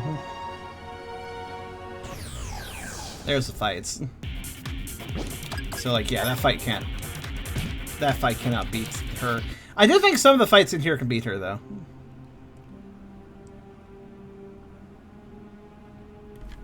Well, I guess I'll stay here.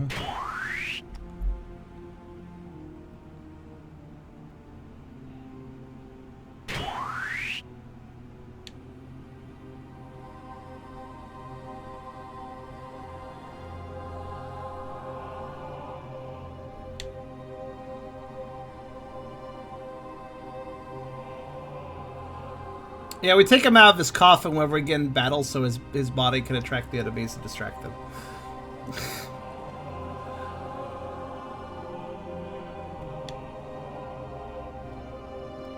Again, I'd like to punctuate, this is such a fucking long walk.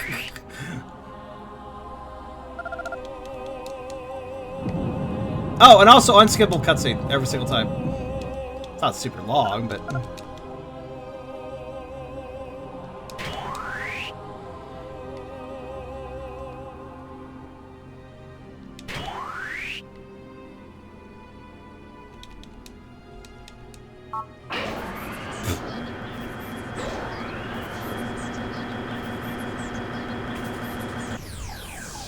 Right, guess I'll die.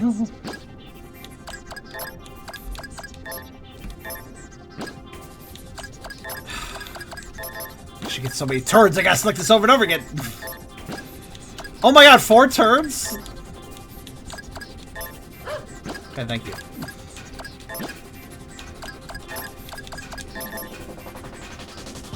Yeah, you're right, they can beat us up. Even if I defend, it wouldn't really matter. There we go. And did that trigger non-standard game over?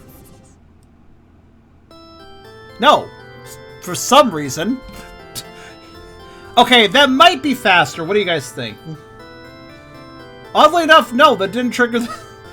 It's sending out another missile, but don't worry, it's not as serious as the first world-ending missile. It's just a half-world-ending missile. It's not nearly as big a deal. We can just go.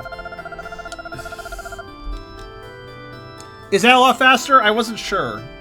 I wasn't really watching. How much faster is that? I was more focused on just trying to be fast rather than paying attention to how long it was actually taking me.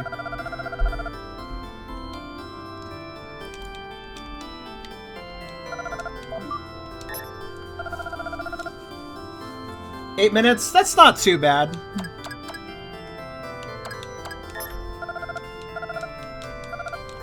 Also, I'm just realizing, do you think each time I revive her, she's going to take longer and longer to actually revive, maybe?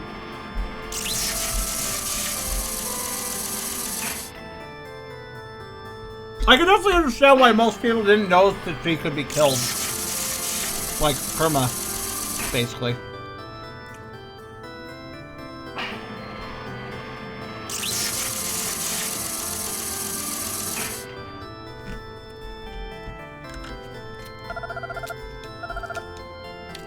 Alright.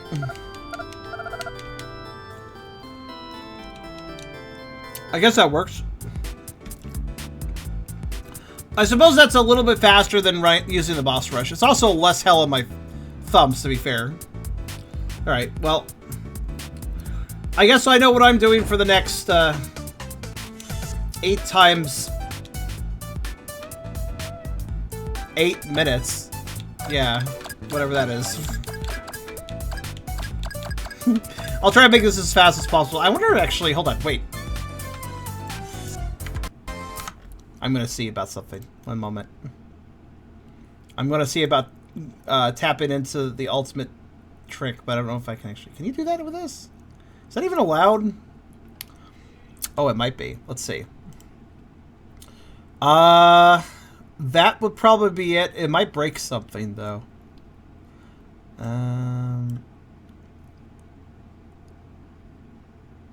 Oh, let's try it.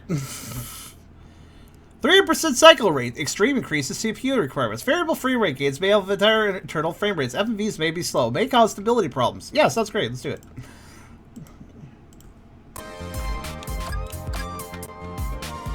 It doesn't seem any faster. Okay, well. Is it?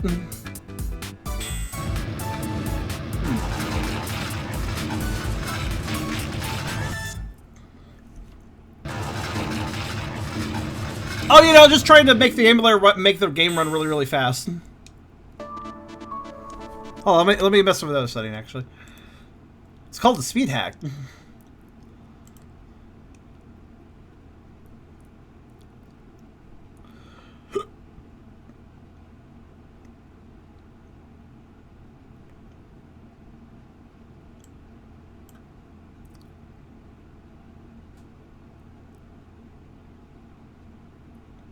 Alright, what does this do? I am just fucking... I'm fucking around. Okay. Okay, the speed hack was more about a performance hack than it was about...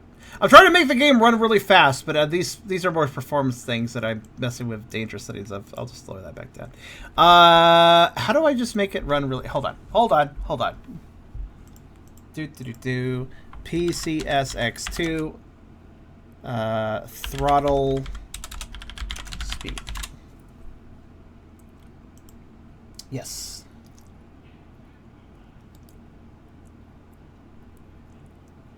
I know I can set the speed in turbo mode. Turbo mode? Config emulation settings GS. Oh, okay, thank you. GS. I never... Ah, yes, right, okay. Let's see. Okay, turbo adjust 200%. Base frame rate.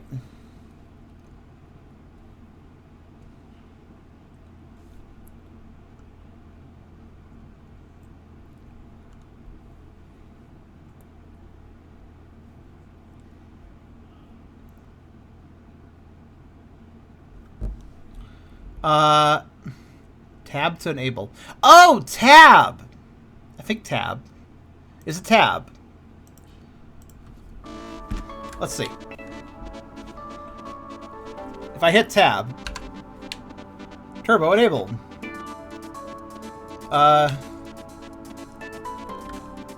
Nothing seems different, but okay, hold on.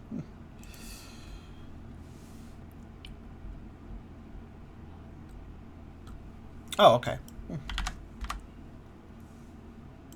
What if I do this? Just trying to hold it? No, it's an enable disable. It's a fucking toggle, done. It's a fucking toggle! Alright, let's see here.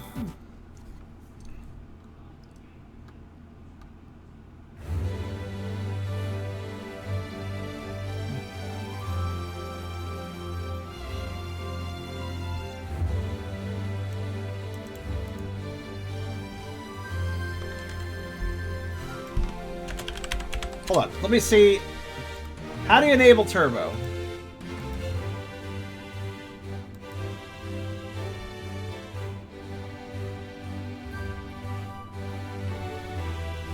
Normal speed frame skip? Shift F4 while play? What does that do? Oh, whoa! I see! I don't know how to feel about this, but it helps. Oh! Oh, what happened? The game didn't like that. Shift F4 again? I think I killed the game. I think battle fucked everything up. Alright. Hold on, let me reload.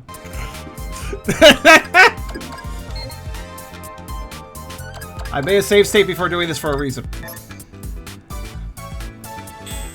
That's amazing!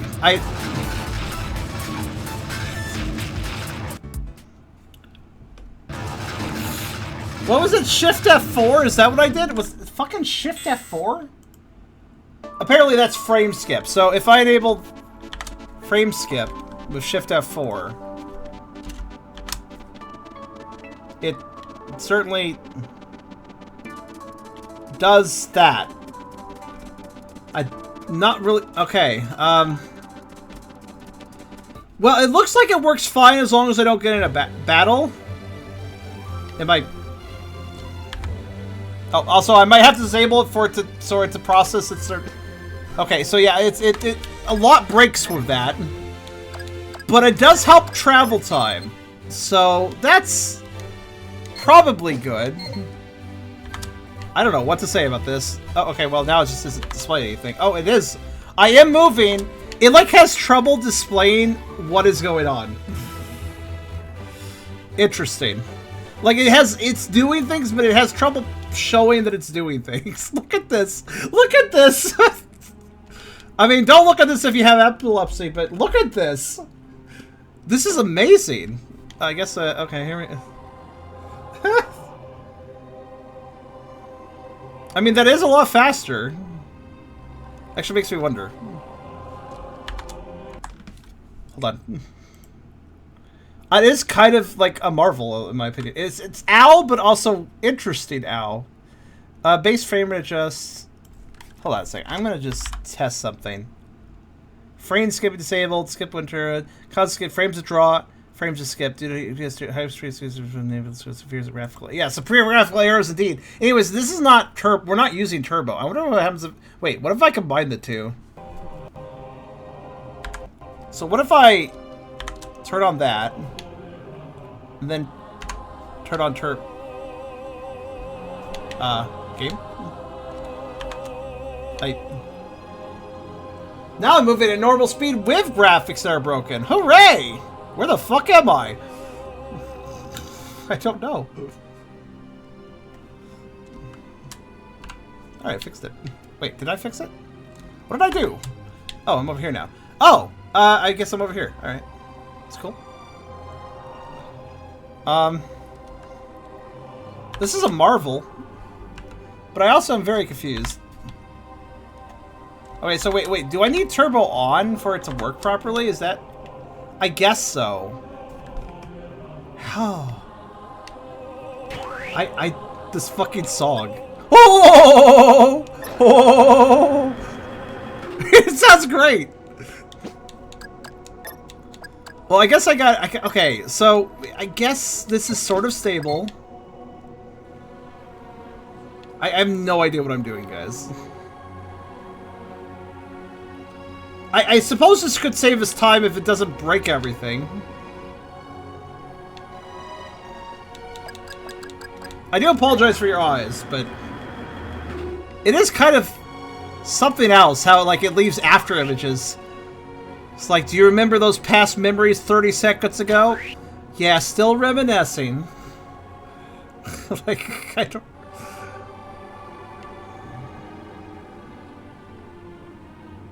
Are you getting sudden frames when you actually started the turbo? Possibly. It does seem to be stuck on the screen. I'll take it. I guess. I do seem to have it in a fairly stable state right now, though, aside from the after image. Can I make a save state of this situation? Is that okay? I guess it's alright with that. I was like, is it alright with this, or...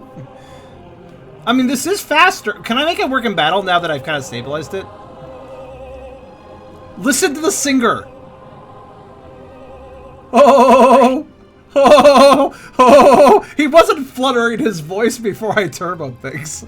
That's great. I love it. Oh! Such a whimsical version of the song.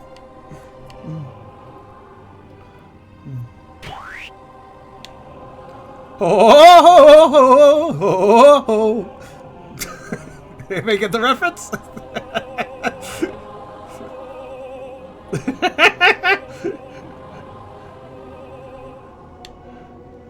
Yeah, I mean, this will save us time.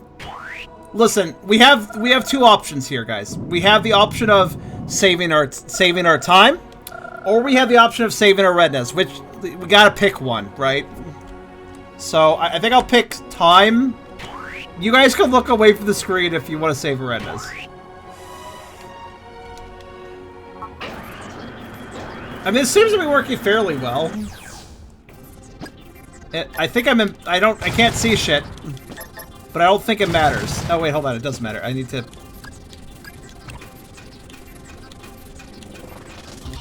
okay, hold on. Stop. Stop the battle. Thank you. Alright, I guess in battle, I could just turn it off and... yeah. I mean, technically, battles have their own fast forwards, so it's whatever.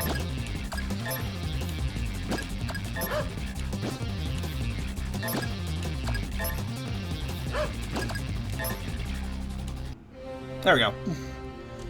Return!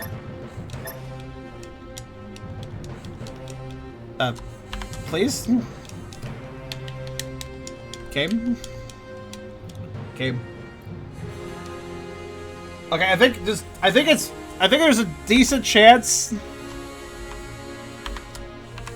There appears to be a decent chance that you crash the game in battle with this. Alright then, that's fine. I made one here, so. I'm smart. I made the save states in the smart places. It's all good. So, don't use it in battle. At all. Fortunately, we can skip all battles aside from the final battle, so.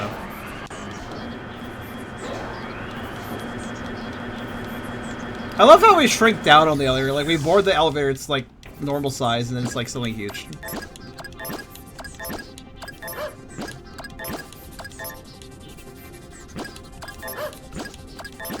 Okay, so and if we're not in battle, we're good. Unfortunately, the dog auto-revives, so I can keep using his animal instinct ability, and that's all good. Yeah, so basically, I crashed the game between loading screens. Oh, wait. Game?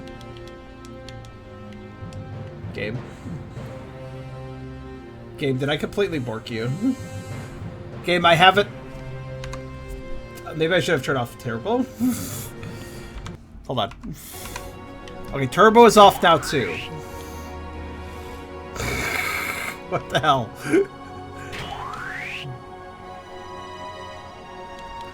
Let's try it again. Maybe I should... Actually, yeah, it's being... no, that cutscene was always glitchy. That's just the game. Maybe I shouldn't try to spam through the last menu? I'm not sure, man. I'm not really sure.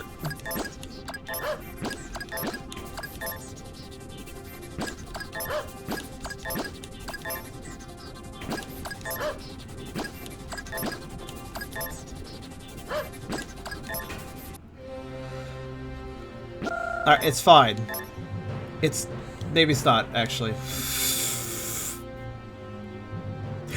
Alright, hold on. How about this, then? I will shut down the game entirely. I will boot the game.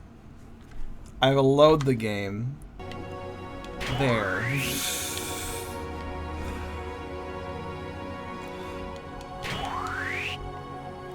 I didn't close the emulator completely, but I did disable the game entirely instead of just reloading from it. So, now, are you good, game? I like how 1/4 of the screen went... I like how 1/4 of the elevator screen just phased out of existence. That's a good sign. Good work. That's definitely encouraging.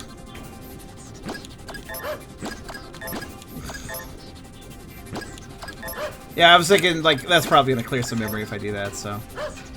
If not, I'll just... It's fine. It's not the end of the world.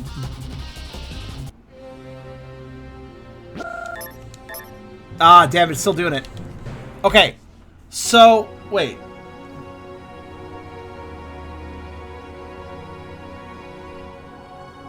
Alright, you know what? Fine. Let's try something. Something stupid. I'll turn it back on.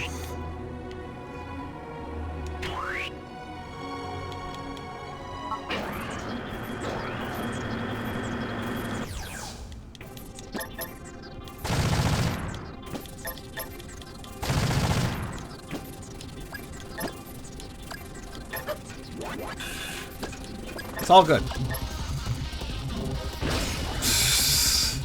Just have to fill my way through it. It's all good.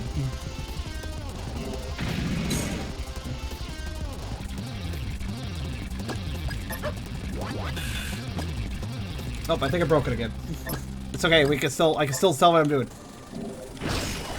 This is potentially time saving, but not exactly. What's going on? I can't tell. Okay, thank you. Am I dead yet? I can't tell.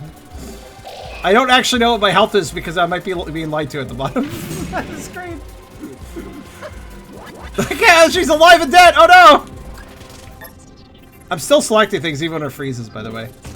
So like there's moments where it just visually freezes but things are still going on, and then there's moments where it just actually freezes.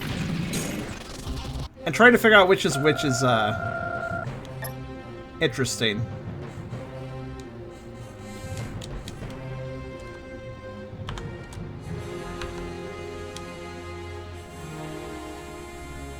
Okay, I think I know what I have to do. This is a little bit more, a little bit longer than it needs to be, but you know, it's whatever.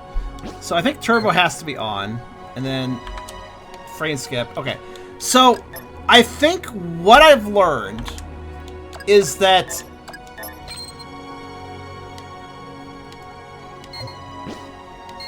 actually, I'm not sure what I've learned. Did I frame skip? Did I frame skip through the missile before? Like, just I'm trying to remember. Did I frame skip through this dungeon, fight the missile, and end the battle successfully before, or have I never actually done that successfully?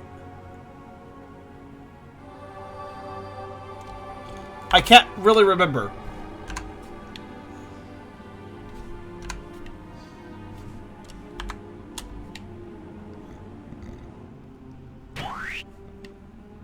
I managed to find the door. Amazing. And now I can't even get it to show visuals. Hold on a second. It's okay. It's now turbo. Okay, the turbo is just behaving differently all of a sudden. Hold on a second. Man, this got weird. Frames to draw, frames to skip. What happens if I...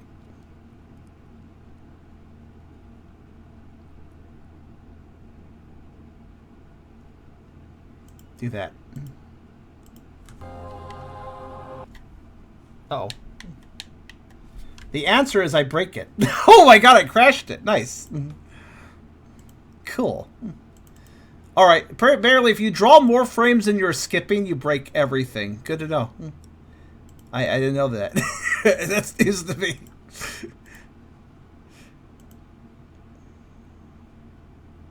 Right then. That was interesting. So I think I need to... I guess we can't use turbo is what I'm trying to... I think is my ultimate conclusion here. While it would be nice to walk faster through this area, I don't believe I could use that without really breaking some things. Also, you guys can't see the game, but I do have backup here. There we go. Yeah, it looks like we're just not going to be using that. So, turbo off. Just make sure. Okay, there we go. And unfortunately, I believe this environment load is currently broken. So when we beat the missile, the game will freeze. So to fix that, I must now go and leave and save, probably, and reload the game entirely from scratch, rather than from a save load. Rather than from a save state. Now don't worry, I'll make a separate save just in case I'm incorrect about this, but yeah. 2 deaths and a half messing with turbo. Yeah, fair enough. Yeah, I think I need to do a proper attentional load. So I gotta leave. I gotta... Oh!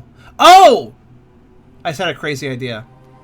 I just had a crazy idea. Well, that doesn't really help, though. Or does it help?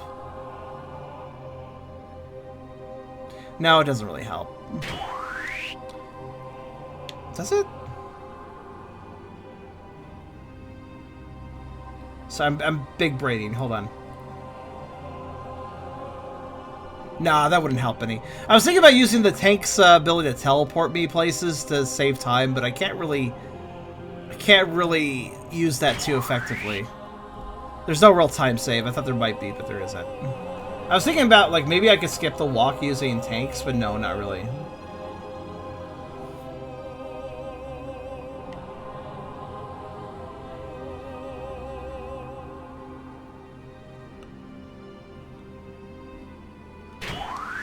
Man, leave it to this game to have a weird, obscure objective that isn't stated to the player whatsoever, but if you achieve it, you get some special results and even a special reward out of it. But to achieve that result, you must simply kill a character, which sounds like the most basic fucking thing ever, but actually it's not. You know? Like, it's like, what the fuck?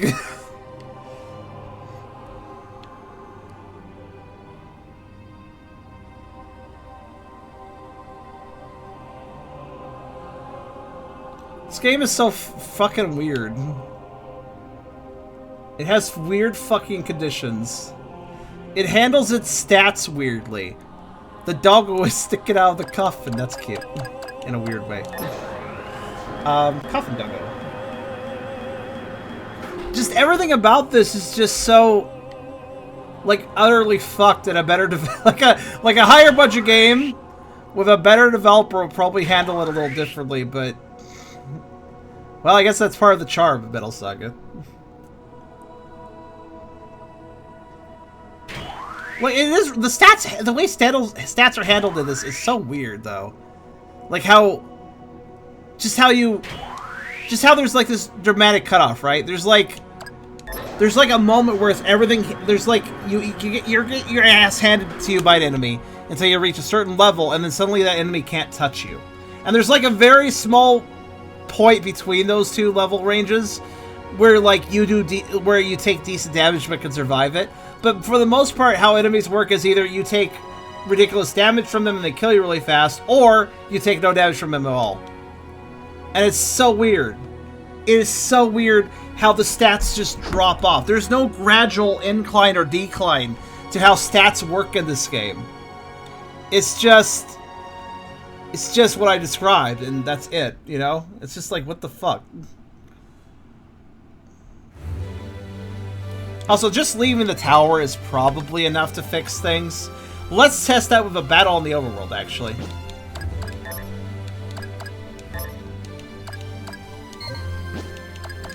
If I get through a battle in the overworld, then we're fine, probably. Night, Blake.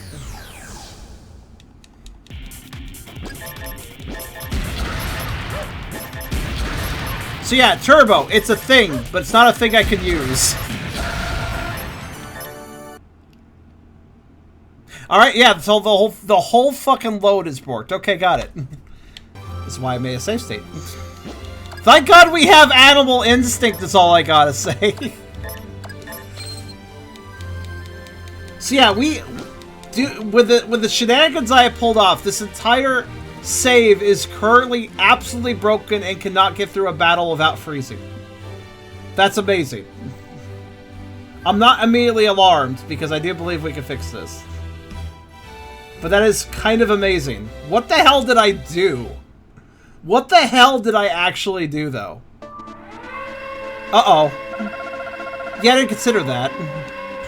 Can I run away? Is that okay? Actually, probably... Oh, I can't run for this battle. Alright.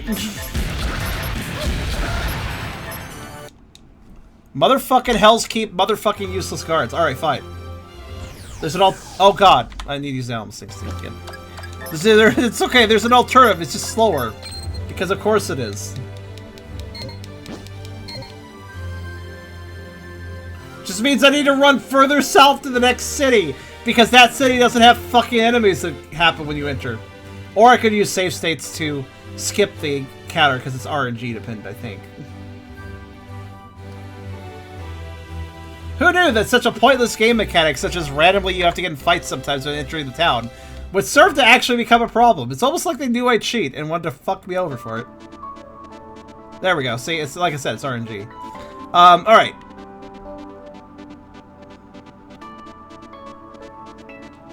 Like, there's literally there's no real purpose to those fights. There's none. It's just a waste of your time.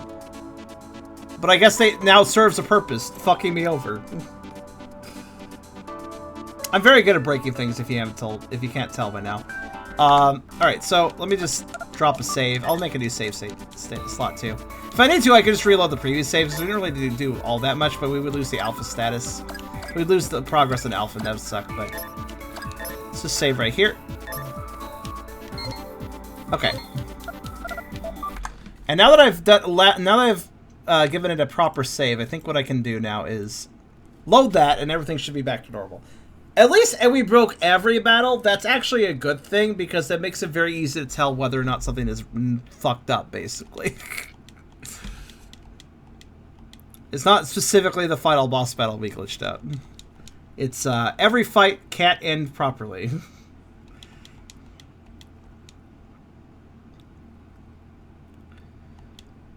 Here's the thing. By the way, for those of you that wonder why I don't... Like, I've actually had some people ask, like, well, Charm, you could just use, like, a cheat code or something to, like, make it easier. You just like do a little exploit or something. It's like, yes, I could, but I'll probably break more things and not save time. Unfortunately.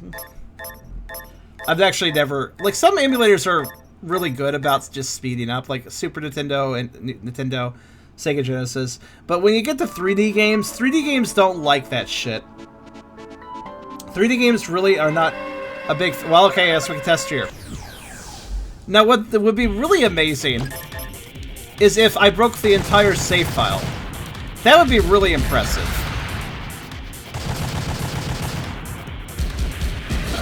I think the chances of that are pretty low, though.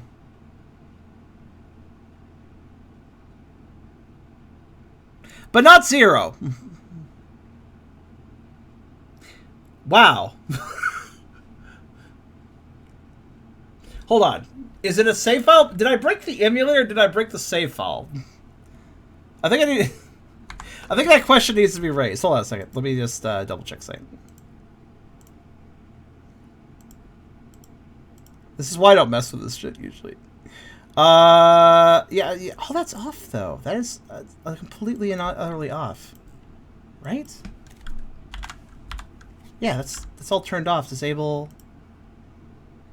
Yeah, frame loading is like okay. Sorry, I'm just double checking. All right. Sure then. Let me load my previous save file before all shenanigans occurred. Actually, no. Let me close the emulator entirely. Open the emulator. Run the game. Load the file that I was not doing shenanigans on. And see what happens. In other words, I've created a safe space now. A safe tested environment. Alright. So, again, this file had no shenanigans used on it. And let's get into one fight.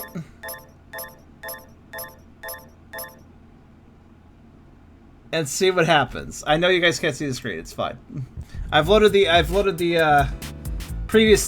save at the beginning of the stream, basically. Which isn't really that much of a progress loss when you think about it.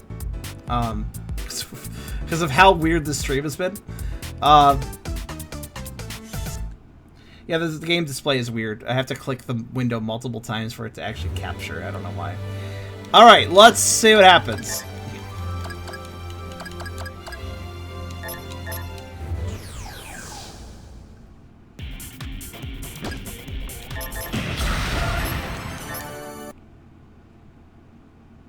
Okay, I broke the emulator, not the save file. Good to know. Can I fix that?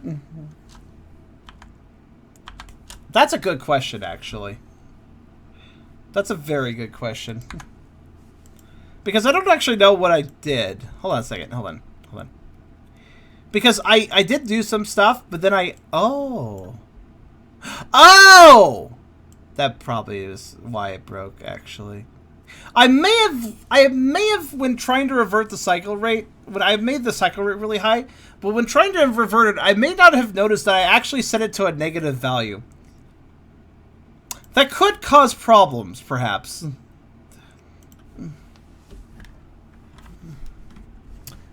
Right. Let's just try from our save state again.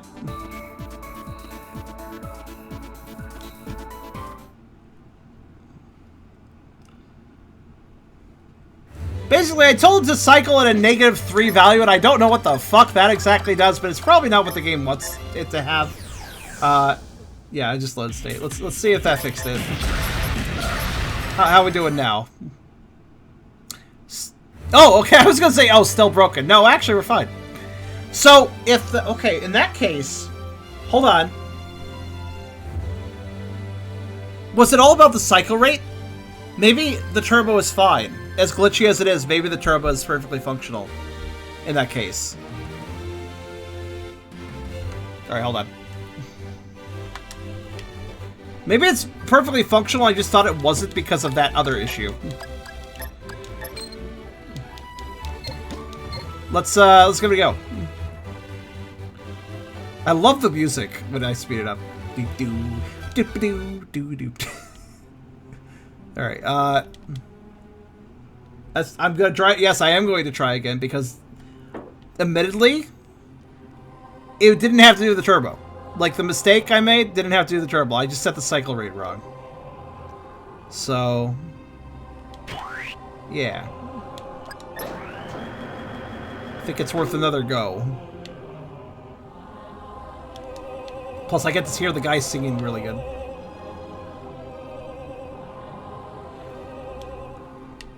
Oops. That was one of those rooms where you have to double back. It wasn't that one, though.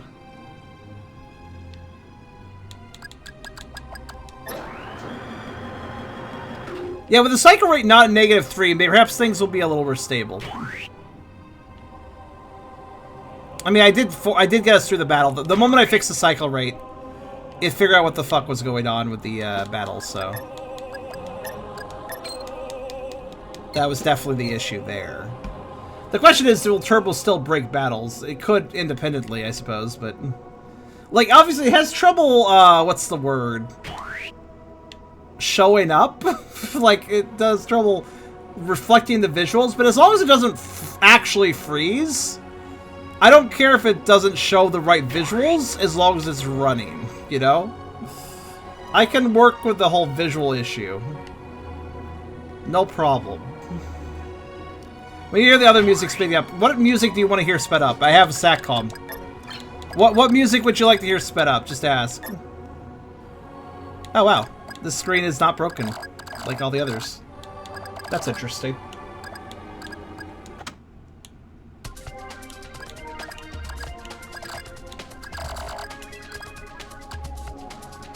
Oh, we probably should listen to the boss music. The beach?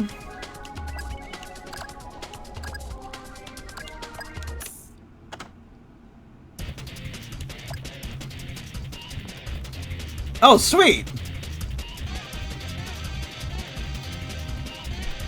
Wait, when did this song play? Regardless of this pace, it sounds like a Sonic Adventure song. Hell yeah.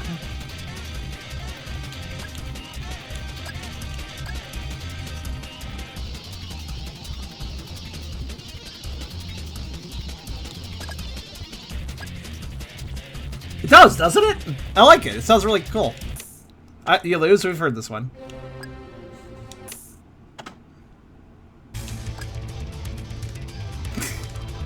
Fast! Let's see here.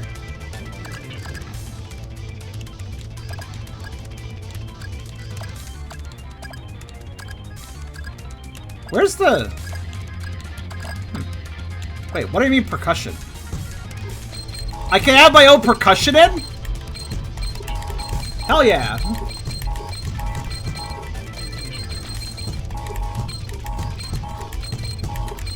I don't know why they made that a thing, but okay. What's the actual boss song though?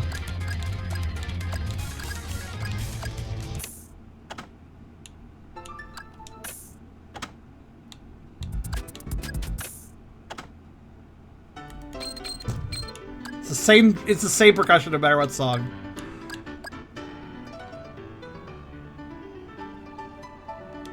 Let's see. Kinda like that sped up, that's kinda neat.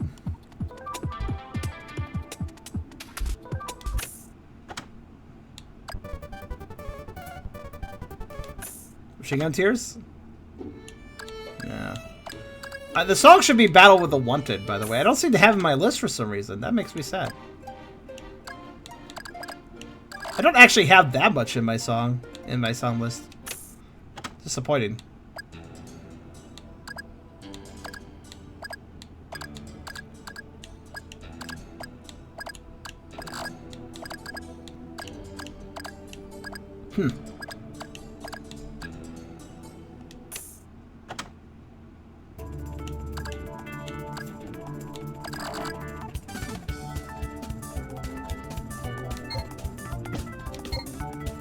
Run! Oh, by the way, you can...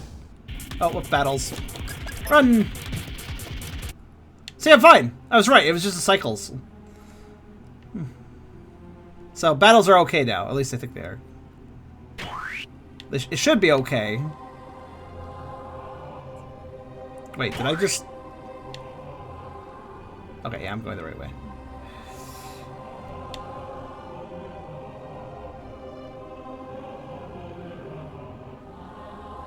Why is this corridor so long? I'm glad I'm speeding things up, because why is everything so spaced out? Oh, Yep, again, it may seem like it froze, but as long as the cycle rate is fine, it won't actually freeze. If it does seem like it froze, I just need to turn off the frame skip for a second.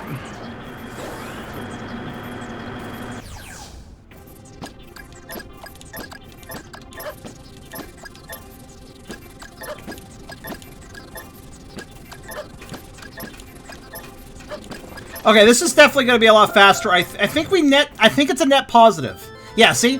I think it's going to be a net positive, guys. What we saved.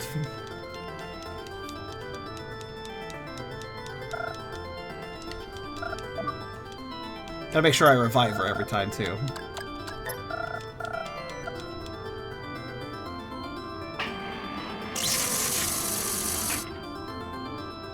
I'm gonna count the number of times it takes for him to do each one.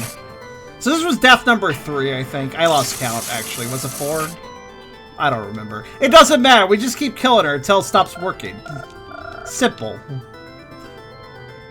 Orchid sounds pretty good spin up. Yeah, it does. Again, if I can't see anything, just boop boop. It's like sometimes it loses focus. I just need to turn it off and turn it back on, or just keep it off for a second. Sure, whatever. Keep it off until it can catch up again. It's fine.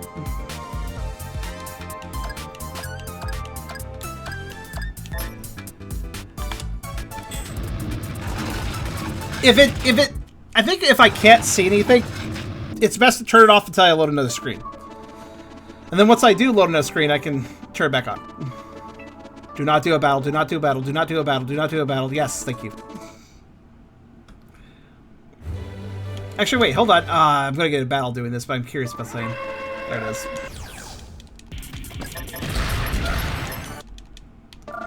Did you see that battle? It's quite a fight. Okay, I want to check something. Do they have it here? Yes, they do. Here it is. Give me that. Oh shit, the bar sounds great fast. Listen to this. Now it sounds like a racing game song.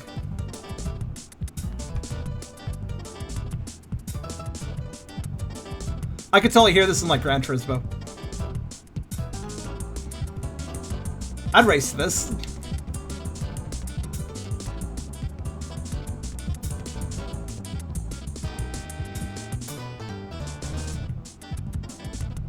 I like it. I like it a lot, actually, at this speed. This sounds really good at this speed. The percussion's perfect. The muted trumpet is actually quite nice as well. Anyways, I wanted to see something here. Got distracted by a good song. Yeah, I don't... Okay, so it doesn't let me actually download any new music. So, oddly enough, even though I've downloaded from every jukebox I see, I don't actually have that much music on my Satcom, which is sad. I thought you could get the whole soundtrack, but apparently not. Either that or maybe I missed some jukeboxes, but I'm pretty sure I didn't.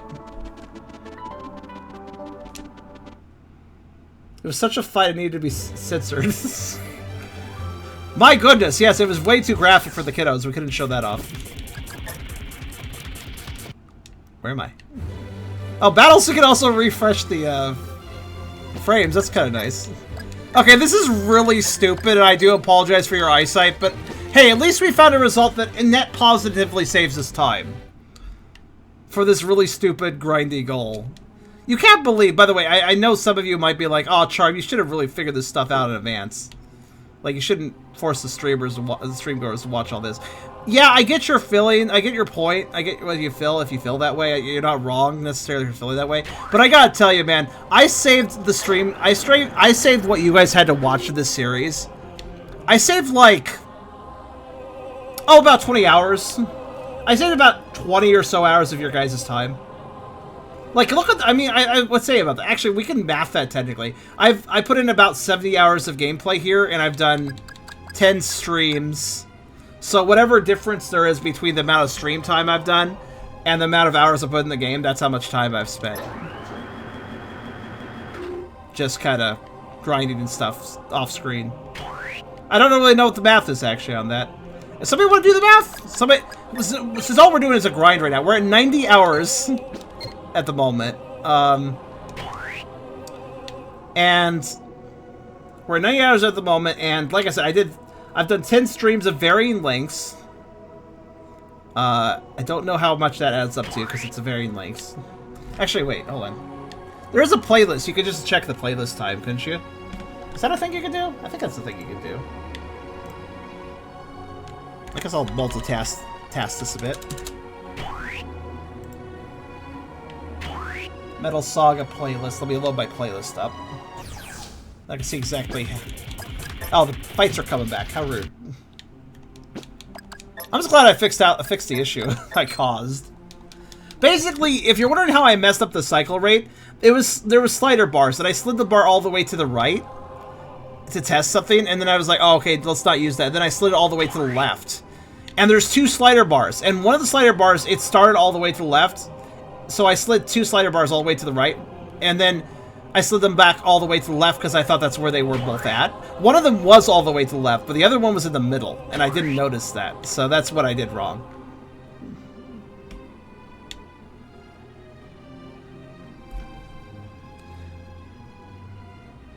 Alright, I'm gonna look at my playlist here. Fortunately, I can play the game on one window while messing around another window with this game. Very good for multitasking when I was looking up the guide. Okay.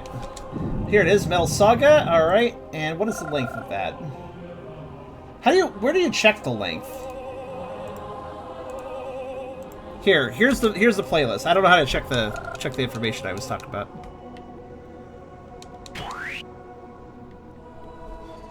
If and you know, check yourself.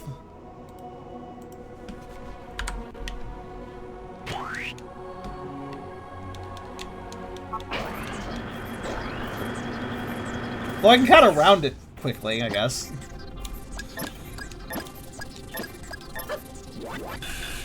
You can leave it to me. Thank you, Nano. That would save me time. Oh my god, I'm fast-forwarding the battle while also fast-forwarding the battle. Double fast-forward. That was very efficient, actually. You know, it's working fine. I mean, we may occasionally lose visuals, but it's not crashing. And that's the important part. Alright. This is so dumb. The process of what we're doing is so dumb. This wiki writer better not be trolling me, by the way. Hey Dalton, how you doing? 2. Okay, so it's still... She's still getting revived at a reasonable speed, I noticed. Like, it's not taking that long. Alright. It does like... Whenever I leave the junkyard, it does seem to have a problem showing the visuals a second. But yeah, now that we have this set up, what is this taking? Like 4 minutes each time? It's not that bad anymore.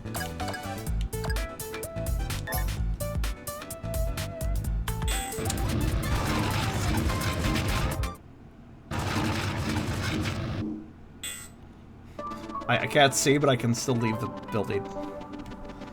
I think. Yes, I did. Alright. Why can't I see now? Alright, well, hold on. Let me get out of this town.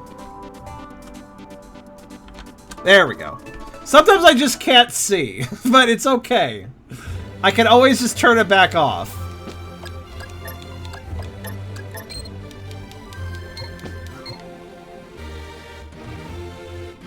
What's up, Dalton? Why are there weird shadows? Ah, so confusing. Will we add minutes or just the hours? Add it however you like. Routing is fine if you want to do that. Because we're looking at around 90 hours of total game time, and then... Again, I do apologize for your guys' eyes, but it's a consequence that I'm willing to take, I suppose. Well, if we can just watch the rubble. I really wonder how it draws the frames. Like, how does it think, yes, that one frame from before, we should just keep that on screen? Like why is that frame important? Man, can you imagine a game where, like, it keeps layering visuals of past gameplay moments on top of your existing gameplay and just fucking with your brain? Basically this, but, like, intentional effect. That would be something.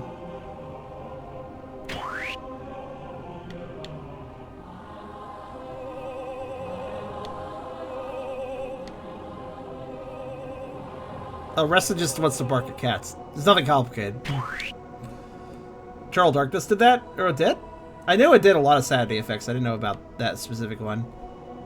So it actually did fuck with your visuals and like show multiple frames of gameplay at the same time and trick you to think something was breaking.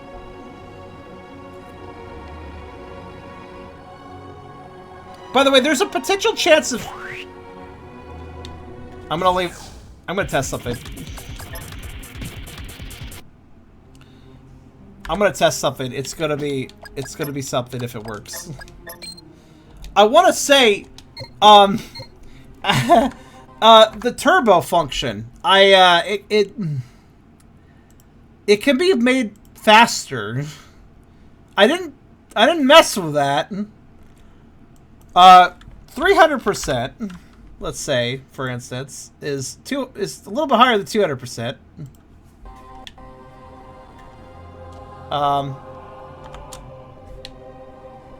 Which is that faster? Am I moving faster? Or is that the same speed? Give me your thoughts. No, it seems like... I think it's the same speed. I don't think that actually increased it.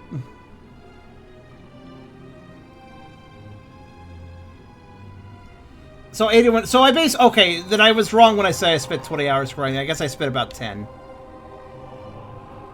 I guess I spent about 10 hours grinding off stream. Never mind. Not nearly as much as I said. Still a decent portion of time saved. It's still like at least... That's like 1 or 2 streams saved.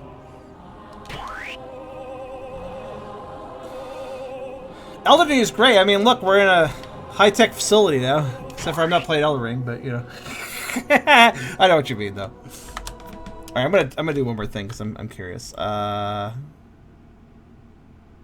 can't help myself but be interested in tinkering around. So what if I draw and skip the same number of frames? That should be safe, right? So if I increase that, what happens?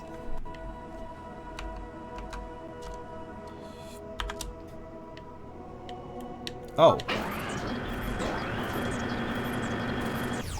I get a better frame rate. Well, that's weird. I got a better frame rate.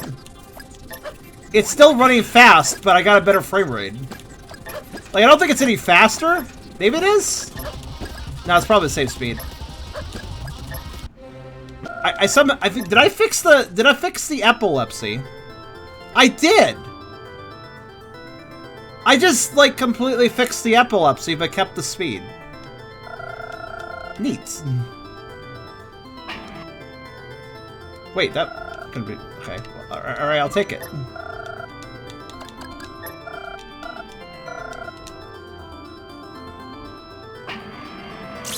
You're welcome, everyone.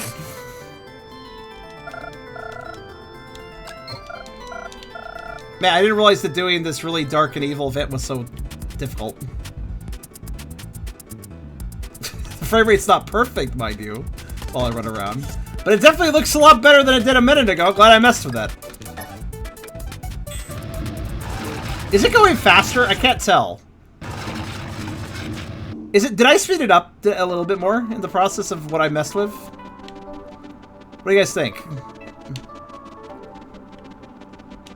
Let's listen to the bar music, I'll tell me. Or not the bar music. Actually, yeah, the bar music. No, it's the same speed. At least according to that song. Music lets me know. Music is a good way for me to judge. I don't think it's any faster. It's just... It might feel faster to me because we can actually see the frames. Whee! Look at my characters are... Look at this, like, the limited animation. It's kind of great. Alright, this is definitely better, though. Holy shit. We have a weird frame rate, but it's a lot better than it was before.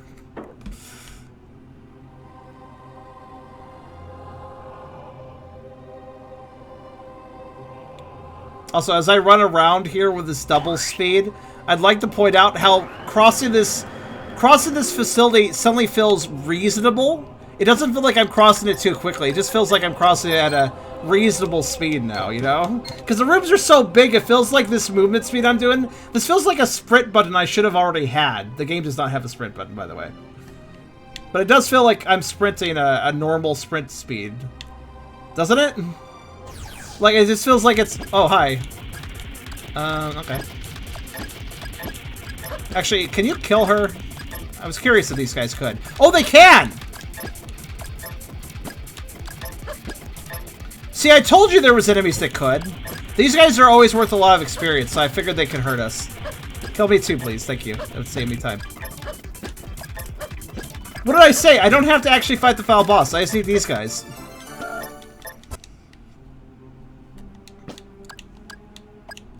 Oh wait, I'm going on double time. Running around is faster now. I can get in fights really fast if I do that. Yeah, I knew it! I knew there was enemies that could kill Alpha, and me too as well, as it seems. Oh! Animal Instinct is still active. The only reason those guys attacked me is because they were strong enough to get through the Animal Instinct ability. Just occurred to me. So yeah, what do you think is a better idea? You know what, actually, I think here, you know what I think the best idea is? The best idea is to go ahead and just get into encounters on the way to the final boss and skip them, but if it turns out to be the helicopter and bowling ball jeeps, we'll just let them beat up Alpha. And by the way, if you're wondering why I'm going back in, I want to die all the way. It's actually faster at this point. See to find a fight that can kill me. Whether it's the final boss or something else along the way. Yeah, I think that's what I'll do. I'll just allow the random encounters to exist because that might save us time. Yeah, those guys can kill me, I think. Yeah, they can. Gradually. Let's waste a turn. There we go. Oh no, one died. Oh god, I died too. There we go. Alright, alright, alright. I got a system. We finally have a system. This won't take as long as I thought.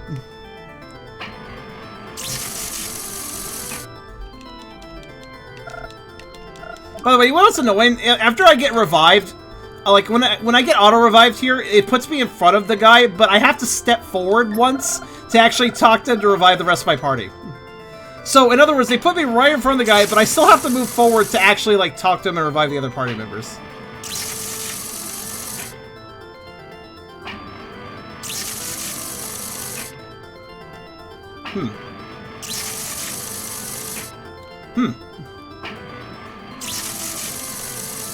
That wasn't working very well, was it?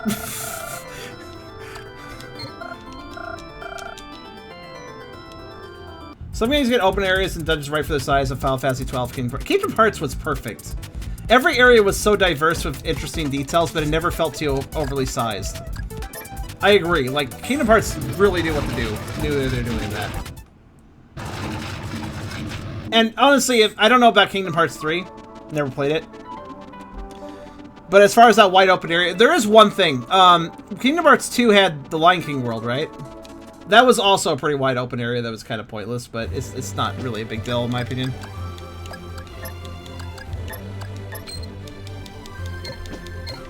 You'd love to watch me play Kingdom Hearts 1 and 2.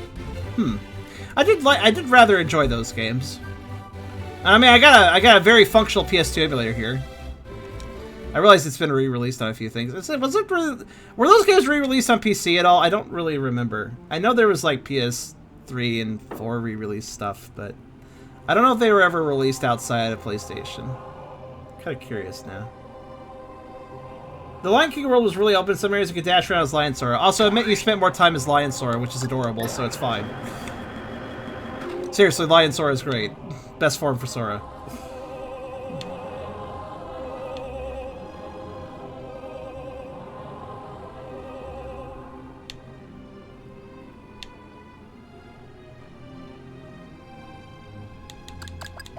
Lion King's been on my mind lately because I was watching Your Movie Sucks review the remake and how bad it is, and it made me just appreciate the original movie a lot more. So that original movie did so much right. Holy shit.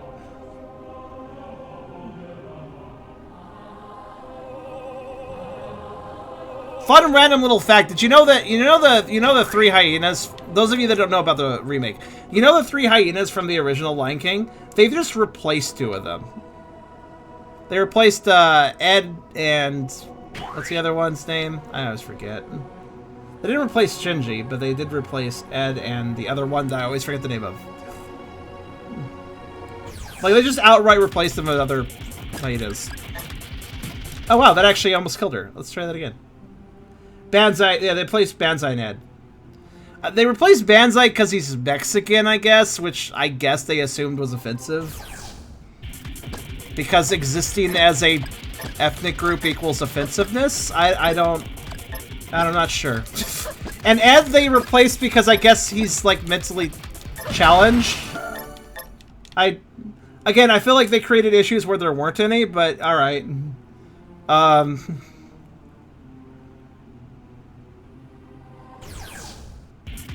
Did you know they also tried to get rid of Be Prepared? You know, the famous villain song from Scar? Because, like, if you aren't aware, that song had a little bit of World War II imagery, like, alluded to, I guess you could say. In my opinion, it fits perfectly fine for a villain song. But yeah, they thought that was offensive. I don't know. There probably would have been people complaining about that on the re-release, but I don't know. I thought it was fairly effective imagery for the fact that we're fucking dealing with the villains and all, but I don't know. Dude, I don't need my whole party dead. It's just faster if my whole party dies. That's all.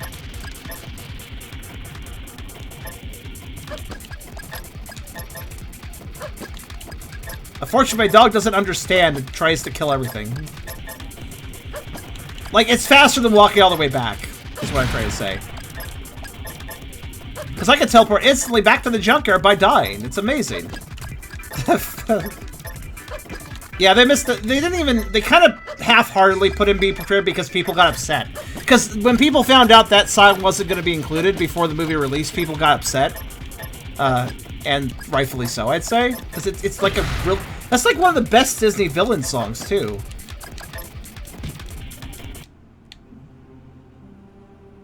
Yeah, the remake ruined a lot of things if it isn't obvious. Doggo doesn't want me to commit suicide because Doggo is kind. Doggo is, however, not understanding that this is just a better way of handling things. Oh, these guys can barely hurt me.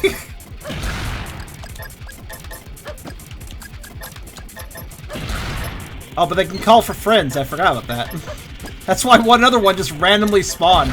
I don't know if you guys noticed because I was fast forward, obviously, but like when that call for help thing happened and a new enemy spawned, they spawned in the air and dropped down. Did you see that?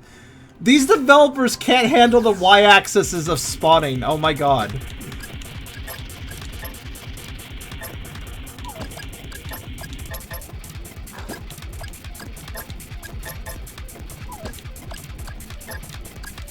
Oh no, Kingdom Hearts is on the Epic Store? Oh my god, why? Alright,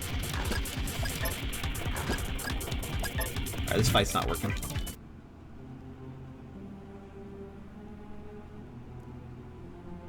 Hollywood always ruins everything. And Disney definitely...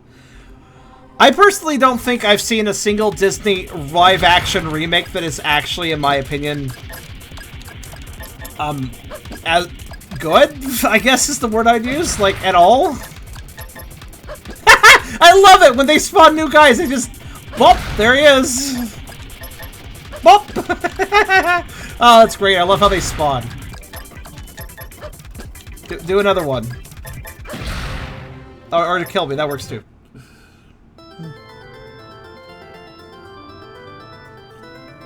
Maleficent was okay. It was different. I appreciate that it was just a different plot. Oh my god, I really hate the director slash producer, John, whatever his name is, for the Lion King remake. I just watching your movie sucks and watching the reviews, watching the interviews that he shares in his own video involving this John guy. Oh, that John guy, he was so far up his own ass. He was just like, he really had the attitude of, oh, I can't just remake it. I can't just, like, remake this movie. That's not good enough for my talents. I have to do things differently. I'm gonna make it like a documentary. I'm gonna make the lions less expressive because that's not realistic. And I'm gonna remove this scene. I'm not gonna give Rafiki a stick because that's not realistic. And, like, seriously, this motherfucker, it represents Hollywood very well, unfortunately. In the sense that it feels like a lot of the creators in Hollywood are less concerned about creating a neat product and more concerned about, well, how much clout will this give me?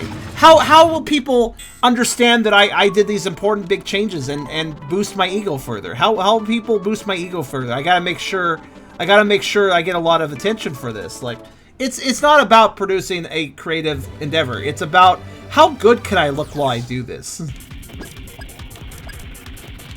Hold on a second, I'm curious.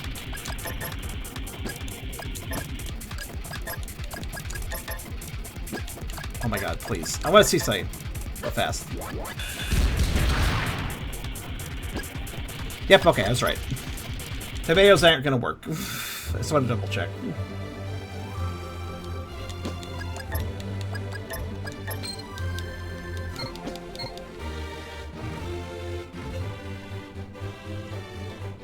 Yeah, I just don't. This is why I don't really. This is why I don't really absorb mainstream media anymore, especially movies, because I just feel like it feels like 90% of all filmmakers are just more concerned about, oh, but how can this further my career, rather than, oh, how can I make a good movie? And I'm fucking sick of it, man. At least there's some people in the industry still doing a good job. Turning Red, I didn't see it, but Turning Red demonstrates very clearly how there are still some passionate people doing good movies in the industry, which is nice. It's nice to see that. Dude, you know how far this whole... It's not realistic, so I'm not going to include that in my remake because I want to make all these changes so I feel like I'm really good and awesome. This John guy did. He made all the... He made, like, all the... The Lion King was visually beautiful, if you guys remember. And what he did was, like, he looked at the animated movie and was like, oh, all these skies are really pretty, all these vistas are really pretty. That's not realistic. Africa doesn't look... He literally said this in an interview. He basically was like, Africa doesn't look that pretty all the time. I'm gonna make it more realistic. We're gonna have some, like, grayer skies and stuff. We're not gonna make it look nearly as pretty, because that's not realistic. Seriously. Not making it up. There's interviews showing this is exactly what he said. And he was proud of it. Because he's a motherfucking idiot. But yeah. Yes, how dare we have, like, stylistic graphics that are pretty and actually really get a sense of wonder going. No, realism's more important. Like, what is this realism bullshit? Remember when video games were like, oh, it's gotta be realistic? Unfortunately, we've kind of moved past that a little bit, but remember that era where every video game was like brown and gray because, oh, we need to make it realistic. That's the cool thing. And it's like, what the fuck is wrong with you? I don't know.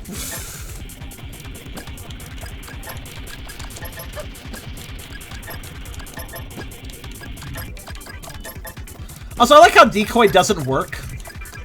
I'm decoying each of these enemies, but they're still just killing... Yeah, they're still just killing my main character. Cool.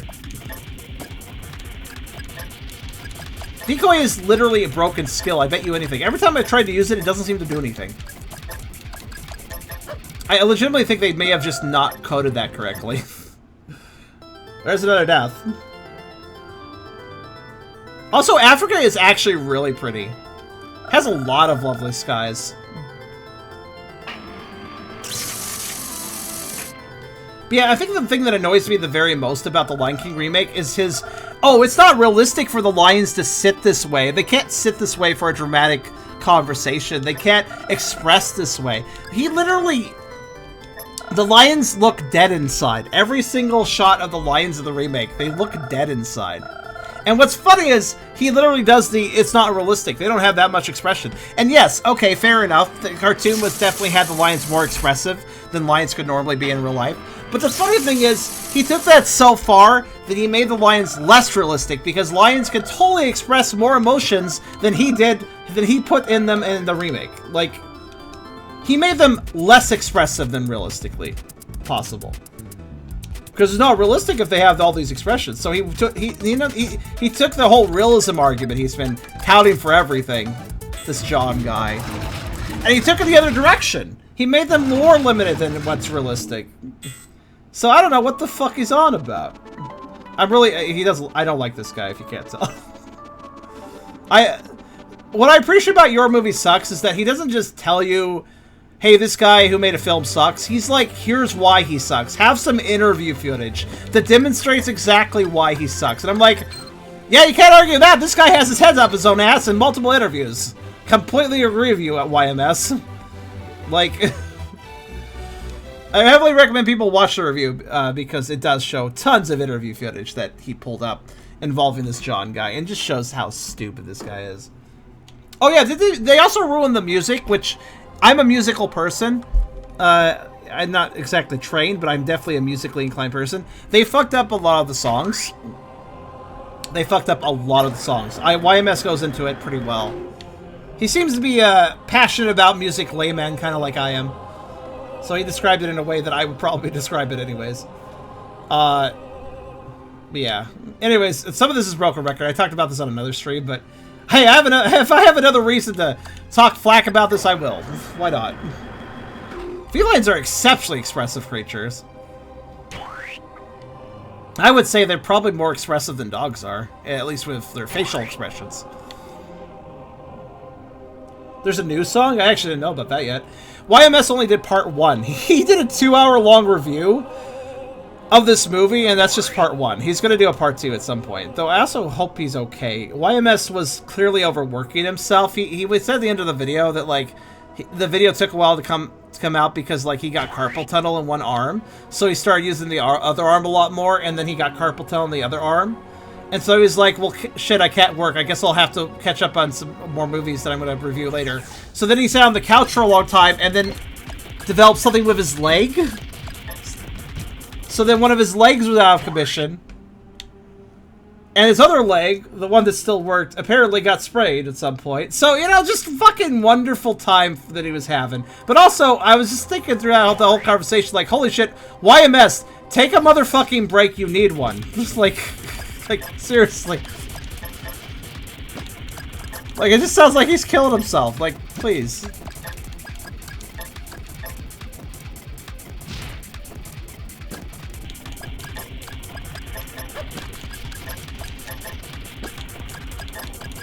Alright, I'm gonna see if we can... By the way, anyways, as we rant here, we are making good progress. I don't know how many we're on, though.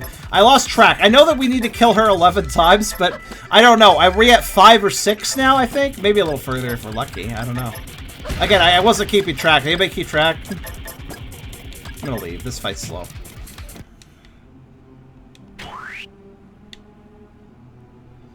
But the problem is not this John guy, in my opinion. The producer-director of the film. He was both, by the way. The problem is, he is just one of many people in Hollywood that act the way he does. And I am so motherfucking sick of it that that's why I stopped really watching movies. I don't feel like supporting. I mean, I guess I'll support here and there, like Turning Red. It's very clear the whole team for Turning Red. Like, well, that's not exactly a groundbreaking movie. Turning Red, very, very solid. A lot of passion put in that project. I could tell just how it was developed. Like, they tried very hard to make a good movie, and I think they did a good job. And I like the parents that outraged over the movie. Actually, a lot of parents that outraged over the movie, even though they were missing the point the whole fucking time by outraging over the movie. It was actually a really good movie. I like this message. Again, I haven't seen the movie, though. I need to see it, because I can already tell it's a great movie, but I just watched reviews. So I know a fair bit about it, but I haven't watched it myself. Yeah, Turning Red.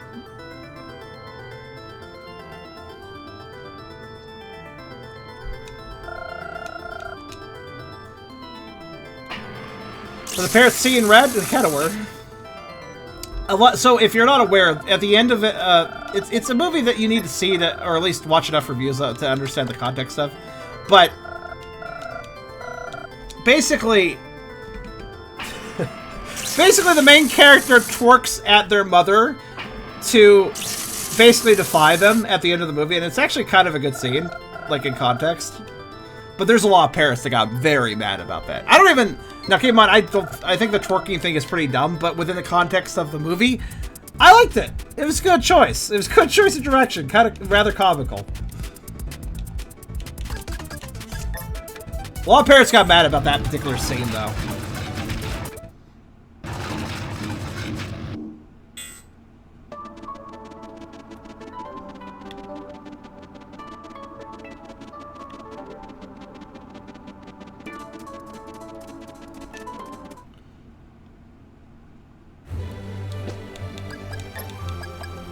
I just like the animation turning red.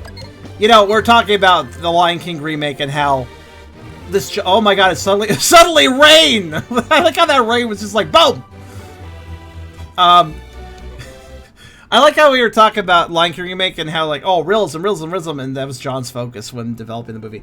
Well, turning red was... On the opposing side, much better at 3D CG animation. I really appreciate how they weren't going for realism, obviously, but they took animated features like expressions that you would normally only see in, you know, anime or cartoons, and worked that in with the CGI in a really really smoothly blended way. Like, it looked really good. I'm very impressed by how Turning Red pulled that off visually.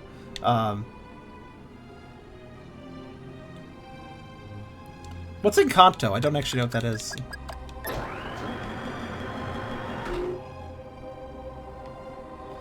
Tara, I suppose you're right. Again, I will say that within the context of the film, though, that the scene was actually very appropriate. Well, not... I guess the inappropriateness of it was part of the point. But, like, it definitely works. You just have to see it for yourself to fully understand. I wouldn't say I like twerking or anything. It's just... Yeah, it fit the scene. It fit the scene very well. It was kind of funny, too.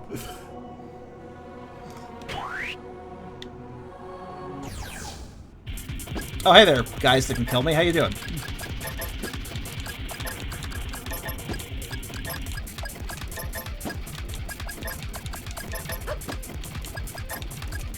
So basically, I'm just using abilities that do nothing to the enemy so they can just wail on me, hopefully. That's the goal, at least.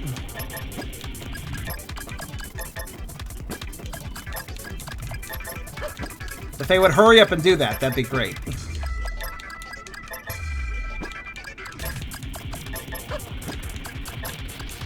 Did anybody keep track of how many deaths I've done at this point with her?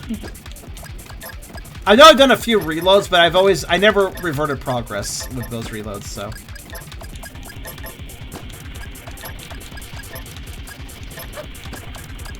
Good, the doggo decided to target the helicopters, which it can barely hit. That means the bowling ball jeeps could beat me up. Why are they bowling ball jeeps? Who came up with this idea? Well, there's another death. We're getting there. We're getting there. It's gonna be worth it when we get there. I say that with a question mark because it's legitimately kind of messed up, but interesting messed up. So we just gotta keep doing this until this doesn't work anymore, basically. Eventually, this is just not gonna work anymore.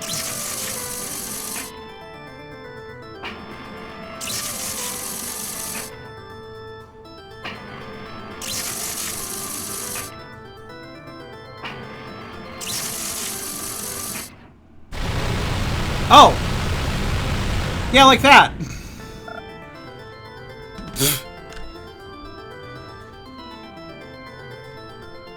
Yeah, like that.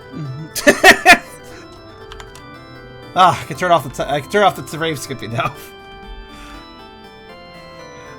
All right, we're done. Good.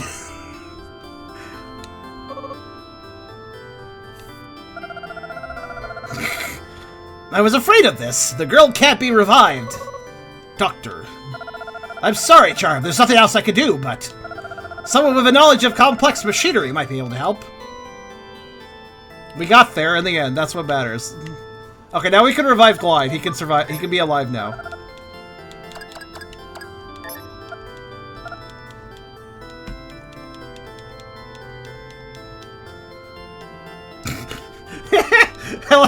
I like how you guys are like explosions.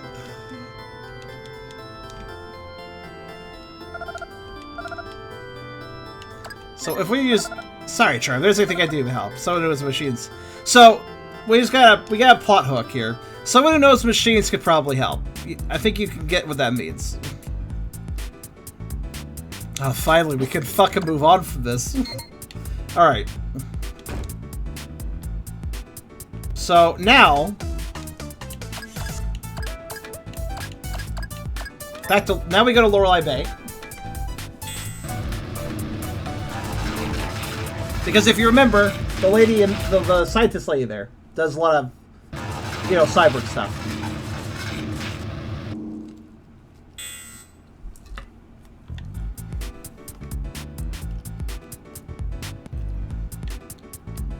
So yeah.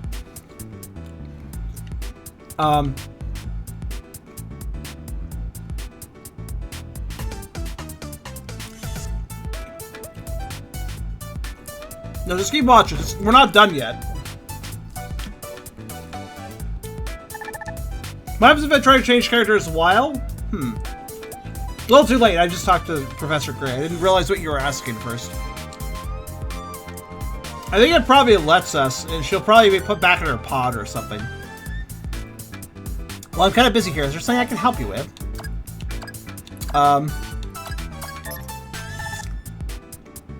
I'm sorry, but her condition is beyond repair.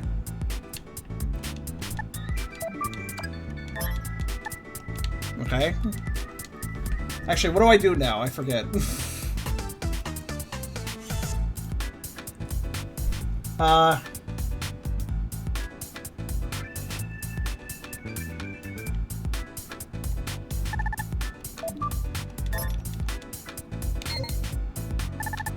I guess I'll leave.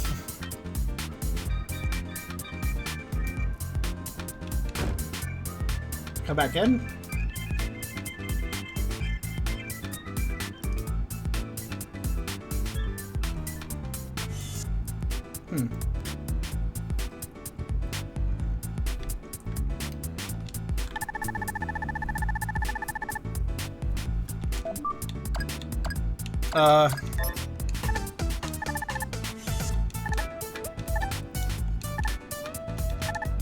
Yeah, you can, I suppose. She's broken.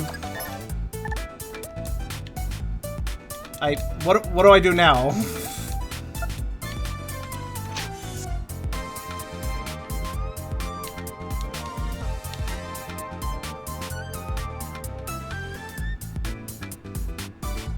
I don't know. Let me leave town. Hold on. Let me leave town and re-enter. This should be how it works. I'm confused. Hold on.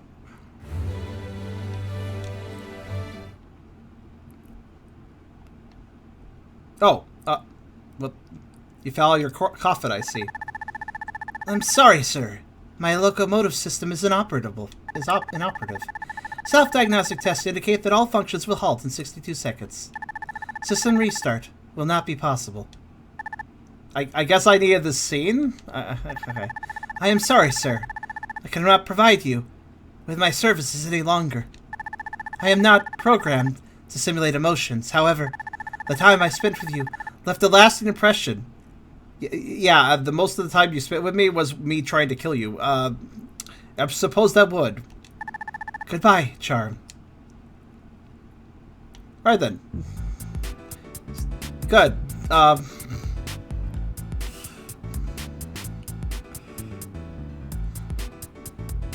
Yeah, unfortunately, she's not that... Like, she's kind of useful, but at the same time not, because she is effectively weaker than you at post-game. So... What? What do you mean she stopped functioning? I showed you earlier, but you didn't care then. Well, from the diagnostic test I performed, I have deduced that her self-repair system is not receiving enough power. If I had the technological capabilities, I could check her internal power core and find where the rooting problem is. But even then, I would still lack the materials necessary to completely repair it. Unfortunately, there's nothing more I can do for her. I'm so sorry. Well, I could extract her memory unit. The module where all her memory is stored. Then you could install it when you find a new body. So while she wouldn't look the same, her memory would be fully intact. Yep, do it. Very well, I'll get to work immediately. Leave her here with me and come back later.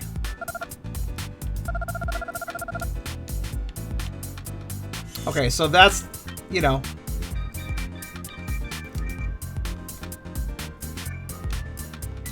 So now we leave and come back.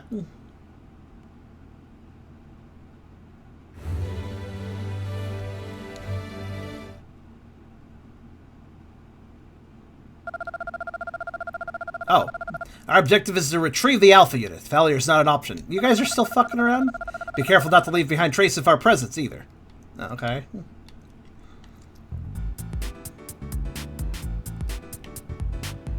Well, I'm... okay.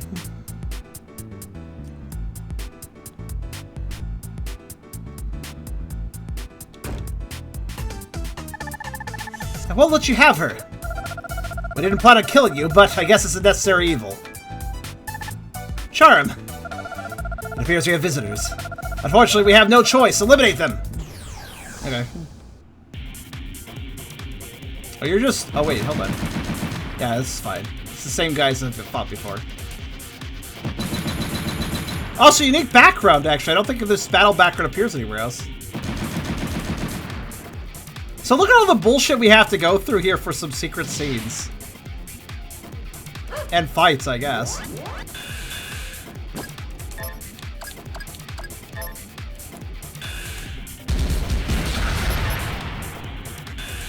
Yeah, we are down a crew member currently, but that's alright. Ow.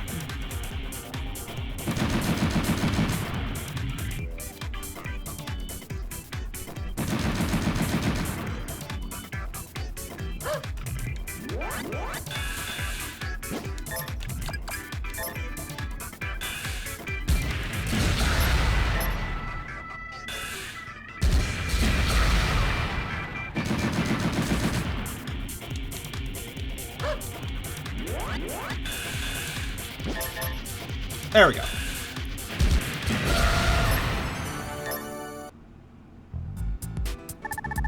Thanks for saving me, Charm. They were apparently after Reston's memory unit. I have no idea how they knew about it, though. Who were those guys, anyway? Well, I was successful in extracting your memory unit. Here, take it. There, we have it. Oh, wait. Okay, hold on a second. Fucking items that I'm randomly picking up. Alright, that's better.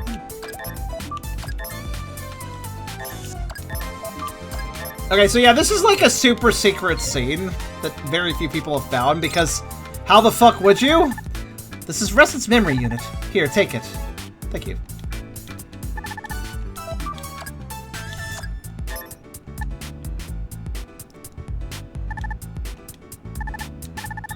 Are you just going to leave her like this? I can dispose of the body if you'd like. Is there someplace she would have wanted to be laid to rest?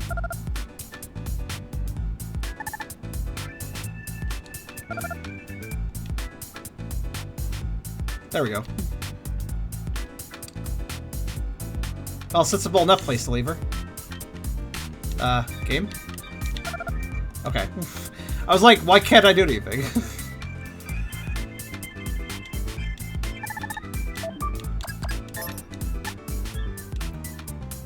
Alright, well, so that's pretty dark, right? So, as far as I'm aware, now we have her memory unit. And what can we do with this? Professor Gray here suggests finding her a new body. But I don't think there is one. I can't think of anything in the game that would be like that anyways. Actually, this is probably a good time for me to go get my crew back together. Let me go grab Cheryl. Where are my tanks again? I kind of forgot. Oh, yeah, Junkyard. Wait, no. They're at the cave. Oh, right, they're waiting for me. Right. Another dog? Oh. That's interesting. I guess we could check that out.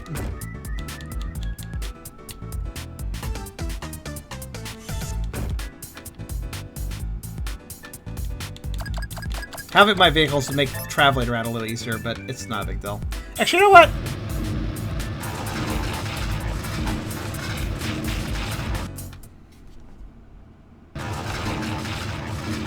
We're not done, by the way. There's still more to do. I'm gonna turn framescape back on because time save. Hell yeah.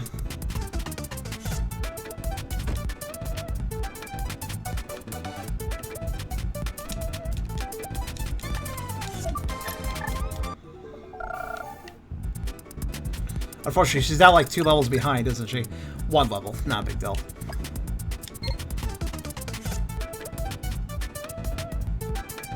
Let's speed save! Hold on. I should drop a normal save at this point.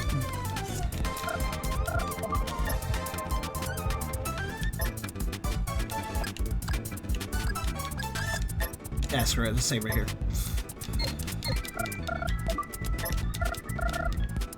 No fits, but looks like you're still doing that, are you? Okay. Put her in the dog. That wasn't... That's not what the guide says to do, but I do wonder if the guide perhaps didn't find every possibility. So let's try it. Again, we're working off of a guide just some guy made. It's quite possible there's other possibilities or other events that he is pretty sure he's missed a lot of stuff. So let's see. The dog. Let's see. I think that we want to go to E0. The guide, I don't want to tell you what the guide suggests because that's the darkest part of this whole thing. So I kind of wasn't spoiling it yet. What the guide says to do is the darkest part of this whole thing.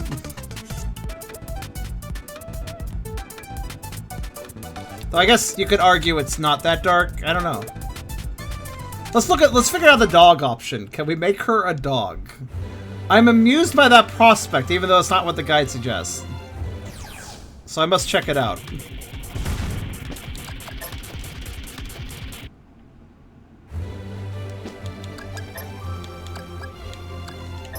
There actually is something I missed with the dogs as well.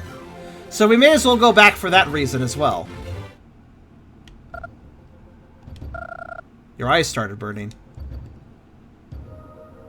Why did my eyes start burning?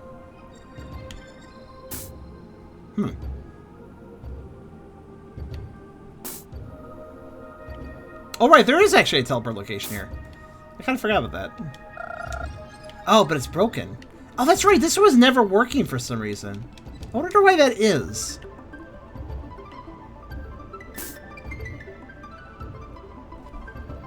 Alright. So, you guys may remember that there are actually multiple dogs. Drop a save here. There we go. Okay. And we picked one particular dog, but there are other dogs. So it's actually, from what I understand, there's a dog inside. You still hear recorded amounts of DVD2. Unlock storage? Yes. So yeah, I didn't really point this out. Did you get there via no, this is not the place I got here via teleport glitch. Hi. Yes. I mean, I guess I can name some more puppos. Anybody want to be a puppo? Tosa, huh?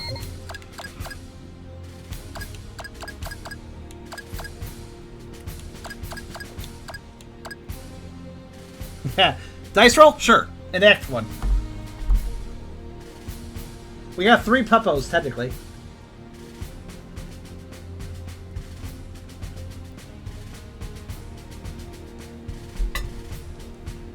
Left the name, that is.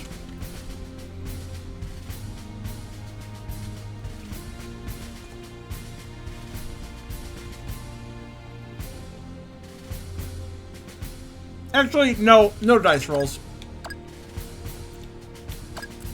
Here's how it works. If I haven't named you after a tank or character, just raise your hand if you're interested. Have I named Lightning after anything? I know he's been part of roles before, but I can't remember if he ever won one.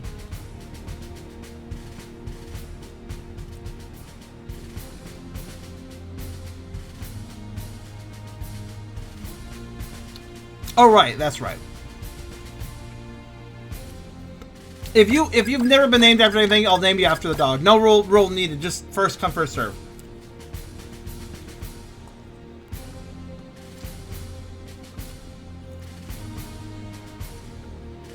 Just raise your hand, I guess. Okay, Inky. What would you like to name?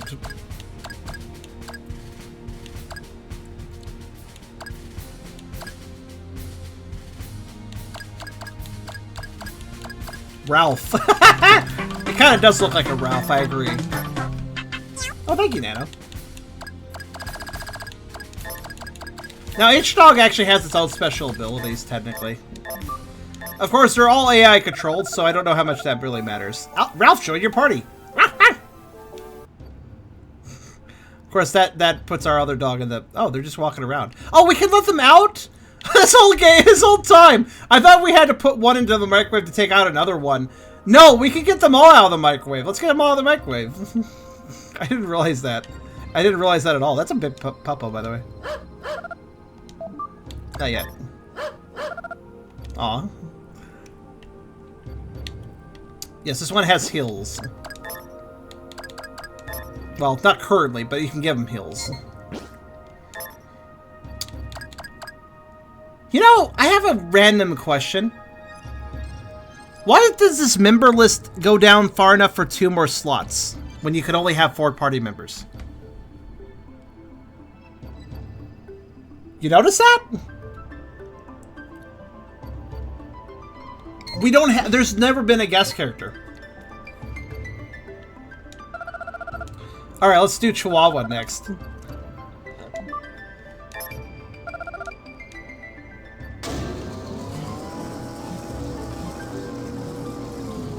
The whole Bulk Roll crew? Tucker? Okay, sure, why not? Which one is this? This has to be Riley. Oh, wait, I'm sorry. The dog we unlocked was not the medic. The medic's the one in the end. The one we unlocked, I think, has just, like, strong physical abilities. And this dog, the Chihuahua has, like, lightning eyes and fire breath and stuff, if I recall. Yes. It didn't bark, it just was like, Terry, huh? Okay, Terry the Chihuahua. This is gonna have to be... This is gonna have to be Riley, because he's small. If we're going off of this logic.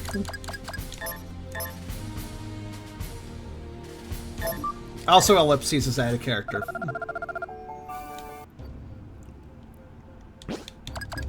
Again, you have to mostly buy their skills, but yeah, let's see what I mean. I-beam. I-beam.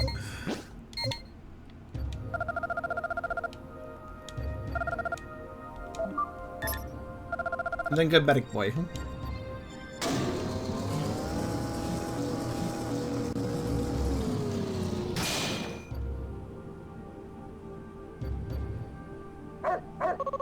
They do have their own barks, except for the Chihuahua doesn't bark for some reason. Bow wow. Yes. Woof. Bernie. Cute. That is definitely a Saint Bernard with that name like that too. I guess that leaves one more.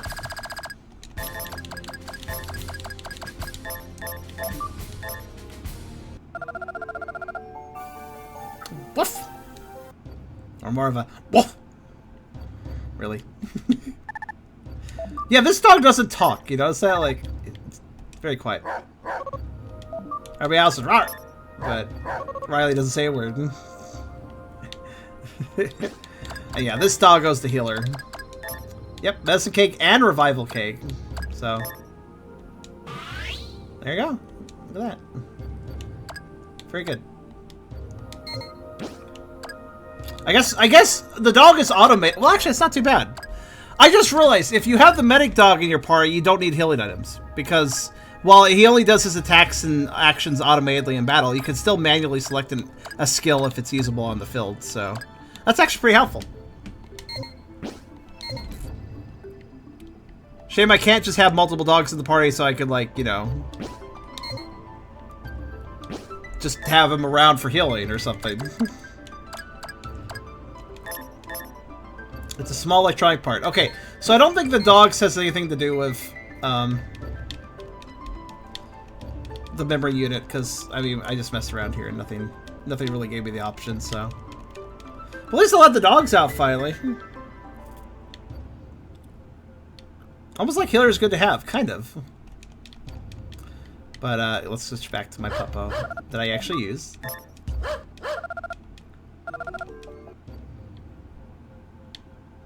Oh, there is his weapon. I notice they take their weapons off. The Chihuahua was an amusing choice, because if I grabbed, like, the highest caliber dog cannon, it'd be, like, 3 times the size of the Chihuahua. It's kind of great. But, yeah. But why were your eyes burning? It's not the first time I've gotten a weird message in this area. Actually, there's occasionally been weird messages in this area. Where it's just, like, I'm walking around, and all of a sudden, weird message occurred. And it's like... It's like, why? What's this about, you know? I remember making jokes back on the episode 1 where we went here. I made jokes along the lines of, maybe we're turning into a dog because this is a dog lab and they did special dog science and it's affecting us. But no. Sadly, that doesn't happen. Anyways, I guess since the dog thing didn't work, I guess that means we gotta do the one thing we gotta do. So... here's the part that I find dark, though I guess some of you won't find it dark. I don't know. Your mileage may vary. So basically, we killed Alpha, though technically speaking, I think you're supposed to get the event by naturally fighting with her and having her naturally fall. So basically, it's supposed to be not your fault. You're not supposed to try to aim for it. It's supposed to just happen. But with how you get her very late into the game and stuff, and how powerful she is, and there's not a lot of enemies that can touch her, it's very easy to just never see that, I think. And I don't think they ever accounted for that. But here's what we gotta do now. We gotta,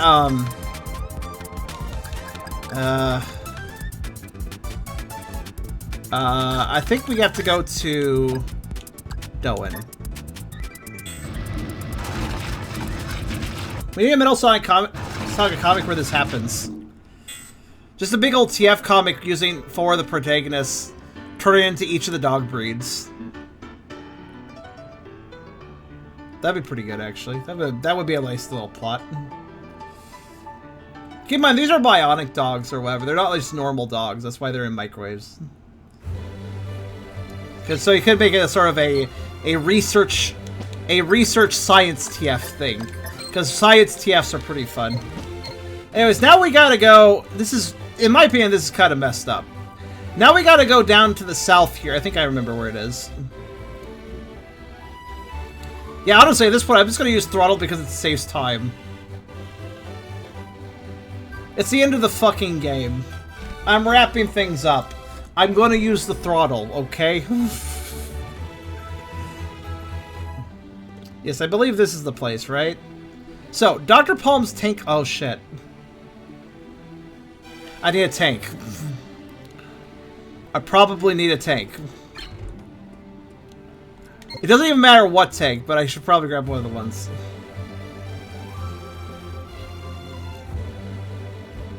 That I parked over the other place, so... Actually, that's fine. Yeah, I'll just grab one and use it to drive myself around.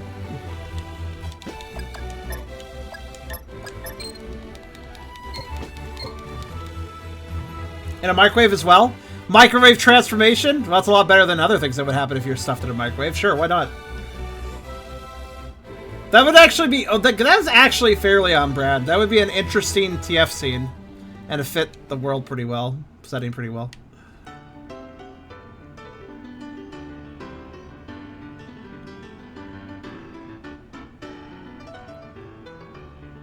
I like the piano faster. It's jamming.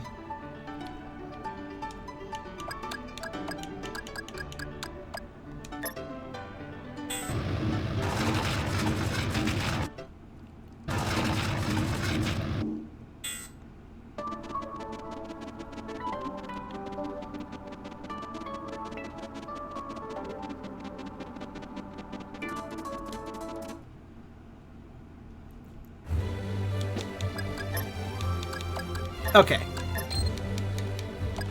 So, I may as well just grab all my tanks thinking about it. But we're gonna go back, grab our tanks. We're almost ready to actually defeat the Unknown Cave. Well, assuming I can. Wait, I should have gone from Fort fucking Gears. God damn it. Oh, well, you know, at this point, just walk. It's whatever.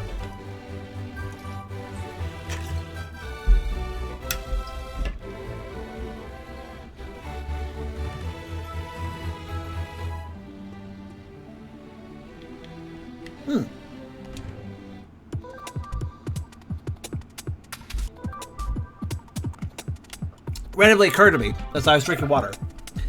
I haven't talked to him since the, I'm sure it was the best you survived the other day. Yeah, I know, right? Thanks for the save, I guess. Can I take your jet? Honestly, I'm surprised that we did a side quest for this guy, and we don't get access to his jet. Like, it's awful weird. I feel like post-game reward, you can fly anywhere.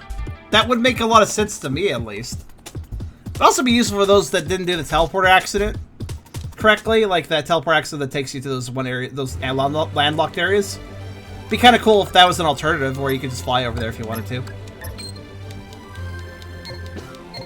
Kind of weird that they don't give me the plate at the end of the game.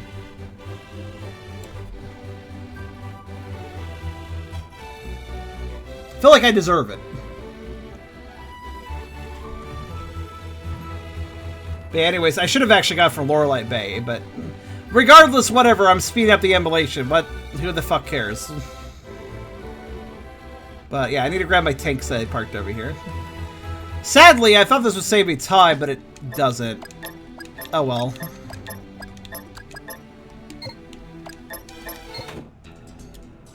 Okay. Now we go to Doan.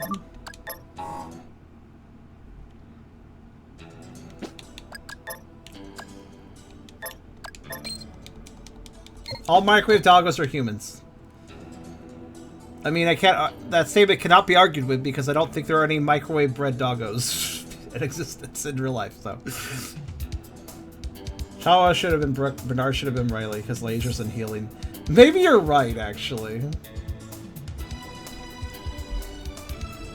Also, the tank song sped up. Okay. That's just like fucking went nuts. Okay, so. God, this guy's weird.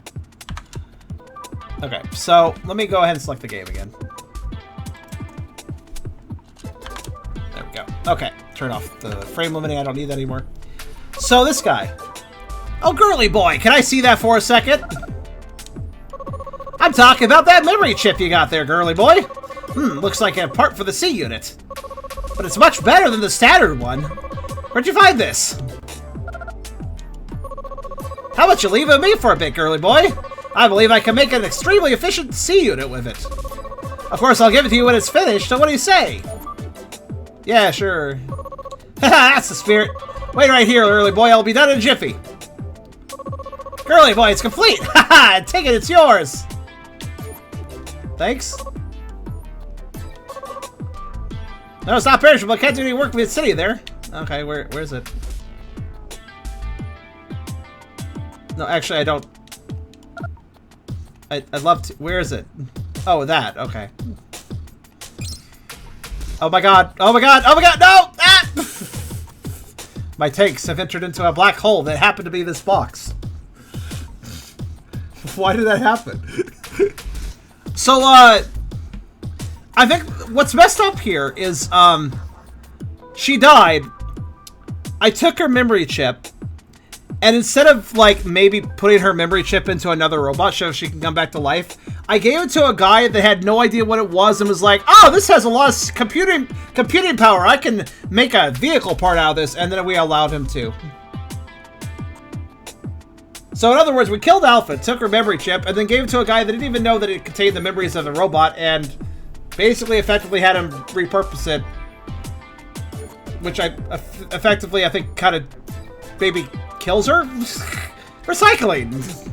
I mean, it's a robot kill, but still. But it is indeed the best C unit. And is that not the most fucking convoluted way to get that? Like, seriously, what the fuck is... I don't know, maybe she's okay? I don't know, but yeah, we got a better defense. It's not hugely better, but it's way better, all the same. So now we park that into one of our vehicles, and Bob's your uncle, I guess. The question is, which vehicle?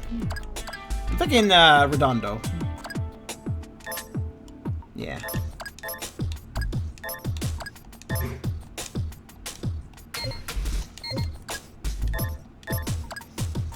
Of course, we can also upgrade the quality of it, so let's do that. See, I don't know. What, on the scale of 1 to 10 of messed up, what kind of messed up is that? I don't think... Here's the thing, Dr. Palm here didn't know at all that was, like, the memory unit of an android. So he just was like, oh, this is powerful equipment, I'll make use of it for a take. So I imagine he probably just casually wiped the hard drive there of whatever was on the memory unit. Maybe not, but still, he didn't know it was for an android, so... Doubt he treated the memory with a lot of respect, is what I'm saying. So I feel like that is weird, but also very messed up. Maybe it's just the way I can read into it, but, alright, let's go back to Fort Gears. I know, Florley Bay. We can't tell if she is or not conscious, I mean.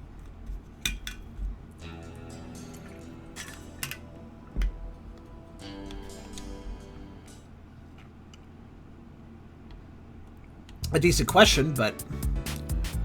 Alright, this place will do. Alright, now we're finally ready for the Unknown Cave, because I've kind of showed you guys all the weird stuff I knew about the game otherwise. I mean, the Pokedex we can't do. There is one more thing besides the Unknown Cave we can do that I know about. But, that is definitely the last thing I want to do, so...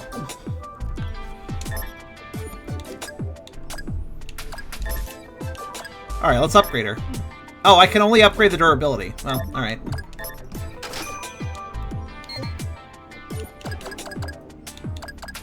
I guess I can't actually upgrade the... I guess that's because Alpha is perfect? I don't know.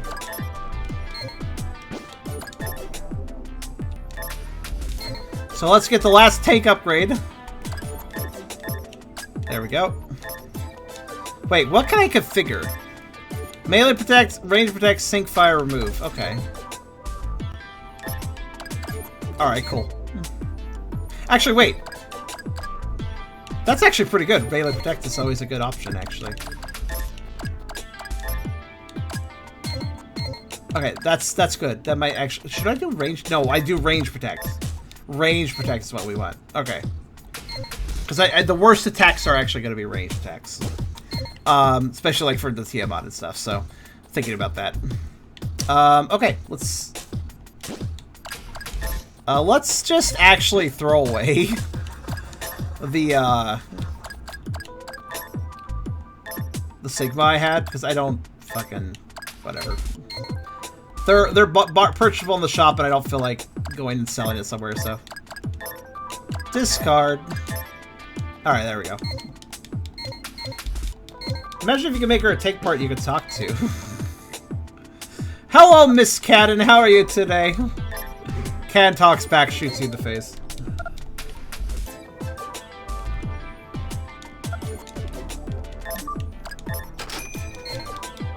The part in beer so he gets an anime waifu.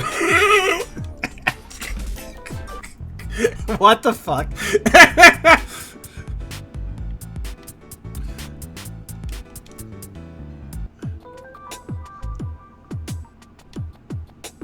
Alright, save it. Am I healed up? I'm not quite, actually. Alright, we're actually gonna do it now. Or at least we're gonna do our best to do it. Need to get my, polymer pads back on, though. Level 166, aside from Cheryl, who's level 165, because she wasn't participating in a lot of the shenanigans I was doing. Alright, this should do pretty good. I think we're in a good level. I think we can do this. hopefully. Alright, and is everybody at full health? Good. Alright, we're,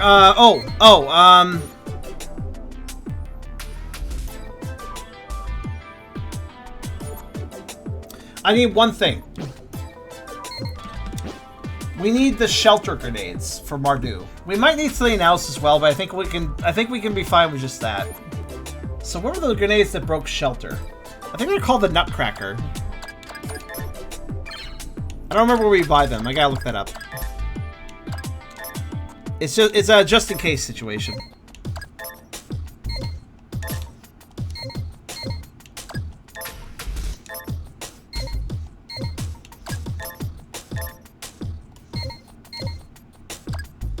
Going? Ah. Very good. Because, yeah, it might be worth hopping out. With Mardu, we probably want to hop out and grab those, because otherwise we're going to have some problems. We might actually get the battle stalemated otherwise, so... Let's do that. Shelter shells. Oh! Actually, regardless... Actually, you know what? No, that makes more sense. Holy shit. Yeah, let's get some shelter shells. Shelter shells and maybe something for stealth. I didn't even think about that, but actually, yeah, we should get an assortment of different shells just in case. Hold on a second. Buy shell. Yeah, here we go. It's actually the same. This is also the place where you buy the where you also buy the shelter grenades, oddly enough. So, I guess it's just this is the tower where you break shelter via different items. But yeah, we'll shelter and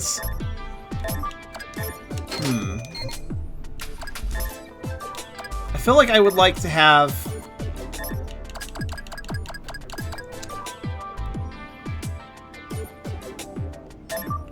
10 shelter shells and 10. I'm wondering how I should split this up. I'm thinking 10 shelter and 10 for stealth. Because stealth can also mess me up quite bad. So 10 shelter, 10 stealth. Actually, wait, hold on. Yeah, that should be fine. So what about stealth shells? Where are stealth shells sold?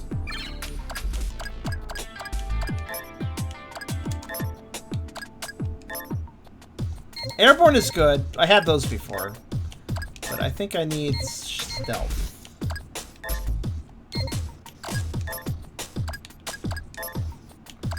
Ah, here we go. Out of range. Out of range! No, I can technically still hit those. Okay.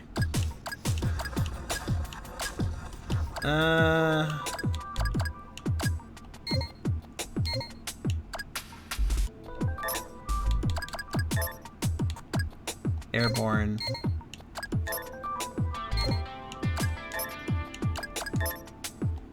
Spare is basic. Lake Bridge. Forgot about that one. And yeah, Sonic and Pierce. Okay, hold on.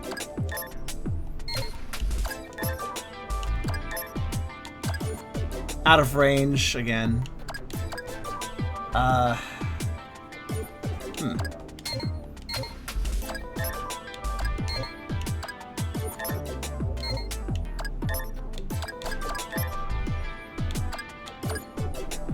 Is there anything that hits stealth enemies? I'm beginning to doubt that now.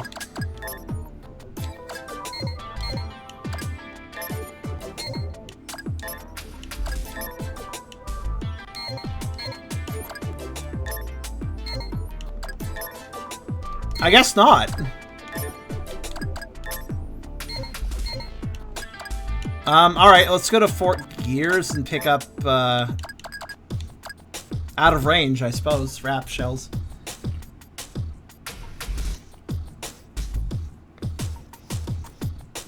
Yeah, the hound bombs. I know there's grenades for it, which we'll grab in case we need it, but I don't think we will, but just in case. I'll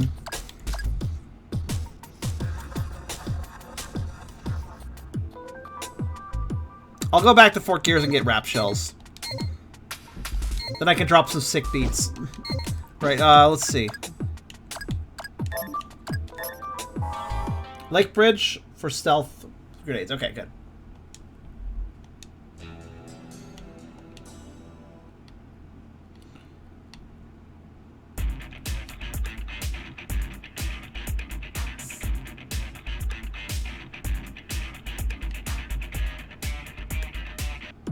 Belly.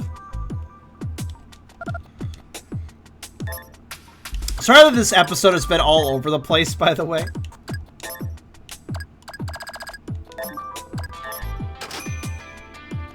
It is certainly, it's hard to figure out how to do post-game RPG stuff.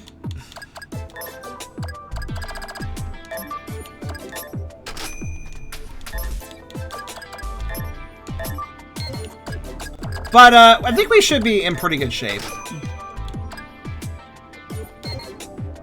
Man, the piercing shells are really expensive, I just realized. They cost like 100 times as much as some of the other stuff. Alright, so you said Lake Bridge. Lake Bridge. Okay, so that would be, okay. Going, and then south. Oh, we can finish everything. I'm pretty sure. Shame that you have to travel every... this, of course, we can also do this, which helps. When I,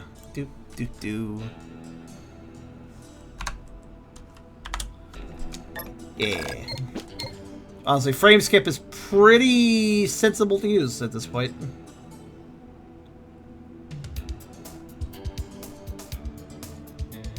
Plus, it turns every song into an exciting remix.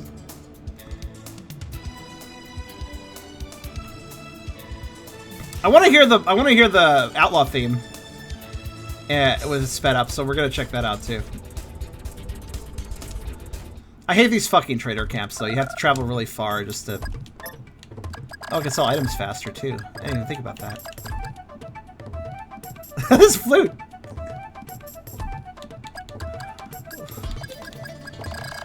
I hear that flute, and all I can think is... Butterfly trying to dodge attacks.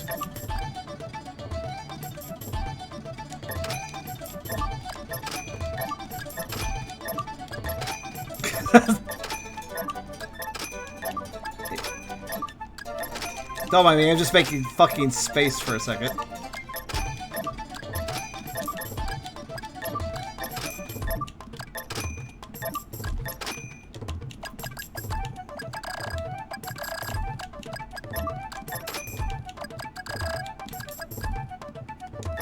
Is there anything that even causes acid damage to vehicles in the boss fights? I don't think so.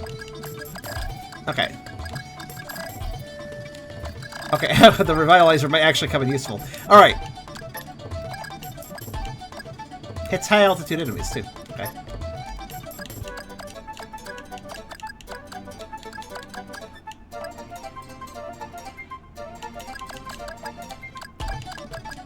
Ah, fuck it, buy 20.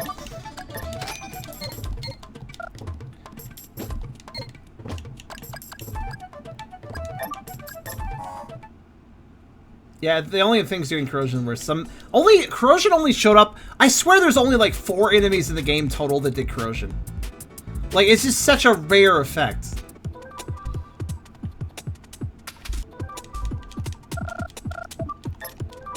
I am ready.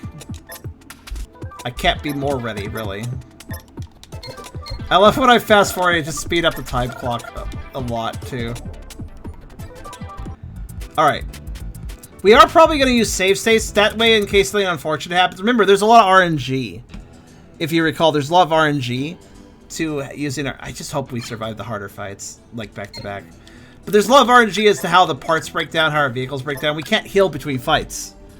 Because it's one fight after another. Like, we don't get a moment to heal or anything. So, I have to think about that, right? So, hopefully we can get through it. We'll see. The lady might be right about needing leveling up for this. I don't know, though. Hopefully not.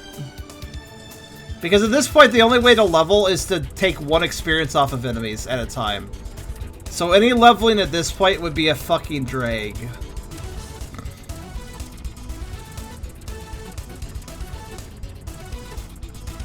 Look at us race. Let us race around. Woo.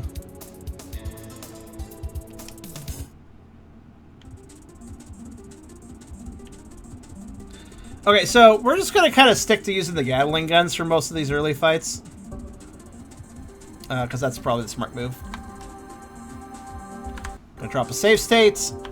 And we're gonna ahead and frame skip as well until we get back to where we were. Partially because I want to hear the boss music of it.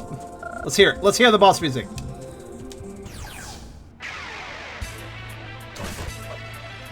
Hell yeah. Hell yeah! This is shredding!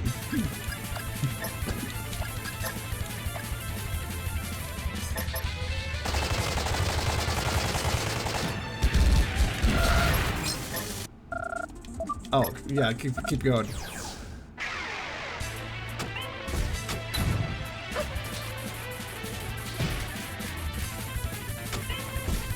That's insane! I love it. By the way, I will not be firing my main weapon until we hit Tiamat. When we hit Tiamat, then I start using main weapons. Because I have limited ammo, you see. And we're doing an endurance fight, so I gotta be careful.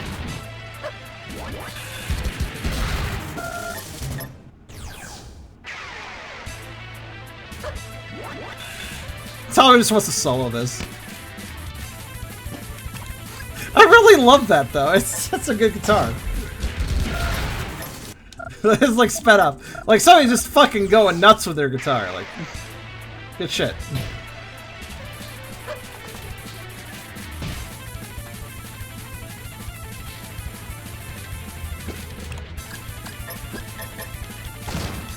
Eventually we'll hear the whole thing. When we get to a boss that can actually be hurt. When we get to a boss that lasts long enough.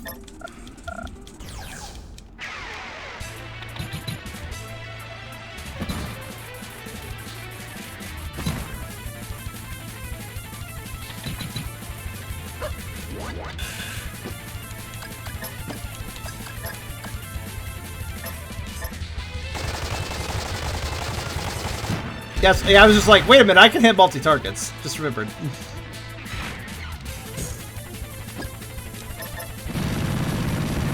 Just like to delete that guy. Very good.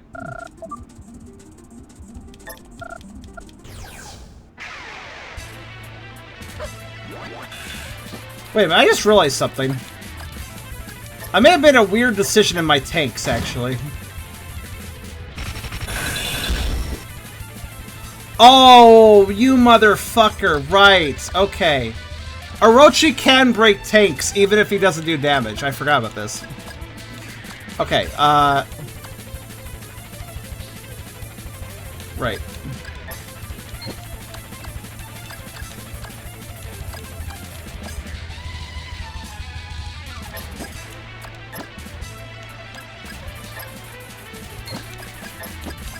Now, the good news is I can fix vehicles. Oh, he also broke my C unit. How fucking rude.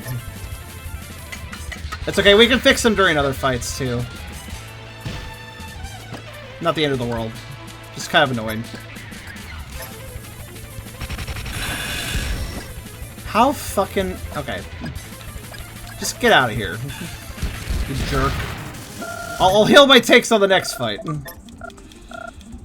Well, if they give me a second to do so. Well, never mind. But I'll heal them on the next fight, that is. Oh yeah, Blueberry's a wuss. This is fine.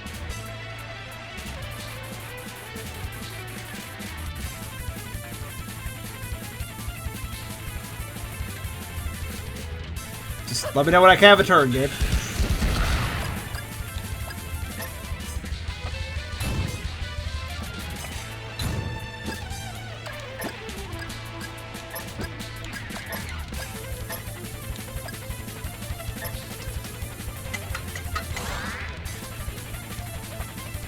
Yeah, I can fix everything to full. It just gives me a second. I see a second.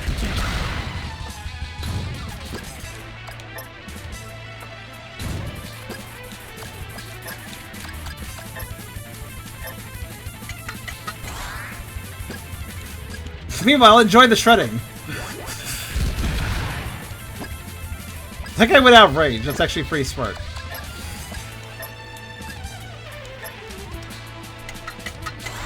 Alright, there we go. Thank God I have Quick Fix. That is definitely a very important skill to have.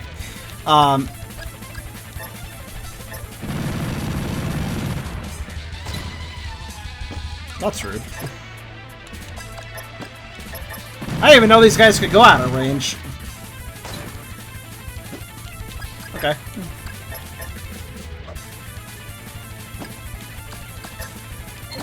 Oh wait, right.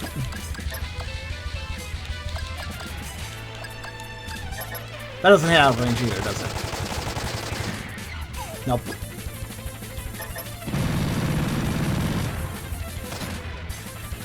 I'm trying to actually remember. The tank that I put myself in, does it have a good main cannon setup? I can't remember. I think I actually mostly have sub-tanks right now, which is fine. It's not what I really planned, though. Oh well, whatever. Right, right, no, I have 2 sub-tanks and all the good guns are loaded onto Cheryl's tank. I guess I gotta wait for this guy to go forward. I could throw a hound bomb at him, though. Oh, I could also just... I'll just do that, actually.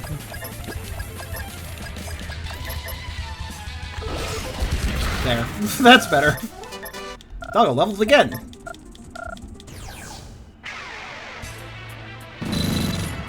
Yeah, so we're gonna see a few bosses that can break tank parts. Not really the end of the world at the moment, but annoying. I love Cheryl shooting her revolvers. It's good.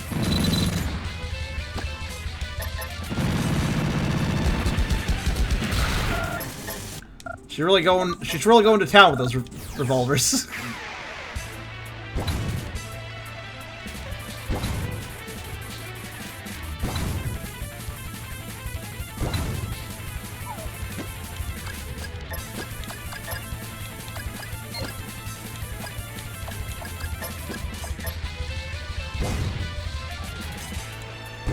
No point fighting these guys until they get in range.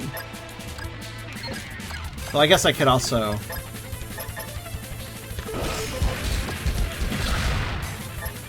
Slowly decimate their ranks as I wait. Wait, did they just get in range? I think they just did. Yep, they did. Oh yeah, I kind of forgot. I can also hold L2 to speed this up even more. At least we're still getting levels here and there. That's helpful.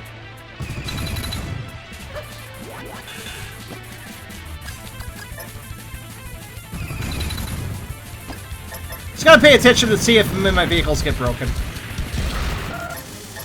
Gotta make sure I fix those up, because I need my vehicles in tip-top shape for the later fights. By the way, some of these bosses were meant to be fought on foot, like the sewer demon. So these bosses are not at all well designed for...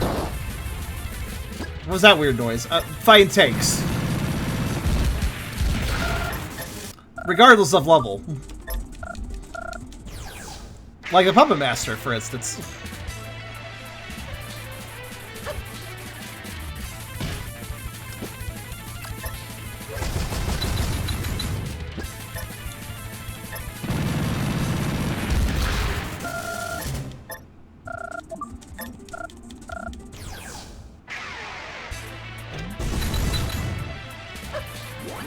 Oh yeah, range protection is triggering, thanks to Alpha.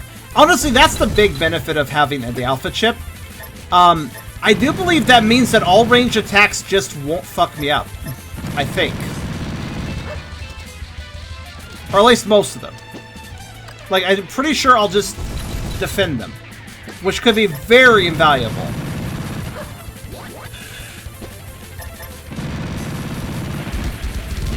Okay.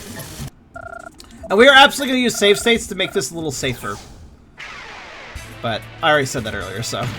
When we get to Mardu, I'm going to make a save. Alright. If you insist, I'll just defend. Get the fuck back up here.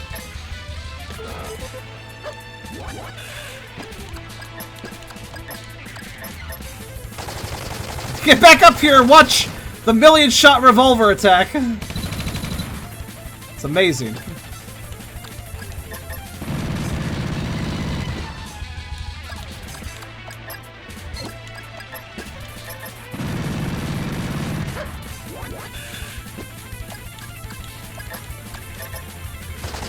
Cheryl just wants to shoot as fast as the Gatling guns we have. That's all. She's just trying to... She's trying to match the firepower.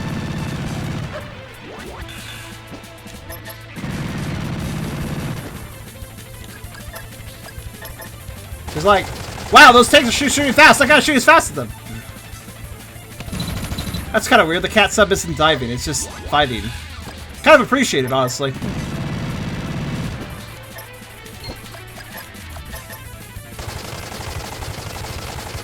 This fight is kind of great in Fast Forward. This is what playing Metal Saga on cocaine probably feels like.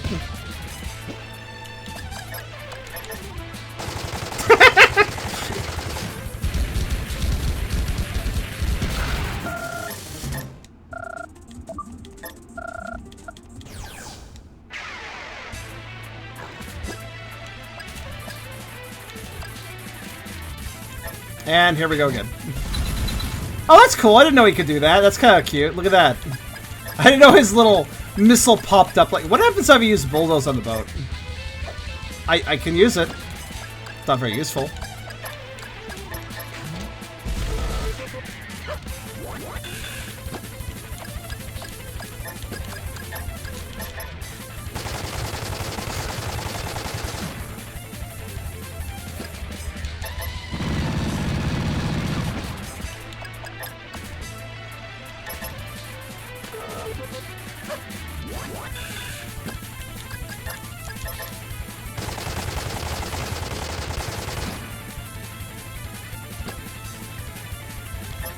Jerk.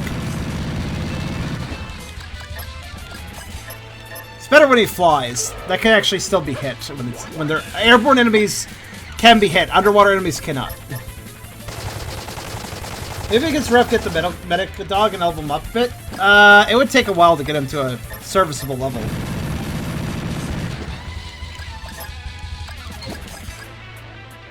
Yeah, screw it. I'm just gonna shoot it. Flying is fine.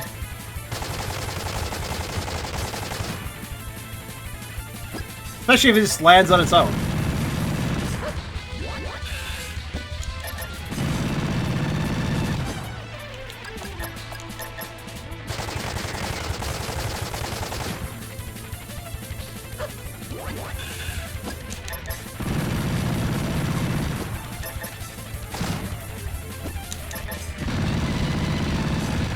So close. I am on fire! Phew.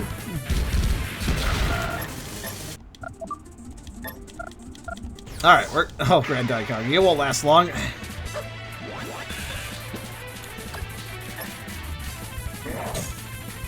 Alright. That's nice. Goodbye.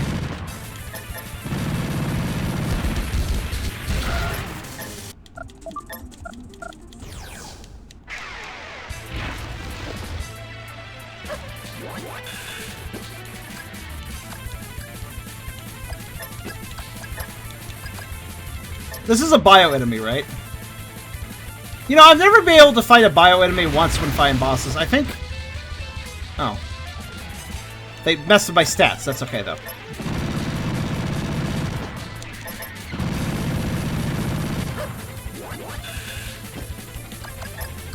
I think it's because all outlaws count as outlaw enemies, so they're not bio-enemies because they're outlaw enemies. Like, I think that overrides that, so with the stuns bio-enemy thing, never actually useful. Oh, whoops, I killed it too fast. Well, whatever.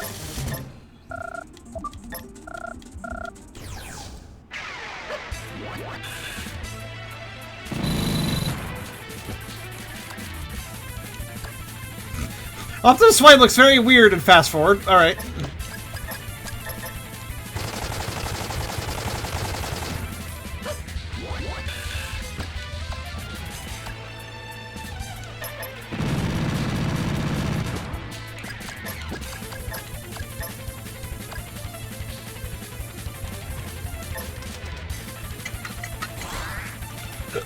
There we go.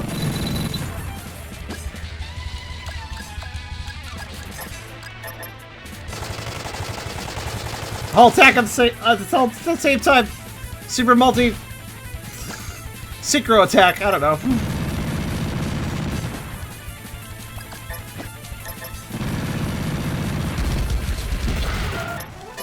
Good, Cheryl got that level she was missing. Also, these little levels that we're getting here and there, they are helpful. They will make a difference in some of these fights. One level makes a huge difference in defense sometimes because of how this game scales, right?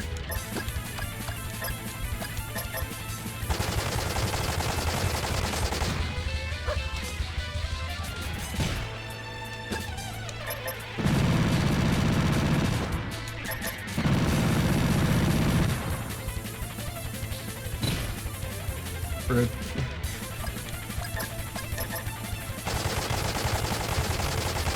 The boar would be a good Mega Man boss. I agree. It definitely looks like so you could see as a mini boss, say, in a Mega Man X level.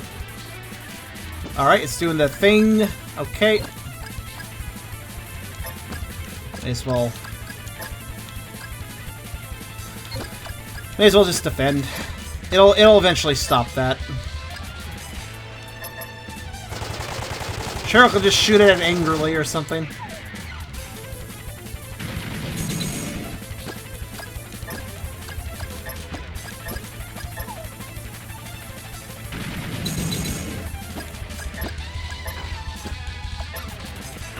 There we go. Wow, it got out really fast. I was very impatient that time. Okay, what are we at? Number 21. We're nowhere near the point where we left off. I think we gotta get to 34 to get back to Tiamat, so until then it's all just whatever. But I'm gonna make a save state when we get there, so you know we're kind of set at that point.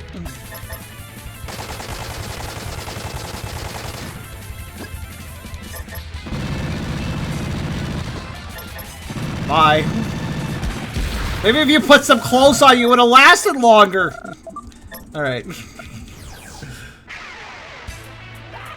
Now this guy, as you may expect from the name Disassembler, can absolutely break my tanks. And I expect him to do so.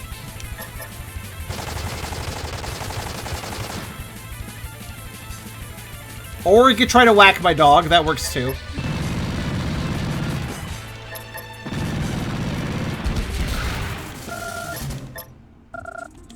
You know, the one thing he can't disassemble.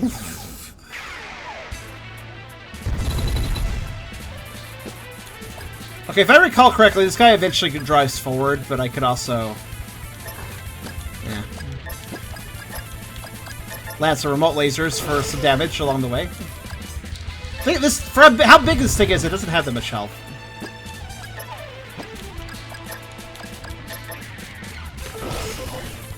Ah, that was fast, okay.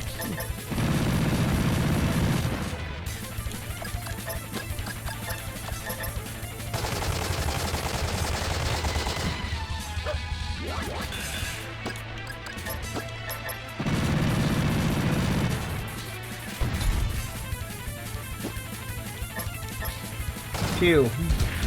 I was like, I don't need a rapid fire. Just pew.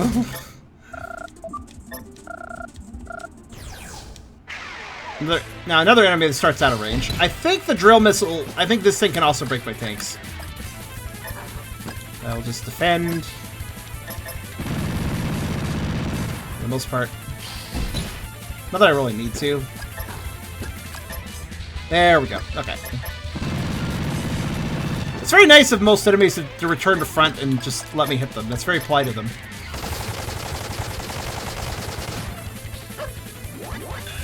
Hold on. Is it just me or does rapid fire do less damage than just attacking?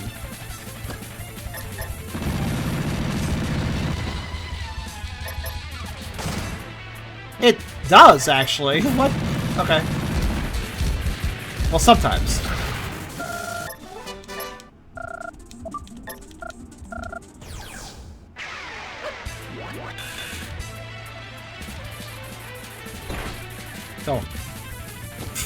Don't do that. Don't step on tank. Have you never stepped on a Lego piece? You don't want to step on a tank either for the same reason.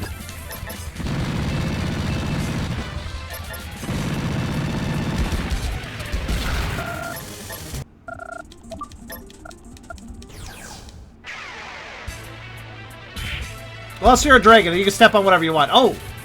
I guess this guy has the ability to break my tanks too. What do you know?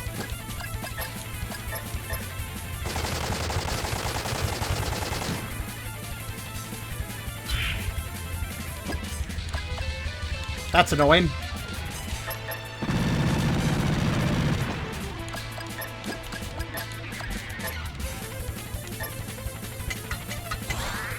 There we go. Now don't you break my tanks again, mister. If you break my tanks again, I'm gonna be cross. Better not break my tanks again. Okay, that's fine. You do that. That's fine.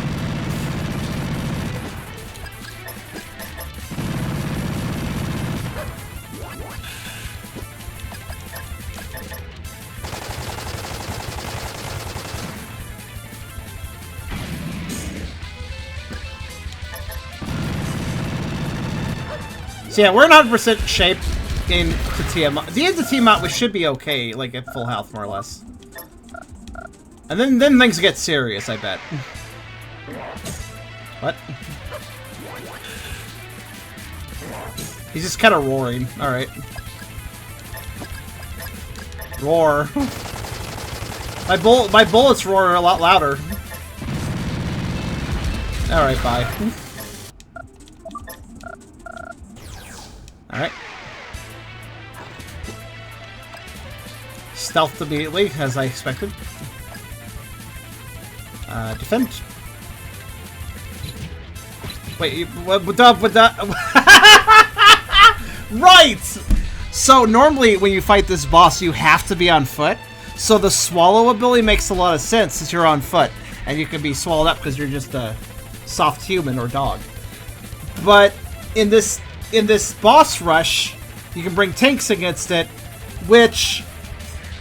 Pretty sure that wasn't the intentional animation of how this was supposed to go down.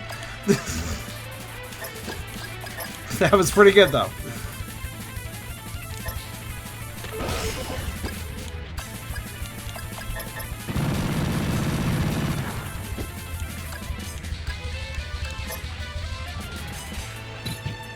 She's just like throwing it around. It's not even really a swallow.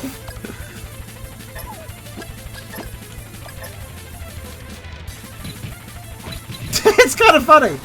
We get a little flug around. It's all good. It's like we're playing skee ball or something.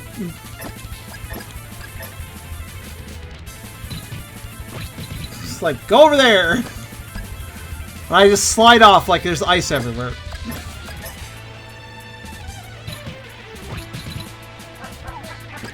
Anyways, this is one of those fights where patience is... There we go. Is key.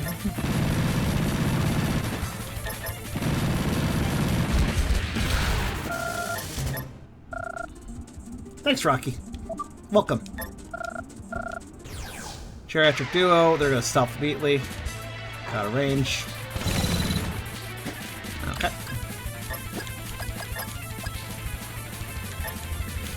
Fortunately, we can shoot stealth people with this weapon, so... Good. Also, fortunately, we can shoot out-of-range people with this weapon.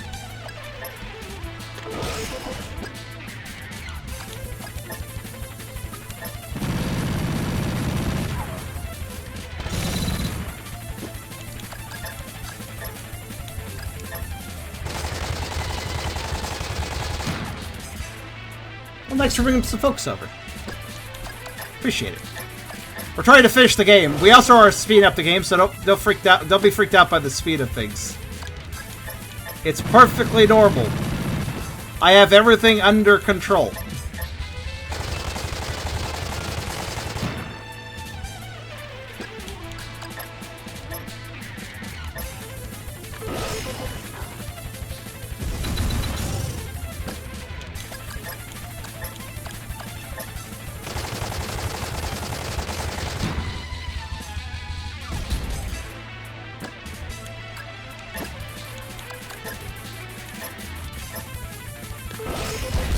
Don't worry, I shot an old man in a wheelchair of a satellite laser, as you do.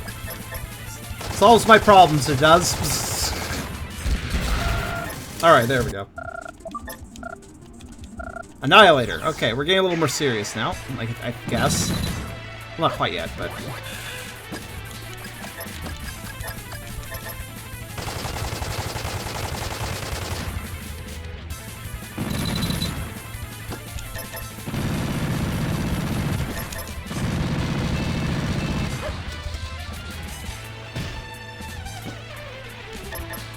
Cute.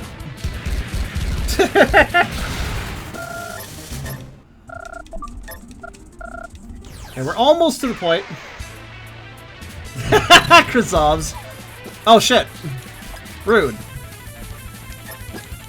Very rude. Ah.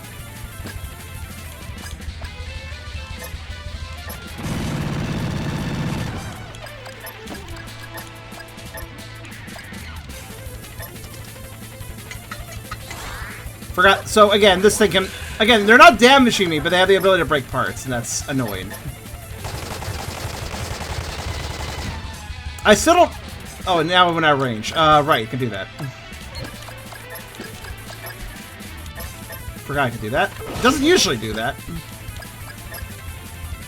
But I suppose what's done is done.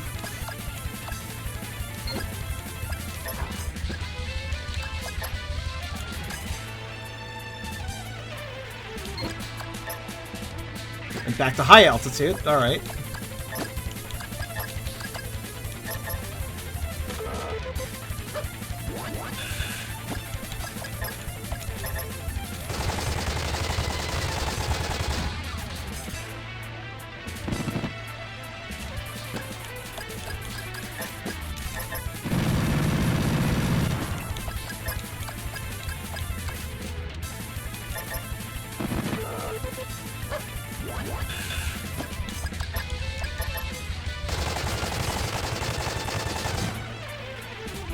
And it flew again, that's fine.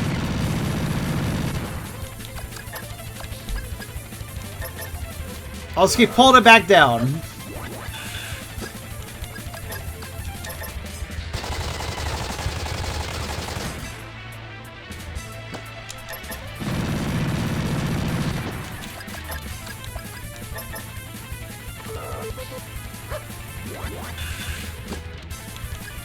By the way, I'm going to slow down the gameplay again once we get back to Tiamat.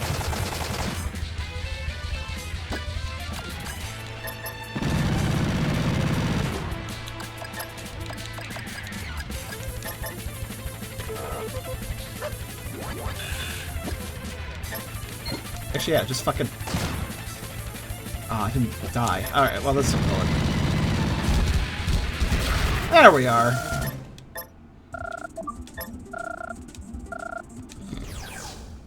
Bye. I love me some freebie fights. Ah, it's Marduk time. In other words...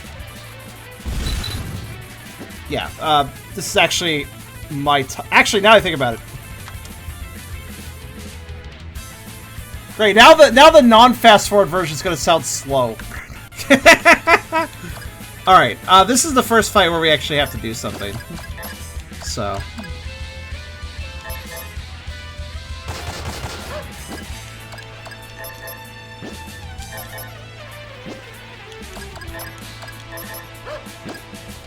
This is the fight before the fight we need to worry about.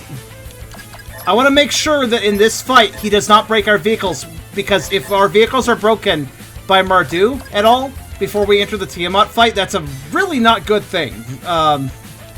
So yeah. Gotta make sure he doesn't do that. I don't know if he has the capacity to, but I'm watching. That being said, I think we can kill him before he goes into shelter? Yeah, I think so. Cool. We are in tip-top shape and we are ready. Alright, save state. Let's fight the Tiamat.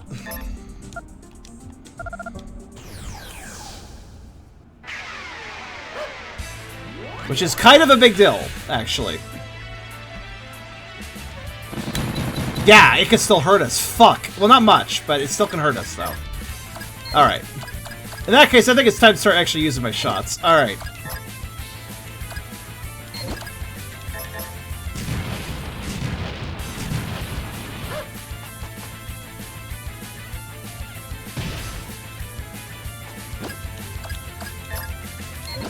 I'll still use them a bit sparingly, but yeah.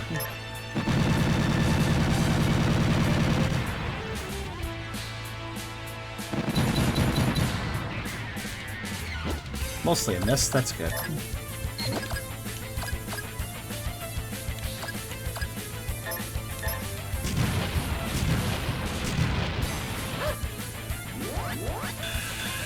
I have to be careful because I don't want to shoot too many of my shots because there are other fights after all.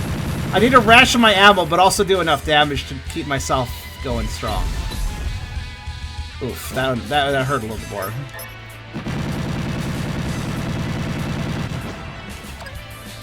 I guess...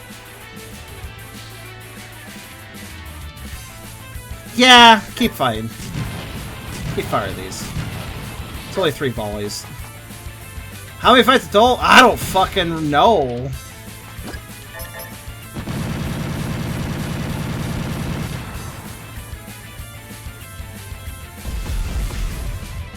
Oof.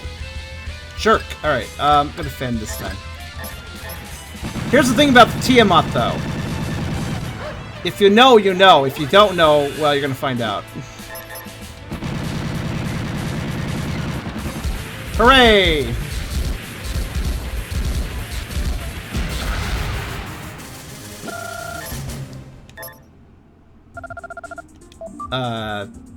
Yes? Are we not fighting phase 2 of the Tiamat?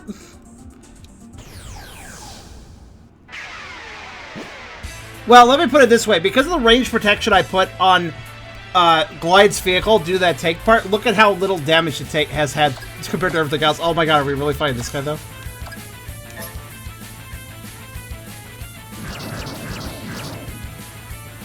Okay. So I was like, yeah, whatever. I want to shoot him with Gatling guns, so that works. I cannot use that fight to heal because of Doggo. But also, no. There's no way to heal the SP we lose. I'm gonna save. Be fighting, yes. We are still in perfectly healthy shape with the Storm Dragon. We are in perfectly healthy shape when it comes to the parts breaking, though. So that's probably not gonna last after this fight, but yeah. Damn it.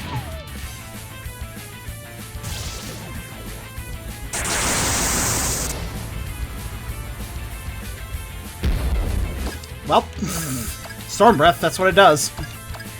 Okay.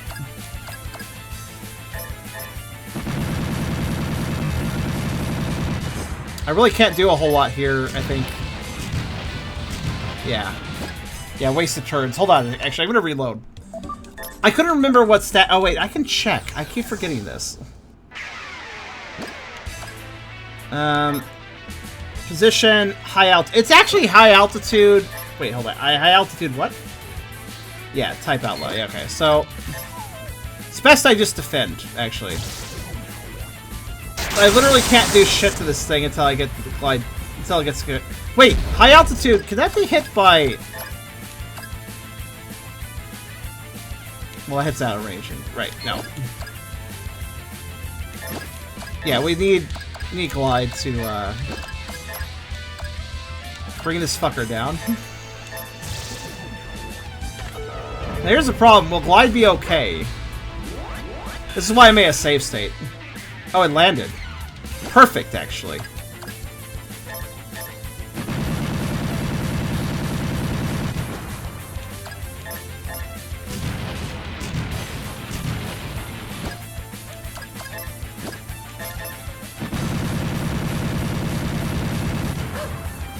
This is not a fight I can heal on, really.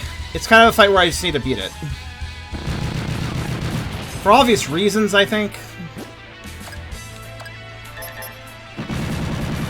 If the fight goes poorly, I'll just reload. RNG is a huge factor in these fights with Outlaws.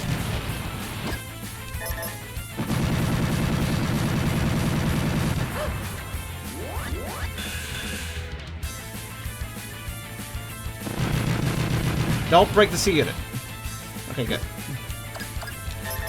It's actually being very obliging right now.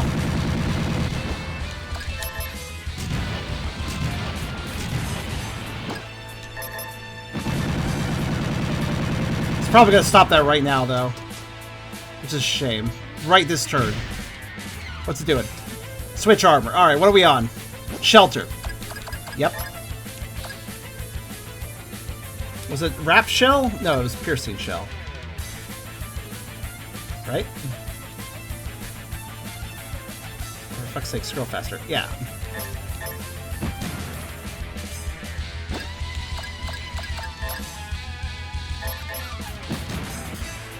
I can only shoot one of them at a time, but it still is better than nothing.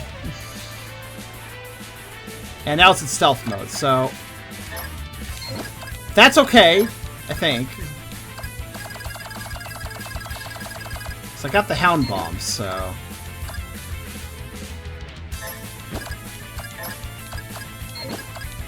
Doesn't mean I have to dangerously get out of my tanks, but...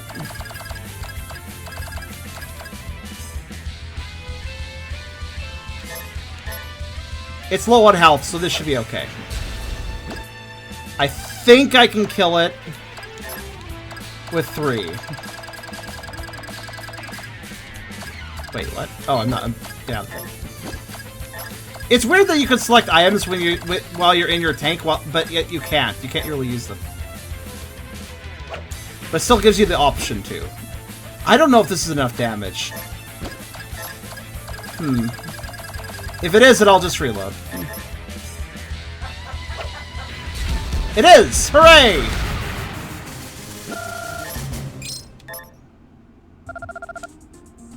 Okay, I kind of want to make a separate save slot. Hold on a second. How do I do that again?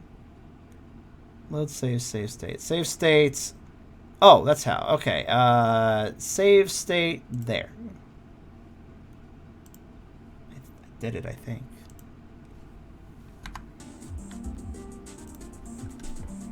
Did I do it? There's a... Okay, yeah, I did. Okay. I made an emergency backup save slot thingy. In case I need to load it. Okay. Actually, if I hit load, what does it load? Of the 2 slots. What does this do? Oh, it actually loads from slot 9. Okay, that's perfect. Good. I got a slot 1 save from before that fight if we need it.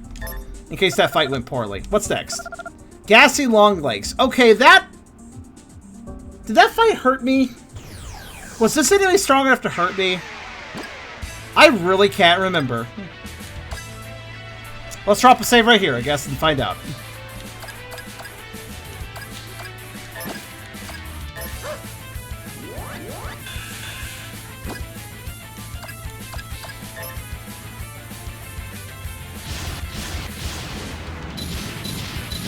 Oh, that's good. Okay, cool. I'm a little worried about glide getting hurt, but I gotta fix the tanks. However, if it just wants to try to hurt Cheryl, that's fine by me.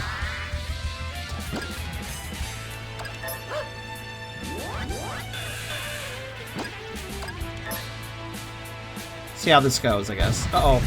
What's he doing? Oh, good. I don't think that did anything bad to me. Alright, good. Alright, we have a fight where I can heal. That's good.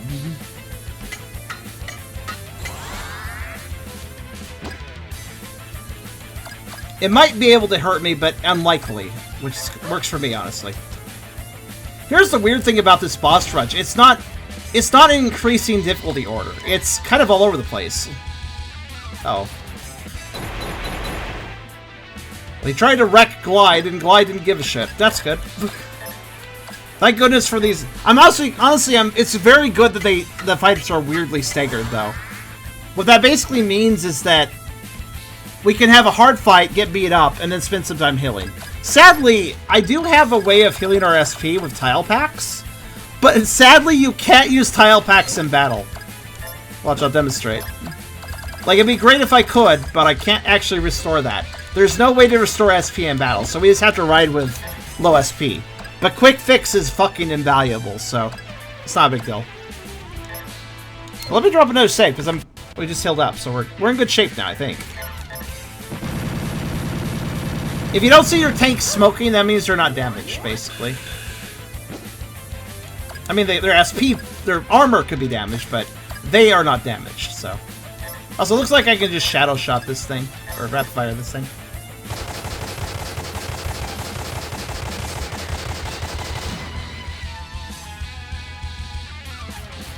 I love its legs.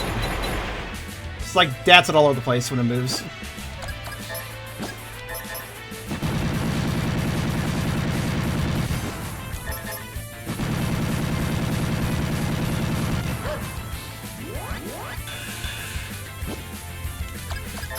So far, I think we're doing pretty good in this boss rush, actually. We got through Tiamat and Storm Dragon without even losing all our SP, which I'm actually kind of happy about. Both of those fights are pretty tough. Those were definitely fights I was sweating about. Glide, you missed!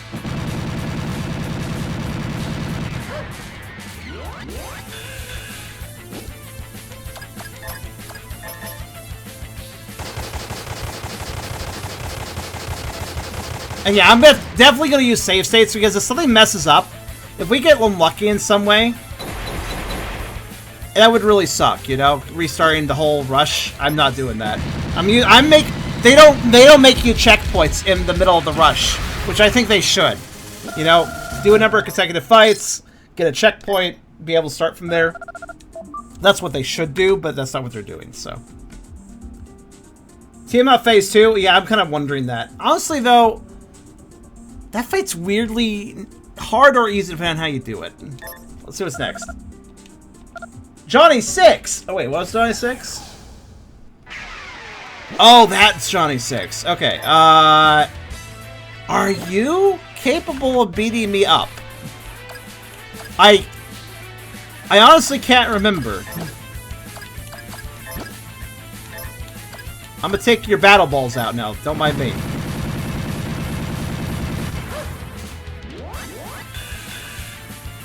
Let's see if he can hurt me. A good side.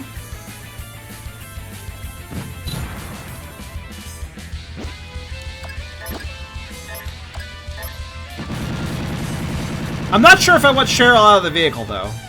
Let's see what the main guy can do. Good. Looks harmless enough. I think this guy has a chance to run, but honestly, that's fine if he does. Because he's... if they run, I win, so...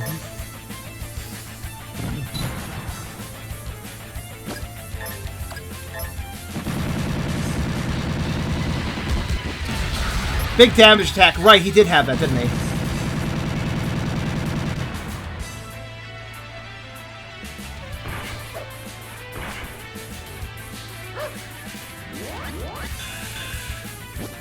You know, I don't see, he doesn't actually have that much health. Honestly, Cheryl seems to be the target of attention for the boss itself, so I'll just keep having her defend. Just on the half side. You're after like 1/4 health, right.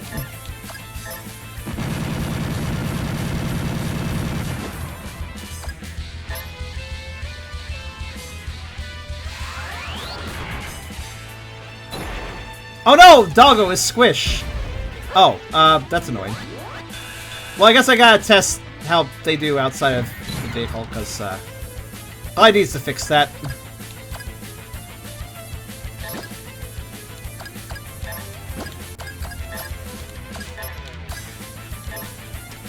Darn steppies. Alright, there we go.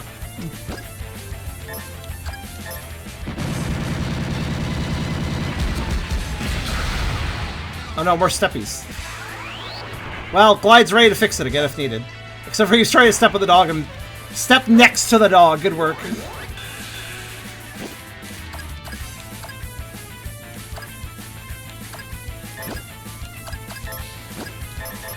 Yeah, I'm just gonna play defensive with Cheryl to preserve her ammo. I guess I could have her shoot the random shells I have, though. Alright, here's a bigger attack. How's this? Does this hurt us? Very explosive, but not very dangerous. Yeah, I'll just have her shoot some, out of range. Shell to shell. Just for a little extra damage here and there.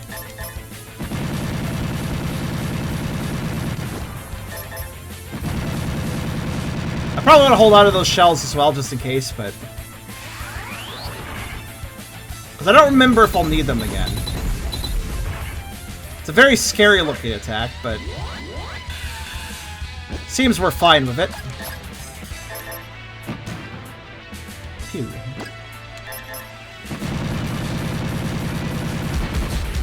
Bye. Okay, once again, we're in good shape. Still 100% health for our characters. Armor's obviously a bit dinged up, but not a big deal. What do we got next? Derringer Jack. Oh, okay.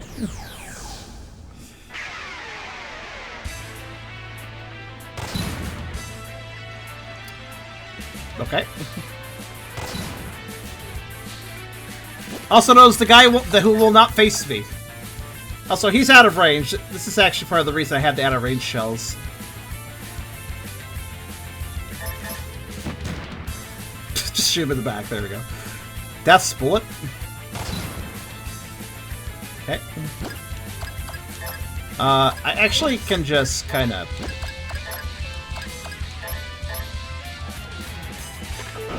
Not only a gun, but a derringer. You know what a derringer is? Actually, fun fact, unless I'm mistaking my guns, but I'm pretty sure I'm not. Do you guys know what a derringer is and what it was meant for back in the day?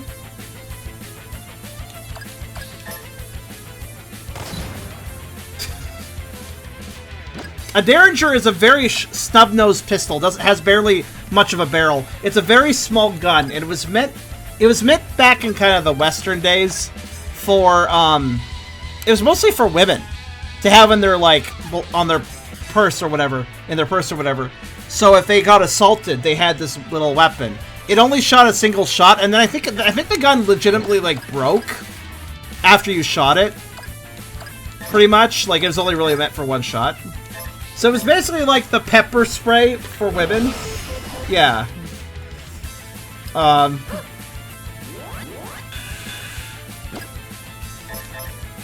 But back then, you know. Slightly more dangerous than pepper spray. But certainly effective for self-defense. Though it was very situational, which is why it's very much a defensive gun. Not an offensive gun. Oh no! Oh no! Hi, Scarlet! Well, I definitely need the, I definitely think the out-of-range attack is, something I need right now. Okay, so, she is out of range from the beginning, so... Oh no, she has so much health, though. What? I could just save scum... Oh my god. If I have trouble with this fight, we could just save scum until she misses over and over again. Alright. But yeah, it looks like I just need to shoot the, out of range. Because she's out of range. I can't do anything to her. I could get out of my vehicle to use the satellite, but that would be kind of suicidal. I'm not doing that. Bend. Ow. Yeah, I might need to save state through this anyways, though, because I need Glide to hop out and fix the vehicles here and there. And if he hops out at the wrong time and gets killed, then our run is kind of fucked. We'll just see how it goes, I guess. Oof. Alright, Then again, she seems very focused on Cheryl right now. Let's hope that stays that way.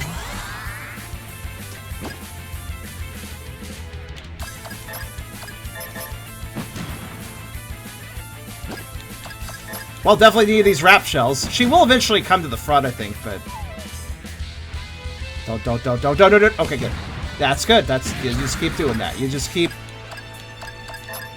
doing that. Ignore the mechanic. Ignore the healer. Just ignore the healer. And we'll be okay.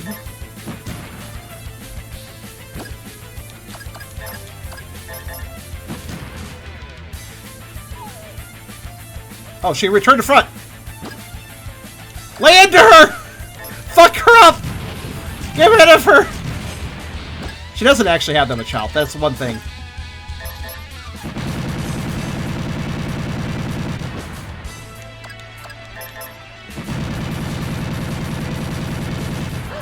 Doggo, finish her! Doggo, you didn't oh wait, I could take her out. It's fine. Get rid of her! Get out of here! Shoo! Scat! Alright, there we go. We're good now. Okay! Super boss out of the way. Congratulations, Charm. What do you mean, congratulations? Your strength knows no limit. Was that the end of it? Oh, that's weird. We didn't even fight Crazy Wayne. I thought Crazy Wayne was supposed to be part of this. Hold on a second, actually. I'm gonna look this up. Hold on a second. Did I do it? But also, if I did it... By the way, I didn't actually use safe scumming there, I want to point out. I said I was going to do it if I needed to, but I didn't. Hold on a second. Mysterious Cave. I'm going to look up the guide about the Mysterious Cave for a second.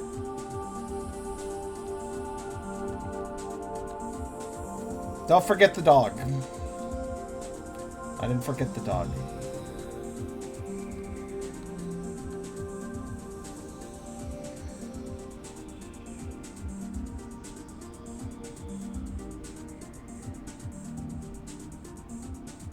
Okay, cool. Well, anyways, I present to you as a tribute to your feats.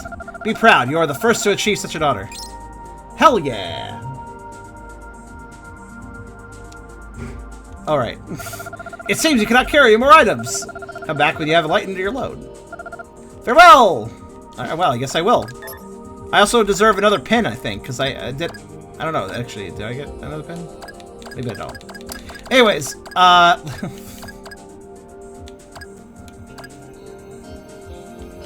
I mean, I guess I'll hold on to the ancient junk, because why not? Was that it? I'm gonna have to check the guide about this. Alright, I've opened some slots. Did I finish? There's more outlaws, like Tiamat Phase 2, Crazy Wayne. There's definitely other things as well. I wonder if that person outside has anything new to say. Alright, give me my rewards. Hello, I would like my rewards. Hell yeah.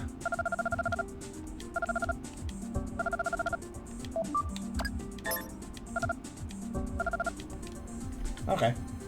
Wait a minute, what?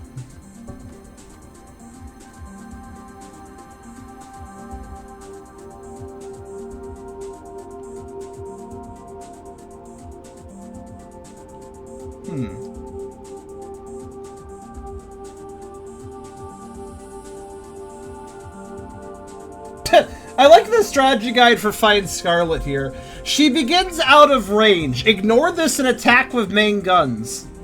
Guide writer, I can't ignore that. She wouldn't get hit by the main guns unless I had the wrap shells. She begins unable to be hit. Please ignore that she can't be hit and hit her anyways. Thanks, guide writer. just deny her. Just deny the fact she can't get hit, so you can hit her.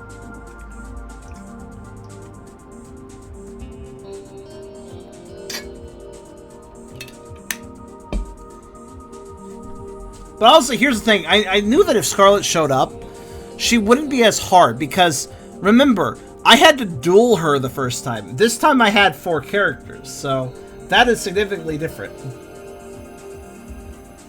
The guy said by the end I had 1 broken tank, S-tank, but although the others had all been extensively damaged, they were still operational, but just barely. So I guess I came out of that much better than he did. All my tanks are fully operational, only one of them has had all their SP drained. So let's see what we got. So I guess the 40 win pin is actually this champion's belt then. So 10 win pin. Side cannot be used. Okay. Well. Can I combine them? And then champion belt. You are the champion. It proves you laid the smackdown. Hoorah! I guess. We did it. I guess. Wait, is that it?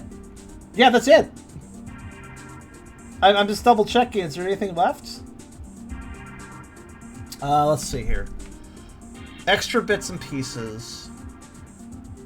Yeah, that's kind of the final game challenge, I think, right there. Kind of weird. I thought... I could have sworn this guide said somewhere where, like... You know when we didn't fight Crazy Wayne because we took a different, like, story path where we didn't fight him?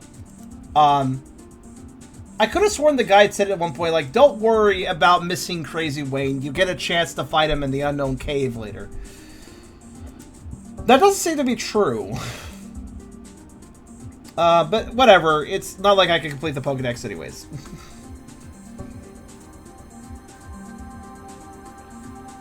This game is very wonky. I guess that's that. I guess we did it.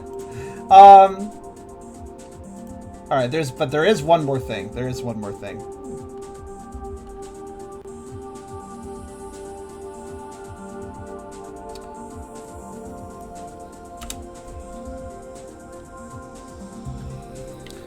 Right.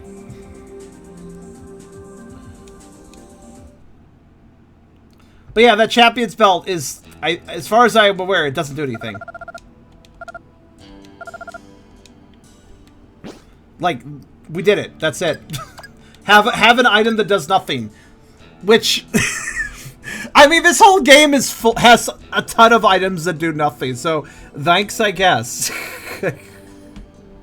Alright, let's go back to the junkyard, actually. Whew. But yeah, that's the post game for you. Wasn't really actually as hard as I thought it would be. I expected more out of that. I expected more out of that. I expected all the fights out of that marathon, to be honest with you. It wasn't nearly as bad as I thought.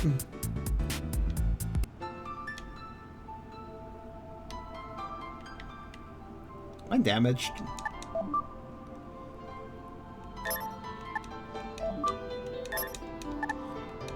Nope. I mean, only mentally, you know.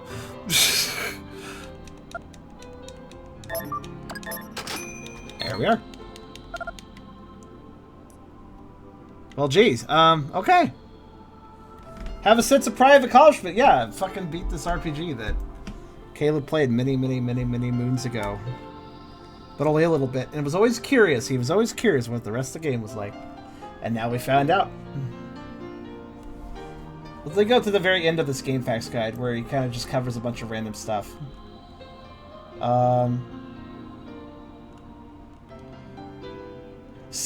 There's a section in the wiki called Sad Facts About This Game. Huh. Firstly, it's only been released in America and not in PAL. Secondly, not many people play this game, which is a shame because they really do. Most of them seem to enjoy it. In fact, many of us really enjoy it. I don't think it's a perfect game, but I do find it enjoyable. Thirdly, they chose the wrong cover for the American release. I only became aware of this when they pointed out that a Japanese game has a great cover with a picture of a tank against a twilight orange sky with the game character's etched beside it. Really?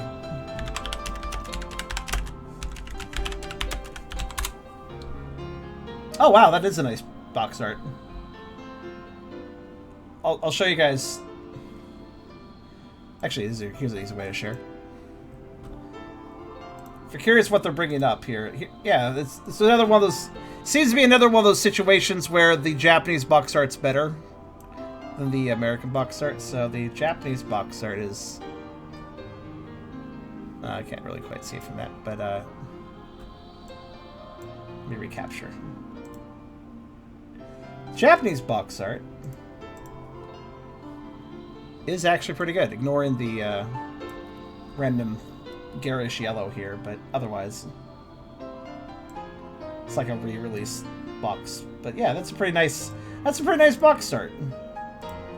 The American box art is just, well, kind of overly busy, and yeah, I definitely prefer the Japanese box art here in this situation. Like, that's obviously a better.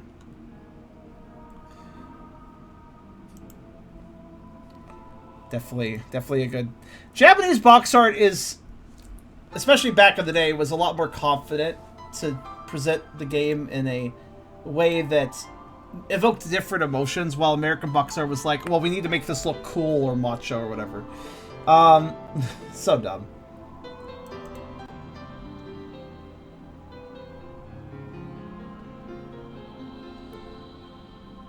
Let's see here. Is there anything else of note? There's a whole section of this wiki dedicated to talking about the real tanks that represent a lot of the tanks you get in this game. And just like big old historical articles about real tanks that these tanks in game are based off of. That's actually really kind of cool of them. This is why I like GameFAQs articles like this. Like, GameFAQs is so neat. Because you got people writing little guides, and maybe they're not always the best, but they're really passionate about it. It's kind of neat. Let's see here. But I guess we're pretty much done. I'm just going to double check here. Man, there's even a section discussing all the dog breeds that we can get. Like, just discussing the history of those real-life dog breeds. God, this guy really cared. Like, it's not a perfect guide by any means, but... yeah.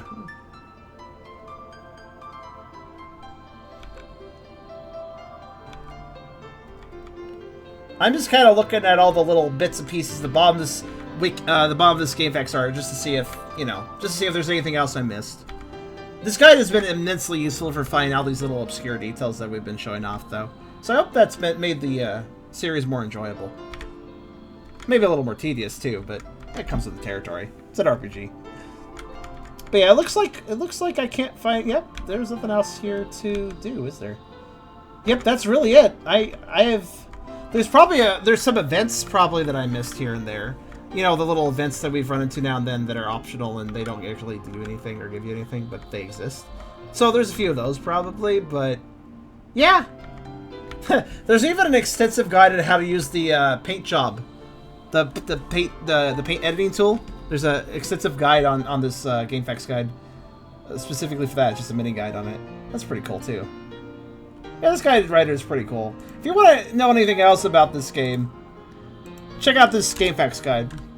It does indeed cover a lot more. So if you're curious to just like read up a little bit more on this game, because I'm done here. Oh, there you go. But there is one more thing to do. I guess, is my storage stuffed? Yeah, kinda. But let's drop off that champion belt. Because I did it. It's time to put shit away. I guess I'll turn in that last big medal. Definitely put this pendant for Rachel away. Don't need that anymore. I guess the lock. Oh, we should go talk to the lockpick kid again one more time. I forgot about him.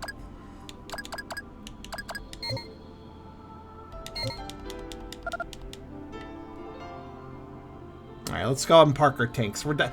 Tanks for the memories, tanks. But I am done. I am done using the tanks. Fix them up, park them away. There we go. One last shot. There you go.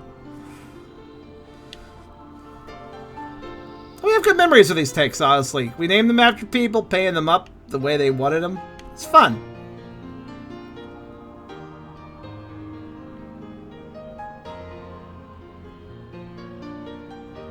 Now let's see here. Just for the sake of my OCD, if nothing else, I'm going to go ahead and organize my inventory, sell off a few things I don't need. And just kind of tidy up for the last bit. There is one more thing. There's one more thing we can do. There's one more unique thing that we can do, and I wanted to save that for the end. You know what? I'm gonna turbo simply because shop selling is slow. Let me just do this. There. Selling items sucks. Let's speed it up. Also, I'm just trying to empty my inventory. This is one of those games that could have very much benefited from a select multiple option.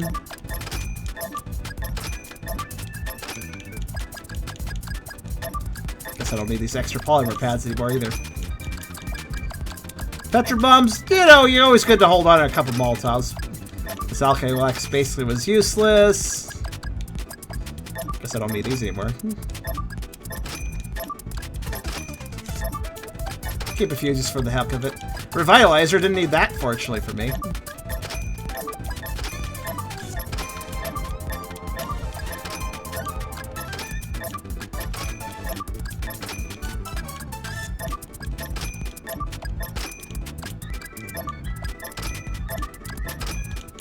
Alright, there we go.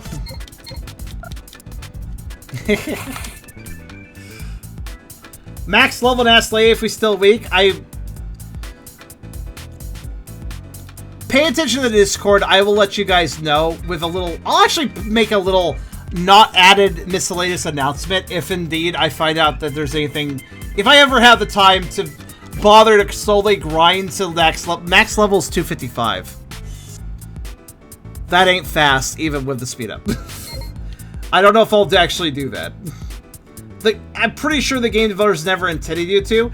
And remember, we've seen some sloppiness from them, so I wouldn't be surprised if we talked to this lady, and she, at level 255, the max level, and she said, good luck on leveling up, it looks like you still need it.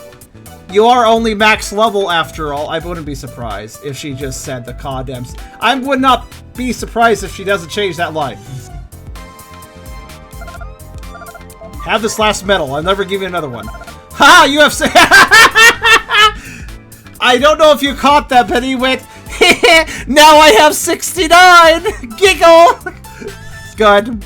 I can't end that much better than that. Alright. Good. Giggle! Now I have 69! Alright. Yep, that's the right number of medals to give him, obviously. Okay.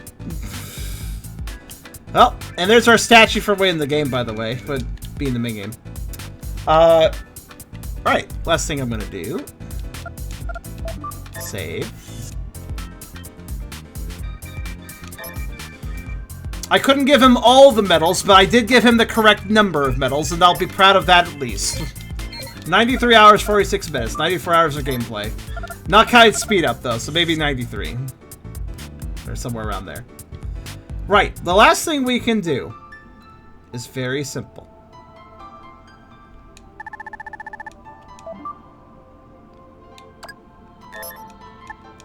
No, wait, that's right. It's not talking to her. It's talking to Emily. Right.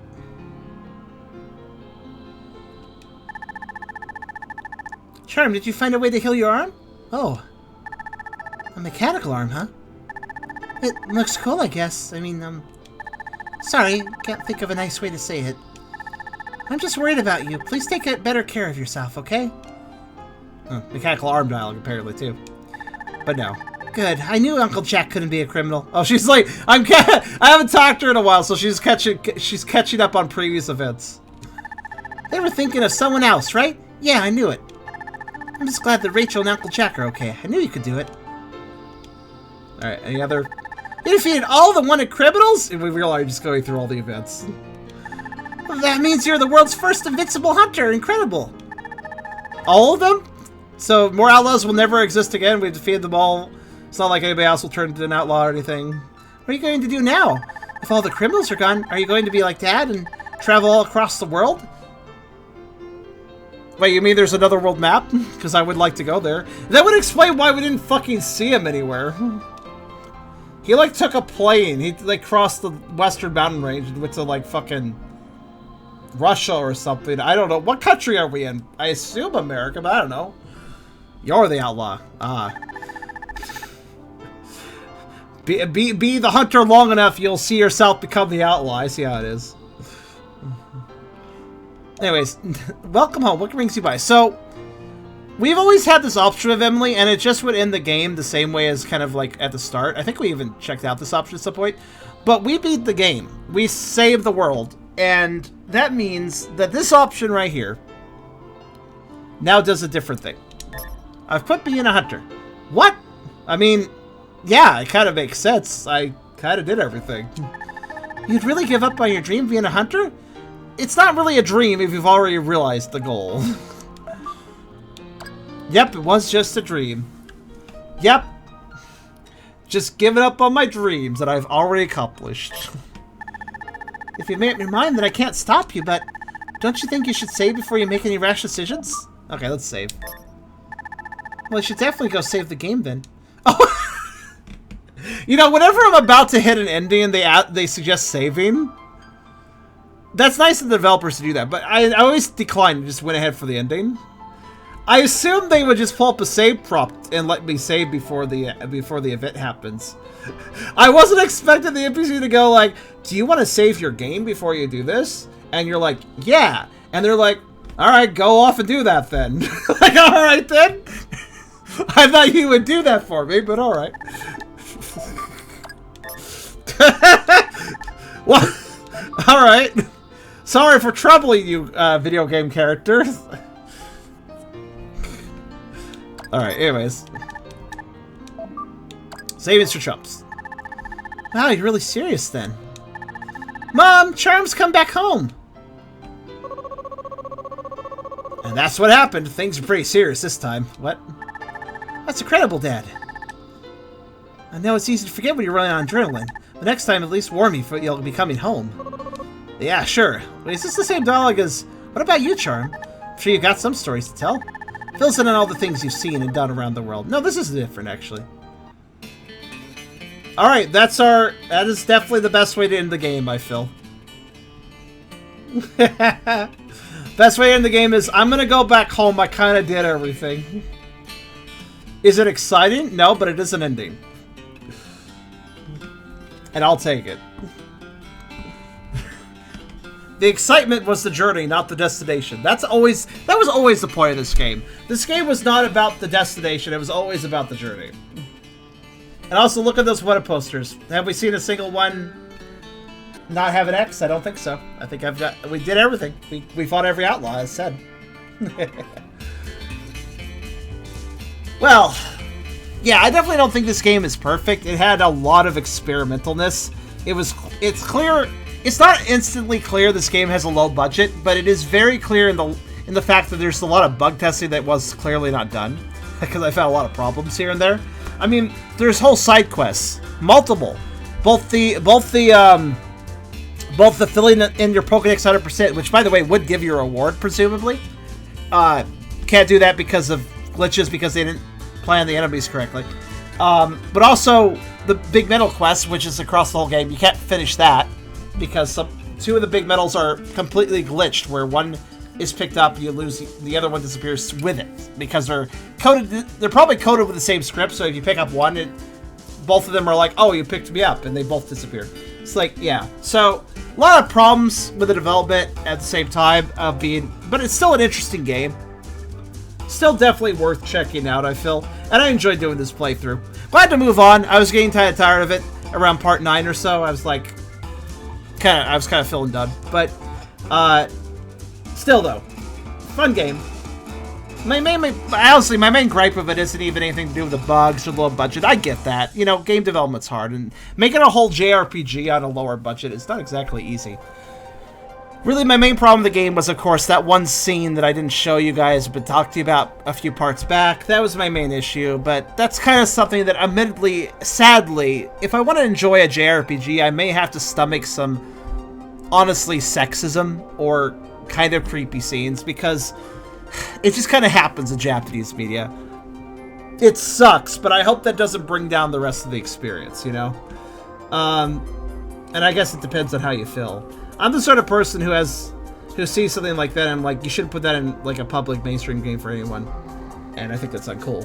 Like with a lot of things that Japanese games do, honestly. It's not because I'm a prude, but because I just don't think it's appropriate for what this game is trying to do, what the story is trying to tell. I feel like it just distracts from that usually. But it wasn't too bad in this game compared to some, admittedly. Some games are a lot more in your face about it. This game, not so much. So at least there's that. But yeah, see you next time.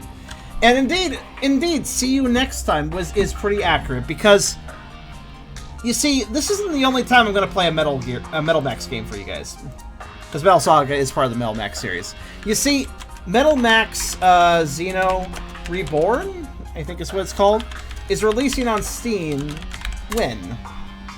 It's a remake of Metal Max Xeno, which was a PS4 game that it's getting remade for Steam.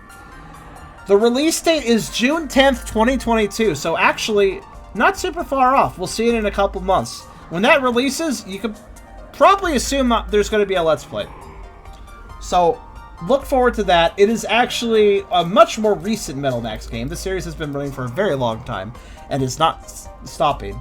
It is a very recent. It's basically a remake of a very recent Metal Max game. It is an action game as well. I believe it is an action RPG rather than a turn-based RPG. So it should be really interesting. Here's a few. In fact, here I'll just share it with you guys real fast. Let me share the video.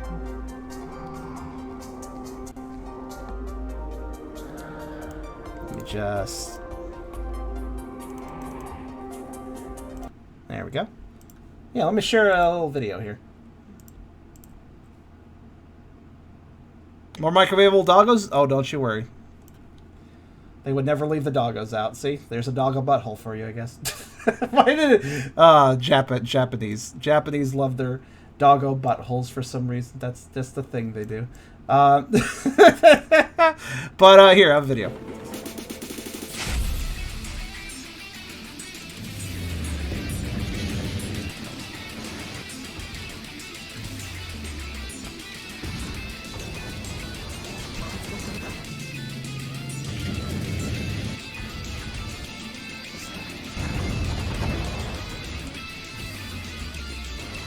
Actually, I haven't seen this video. Nothing like a bit of an Outlaw showcase.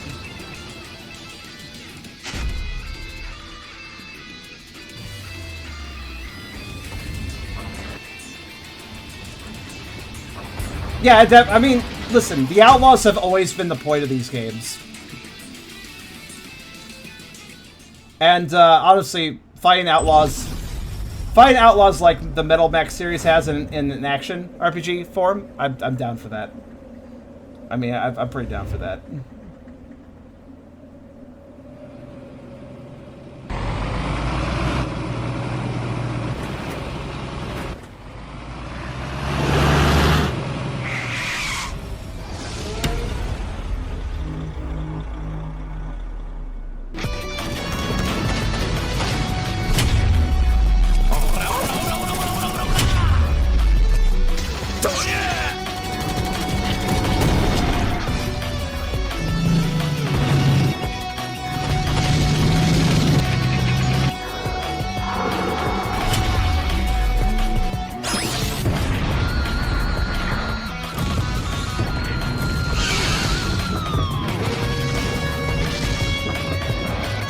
You can kind of tell this series continues to be a low budget even in the modern era. You can kind of see that low budgetiness to it. But that's hardly a downside, I'd say.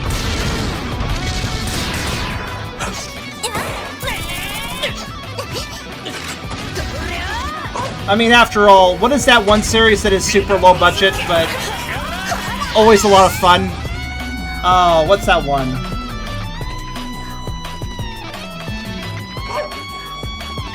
Also Papa. Of course. Yes, you can pet the dog. So yeah, I'm looking forward to this one. I'm gonna grab it. I might even get a, if I'm lucky, I'll get a review key. Because it's actually being developed, being published by P-Cube, and I already have, I've already had a long-standing business relationship with P-Cube. I've covered a number of their games. So, since they're publishing this game as well, I may very well get a key for it. So, I guess we'll see. What's the series I'm thinking of? It's the, it's a series where you fight battles against aliens and mutant bugs and stuff, and it's like super, like, large cities, destructible environments, tons of enemies. It's a series that a lot of people know. Does anybody know what I'm talking about? That is a series that is famously low budget too. You can play multiplayer. Earth Defense Force. That's it. The Earth Defense Force series. Famously low budget, hell of a lot of fun. Very amusing games. So yeah. But yes, the Earth Defense Force. Yeah, the Metal Max series kind of has a budget size of around what I see out of Earth Defense Force. Is kind of what I would say. But see you next time. See you for that when I cover that. So you want to be a hunter? Not this again. What's this? Charm's exploits will continue. As long as there's still a world that can support his love of adventure. Nice. I changed my mind again. I want to go kill things again. Yes, we will do that in Metal Gear Xeno Reborn. Or Metal Max Gear. Not Metal Gear Xeno. That would be interesting if it was a crossover. Metal Max Metal Gear crossover. Anyways, let's look at our... To finally finish off, though, let's look at our record. So, fought at 2,467 battles, won most of them. I mostly just ran from the battles I didn't win. Win rate of 82%, battles fled 414, like I said. Win rate of 16%, battles lost 11. I lost specifically 11 battles. Defeated all 40 outlaws. Collection, well, you know, there you go. You can look at it yourself. We kind of looked at this stuff during the previous main ending, but let's look at it one last time to see what we did. Like how it does keep track of the drums destroyed, even though that doesn't seem to matter for anything. So I don't know what the diary is. I never did figure out diary. Minigames. Look at how much I lost on 2 of them! Yay! Very good.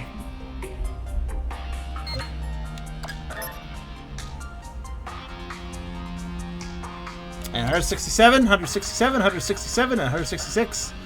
Rested is level 140. Defeated 11. Oh, we did! Look at that! She got defeated 11 times. So the guide was correct. We had to kill her off 11 times to get that event. So there you go, I guess. Oh, wow.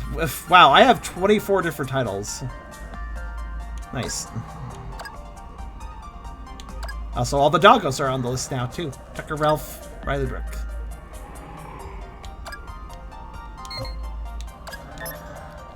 And the gifts, we can see who we gifted things to. Emily got shafted a little bit. Sorry about that, Emily. Who's Emily again? I actually don't remember. Oh, well. I don't remember who Emily is. Oh, that's our... Is that... Wait, that's our sister... Is that our sister? I could have sworn I got her more than one gift. What is this saying? I got her more than one gift. Did I just get her... Did I only get her... I think I only got her a washing machine. I think that's all I got her. Did I only get her a washing machine? I'm a terrible brother. Alright, well... And here's all our tanks. Mala, Krasov, Fox, Grave Flame, Xerix, Tubby, Fair and Meathy. A fridge. I got her a fridge, right. Parker and Lightning, Lachette, Dragoncat, Redondo, Hyperloon, and Atto. Well, that's that, everyone. That is it. I hope you all enjoyed. I guess one last time, let's load the title.